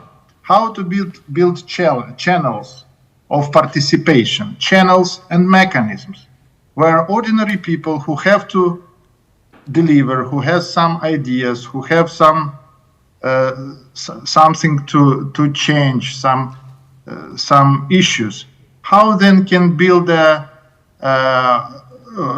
real, workable, efficient mechanisms of communication, to be a part of the real life where decisions are taken.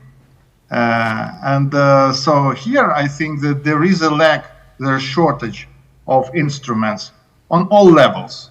And I understand that certainly now, when the war is continuing, the government has no other way than to accept this kind of the activism. But then, certainly, when the situation normalizes, there will be again feeling of disconnection. And so here, I think that the civil society has to think about the common interest, how to build. Maybe some legal changes are needed of various forms, starting from the normal mechanisms of public consultations and continuing with the mechanisms of access to the public funds for civil society organizations through competitive, transparent, and accountable policies and mechanisms. Because, yes, you mentioned the role of our foundation, but private foundation cannot replace the public funds. And this is a shortage of access of Ukrainian civil society organizations to the public funds. And so there is a lack of certain culture. So I think that thinking about future, we are preoccupied, first of all, with the idea to make this civic activism more sustainable, not to be so dependent on extraordinary situation. And then there is a big work ahead with us, with our partners, with the whole civil society of Ukraine. Thank you. Thank you very much. Alexander, in my humble opinion, you have pointed out two very true aspects. One is the necessity to find more advanced ways. And secondly, the issue of frustration. This is something you find in all industry, in economy, in business. Yeah, when you have a big project which keeps you up and keeps you under stress 20 hours a day for several weeks, as soon as you have accomplished what is needed, there is a kind of emptiness. And is it that what you mean, what may happen at the end or after the end of the war, right? Yes, this is a psychological moment. And also there is a, I would say more,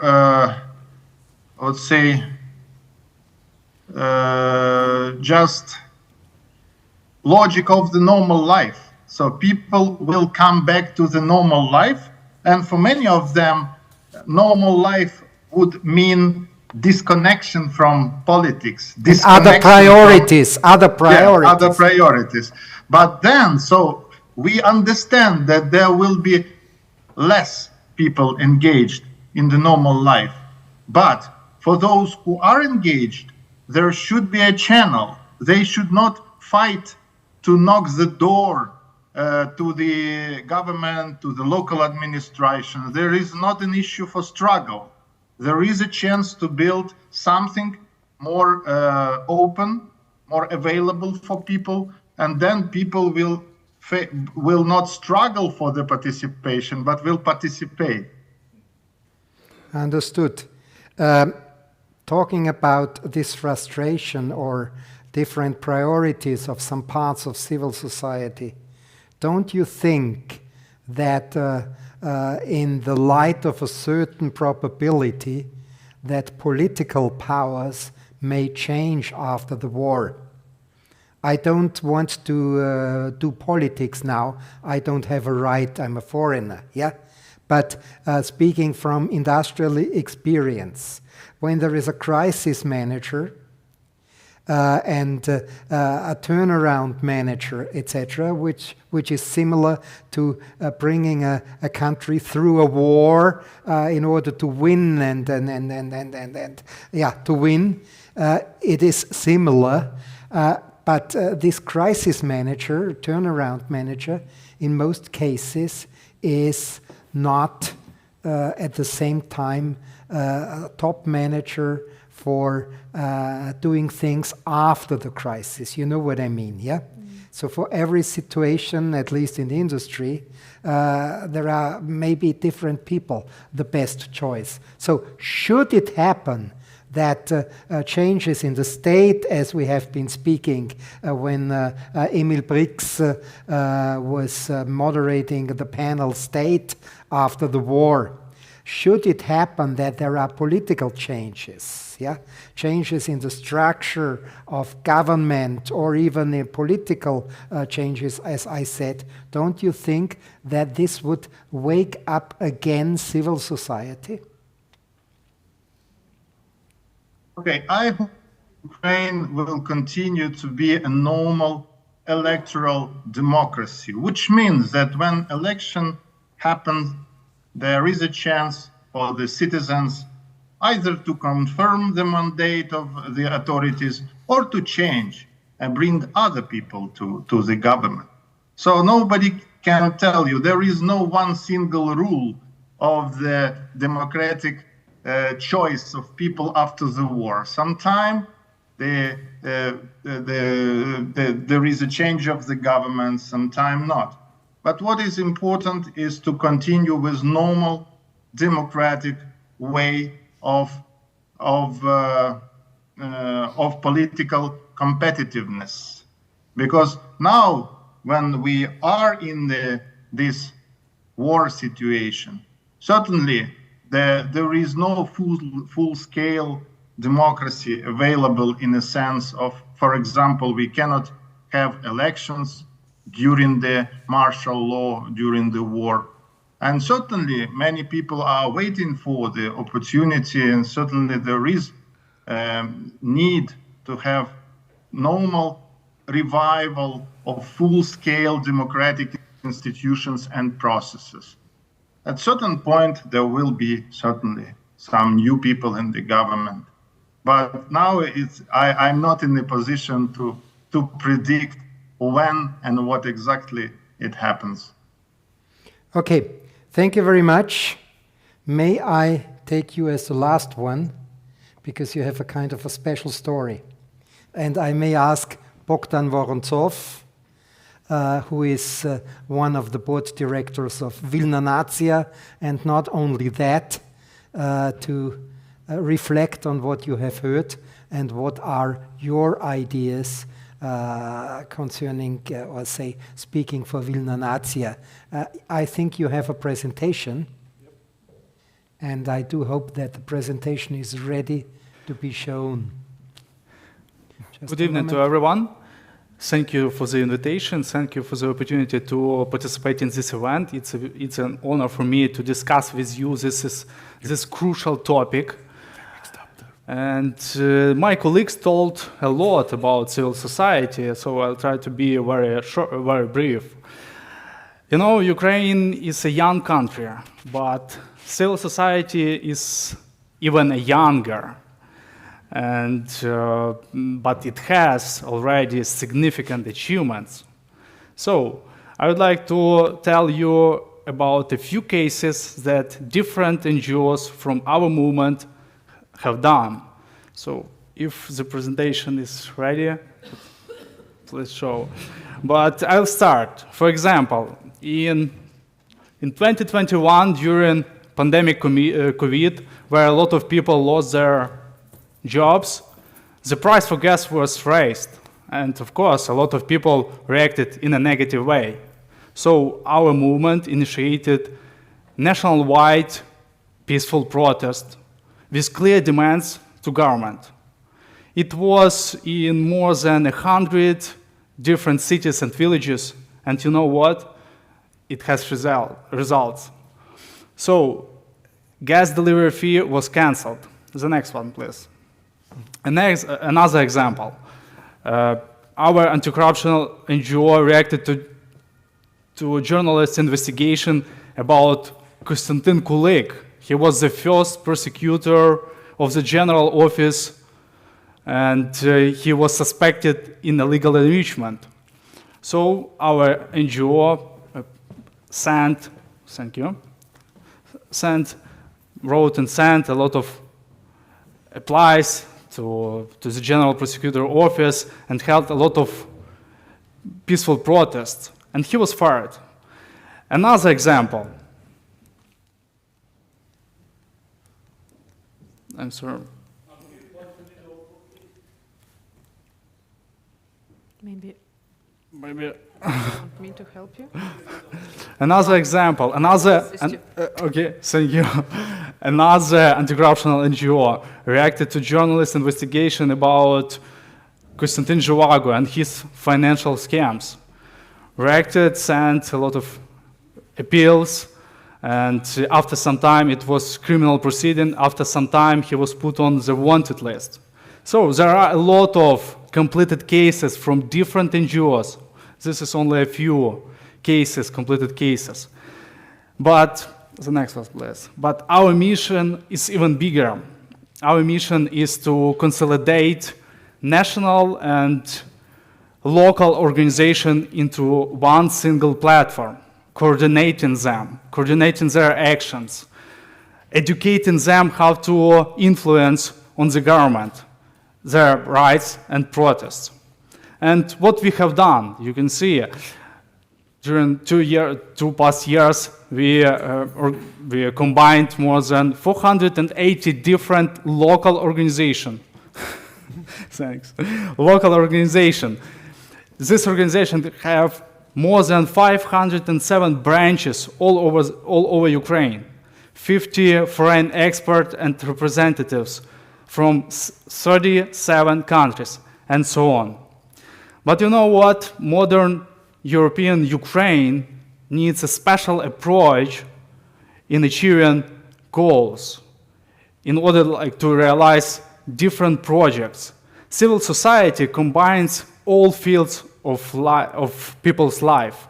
So I would like to tell about a few projects: CLC, Constitutional and Legal Congress, anti-corruption organization, which has more than 350 branches all around Ukraine.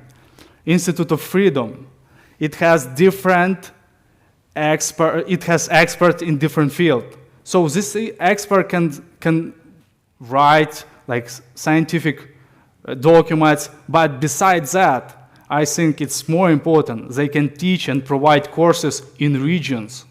You know, mostly all courses and events were held only in Kiev. So I do believe that in regions there are a lot of smart people, and it's possible like to involve them to active civil society. And we have talked already, media platform. One of our branch, one of our organization invited us like to the presentation.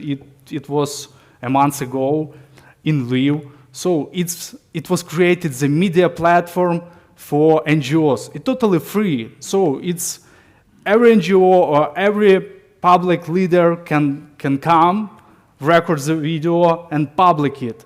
I do believe that it's the opportunity for public leaders, for NGOs to highlight some very important issues in Ukraine. So, civil society, I totally agree with Alfred. That is the driving force in order to develop Ukraine, And I do believe that civil society can control every hryvnia, every dollar that be given from the West, like financial support. Because if to be correct, it's the taxes from simple people. So simple people should control that money. Thank you. So what are your aims? What you are fighting for? What are you standing for? Just you have 2 minutes or 1 minute. Like from big amount that NGOs, from 480 NGOs, it's totally different organization in different fields.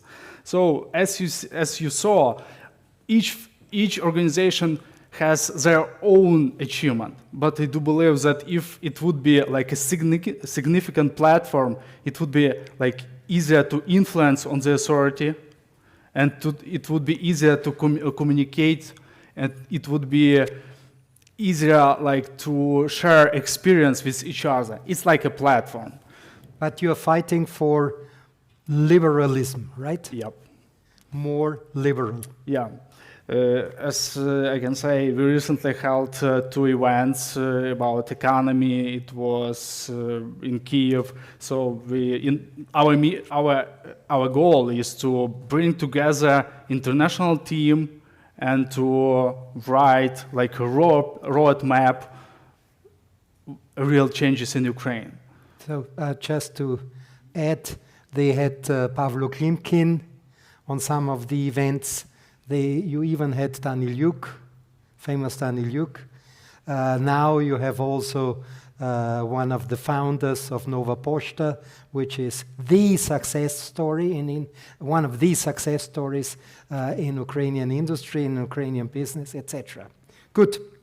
Thank you. Thank you. Last, not least, it is Palach. There is a project you want, and you have been asked to talk about. This is the Invisible University of Ukraine. So there is a short presentation. It's just some visualization, but yeah. And as soon as you are ready, the floor is yours. Yeah, so basically I just brought for you a couple of observations on transnational agency and responsibility of civil society on the basis of this initiative, and I think it's interesting to think about what can external stakeholders can do with internal stakeholders along the lines of what Jana was also saying, that not to create a kind of blueprint from outside and try to enforce it on Ukrainian partners, but to kind of co-create it somehow together. And I mean, we started this quite immediately after the full-scale invasion, actually in late March. And it was also possible to do it because the discussion about how it would be possible to do civil society, bring civil society and non-conventional educational initiatives together was predating actually the war. And originally we were not even thinking about Ukraine. We were thinking about countries where the university system was actually hacked by autocratic regimes. So actually Ukraine was exactly a good example which we were not taking into account. I come from Hungary, and Hungary, Poland, Turkey, Azerbaijan, Georgia, these were actually the countries we had in mind.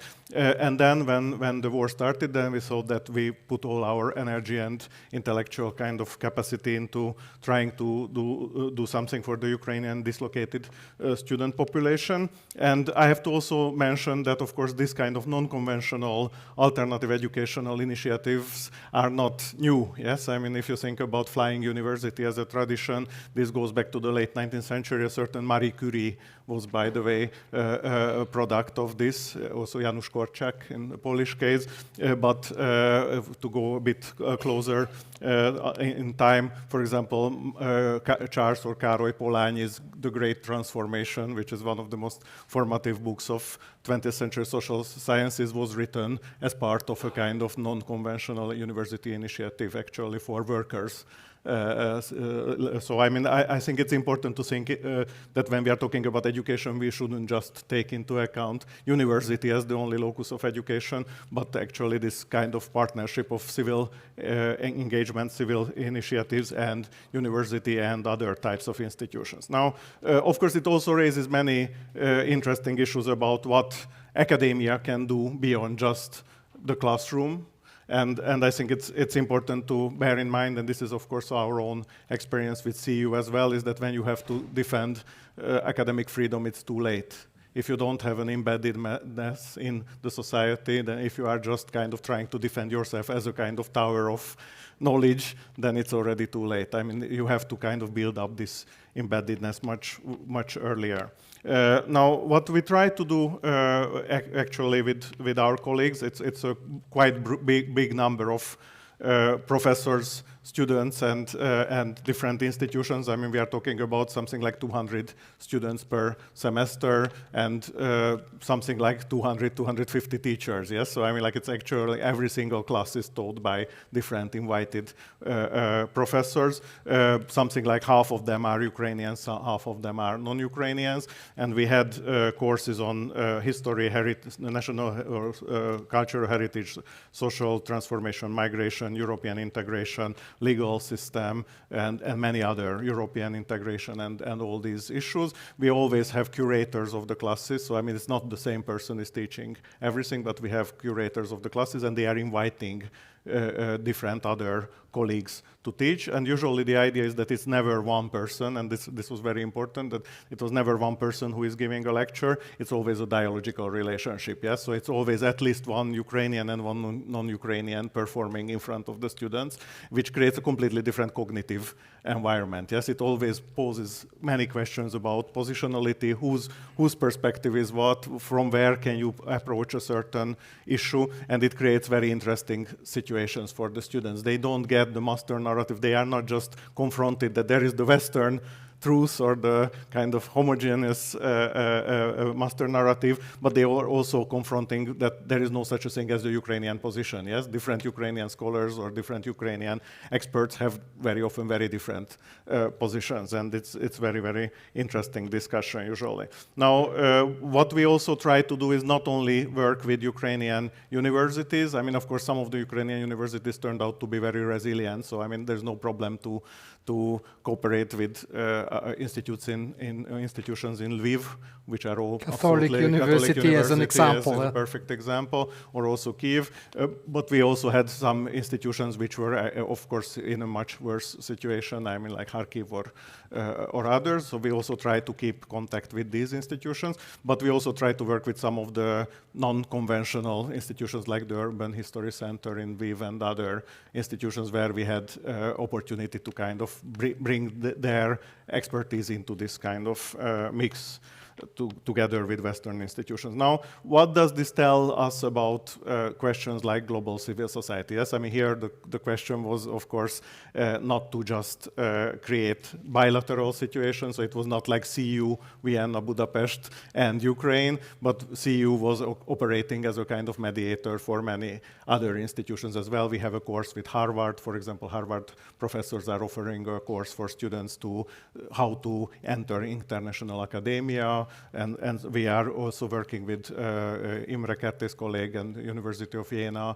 and they were bringing in their funding. So basically we created a kind of multilateral cooperation. And of course, this was fitting very much into the discussion that if you are interested in theory of civil society, then you could have followed in the last 20 years what global civil society means and what global civil society can do, which national civil societies cannot do. Now, in the early 2000s, when Mary Kaldor and others were launching this concept, then it was a very optimistic moment. Yes, everybody believed that global civil society is by default a kind of good thing. I mean, we are going to globalization and expansion of these transnational agencies going together. But of course, I think, again, coming from Hungary, but if you come from other countries as well, you can tell this, there is also global uncivil society. Yes, I mean, like there is a lot of exchange.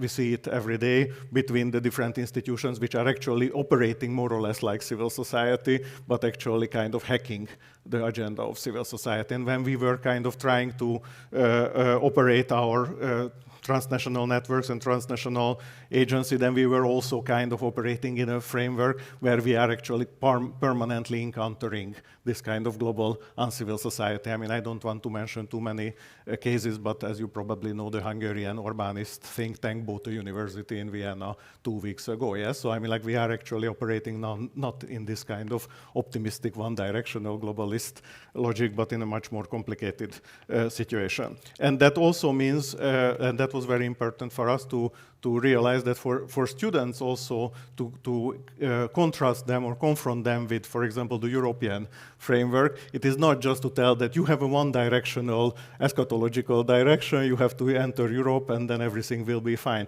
When the students first came to Budapest, they all wrote in their motivation letter, we had the summer school in Budapest, they all wrote in their motivation letter that we want to come to a European Union country to see best practice. And then we brought them together with Hungarian NGO leaders, actually the top Hungarian NGOs representatives, and they were telling what's going on in Hungary about NGOs. And then Ukrainian students became completely shocked, yes, because their image was that, you know, everything if you enter European Union, all your problems will be solved.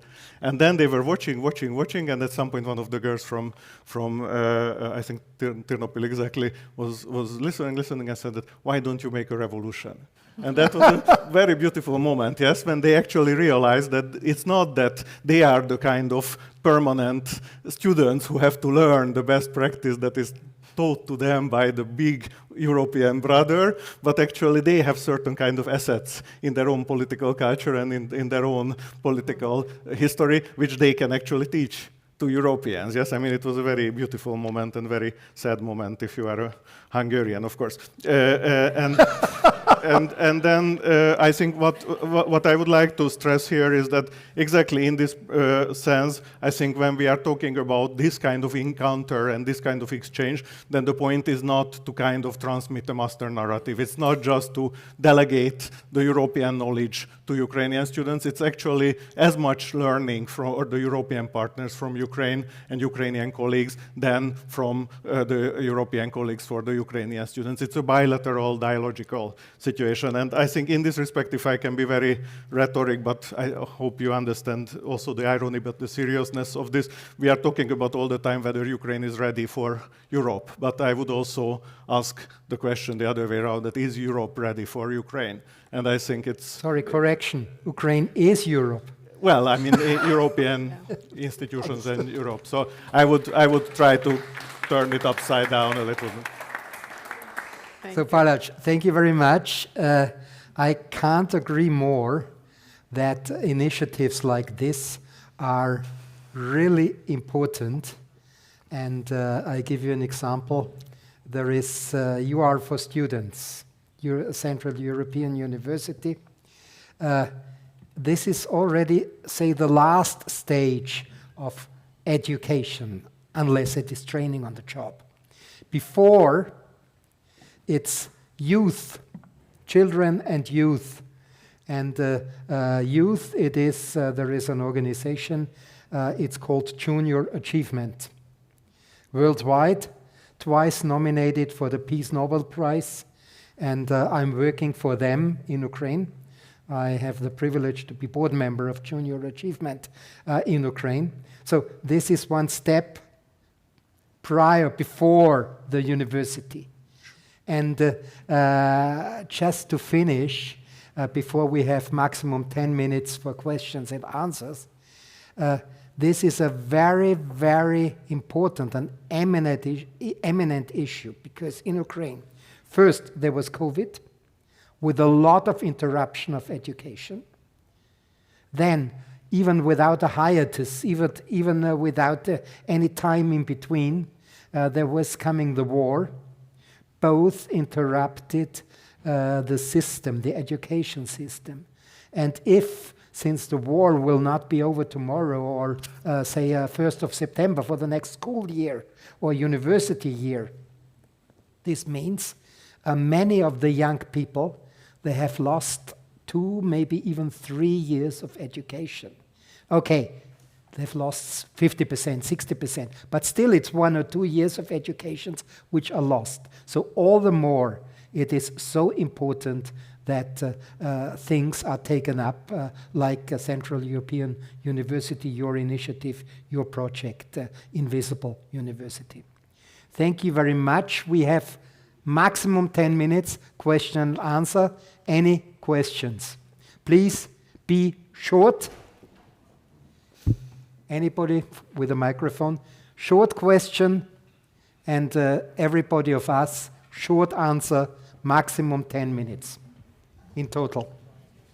Günther Fehlinger, my question. The question is about the European Parliament elections next year and about the Ukraine's future in the European Union, hopefully in 2029. Because sorry, this has nothing to do with this panel, or has it? The question is here, how far is the civil society preparing this EU accession of Ukraine, and how is also the preparation inside the European Union for that? Because ultimately it's very important that Ukraine joins the European Union, so this needs to be prepared, and that's the role, I think, of the civil society to make exactly this transformation into European Ukraine. That's my question. Okay, anybody to answer 2 sentences?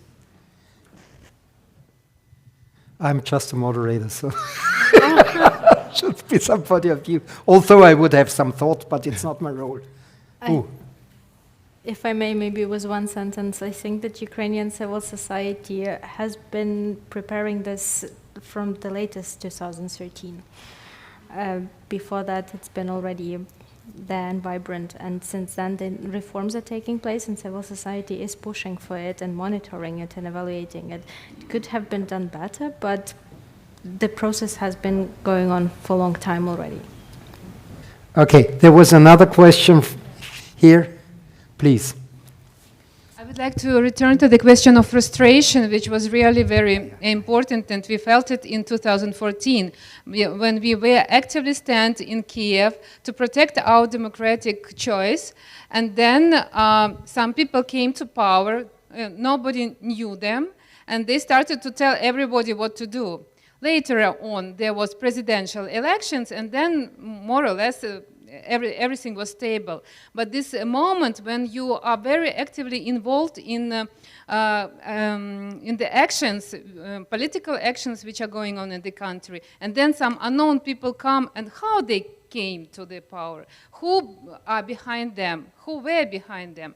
And really we are afraid of this moment as well here now, when we hope the war is over, and again some unknown people come and with some unclear targets and aims would start to tell what to do. And but nowadays, as maybe you know, maybe not, civil society, Ukrainians, just simple Ukrainians, they collect huge amount of support to people on the front. At the beginning, I didn't want to support army because it's a military issues. But when I understood that my friends' husbands, my friends' children are fighting on the front, they were not militaries. They were just brought to military service. And sometimes they were lacking of underwear, I'm sorry. They were lacking of some medicines or some sweets because they are people.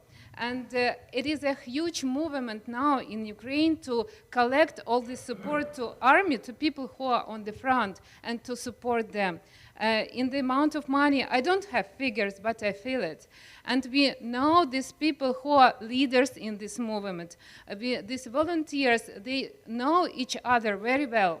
They are very good managers and leaders, and usually they are very busy. They do not make advertisement of themselves. They do not make any political steps to be promoted. But they are doing a lot of good things. And it is a very good moment to unite them, to make them known, and then to attract them to political movements after the war to rule the country in fair and honest way. And my question is, do we have now a political power which can unite these people, or should we create this power? Thank you. This is highly political and not just civil society.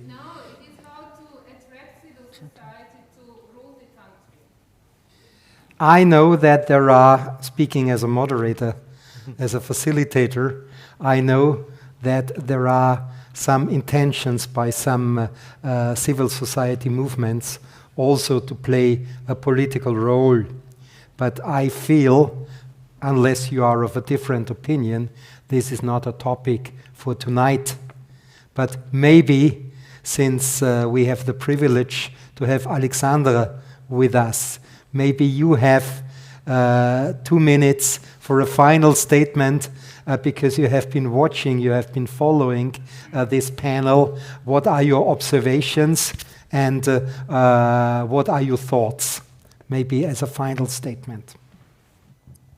I think that the crucial role for civil society from different perspectives and challenges which we face is to keep the frame of democracy, of rule of law, and human rights.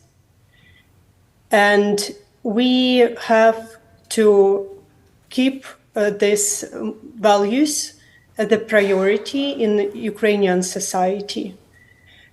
And we provide a time for new political forces to emerge. And I can refer to distinguished colleagues who just asked the question about political parties, that I think that this large-scale invasion shows us that if we want to do something and to make something happen, we have to take responsibility on their own shoulders. Thank you very much. Thanks to all the panelists. Thanks to the audience for your patience.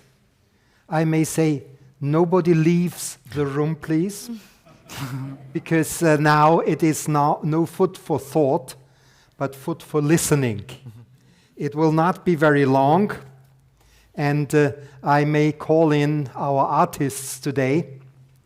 It is on one hand, who is calling them in? I've seen them outside.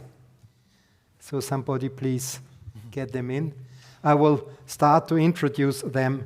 One is Susanna Chachoyan. She is long-term soloist of National Opera of Ukraine. Soprano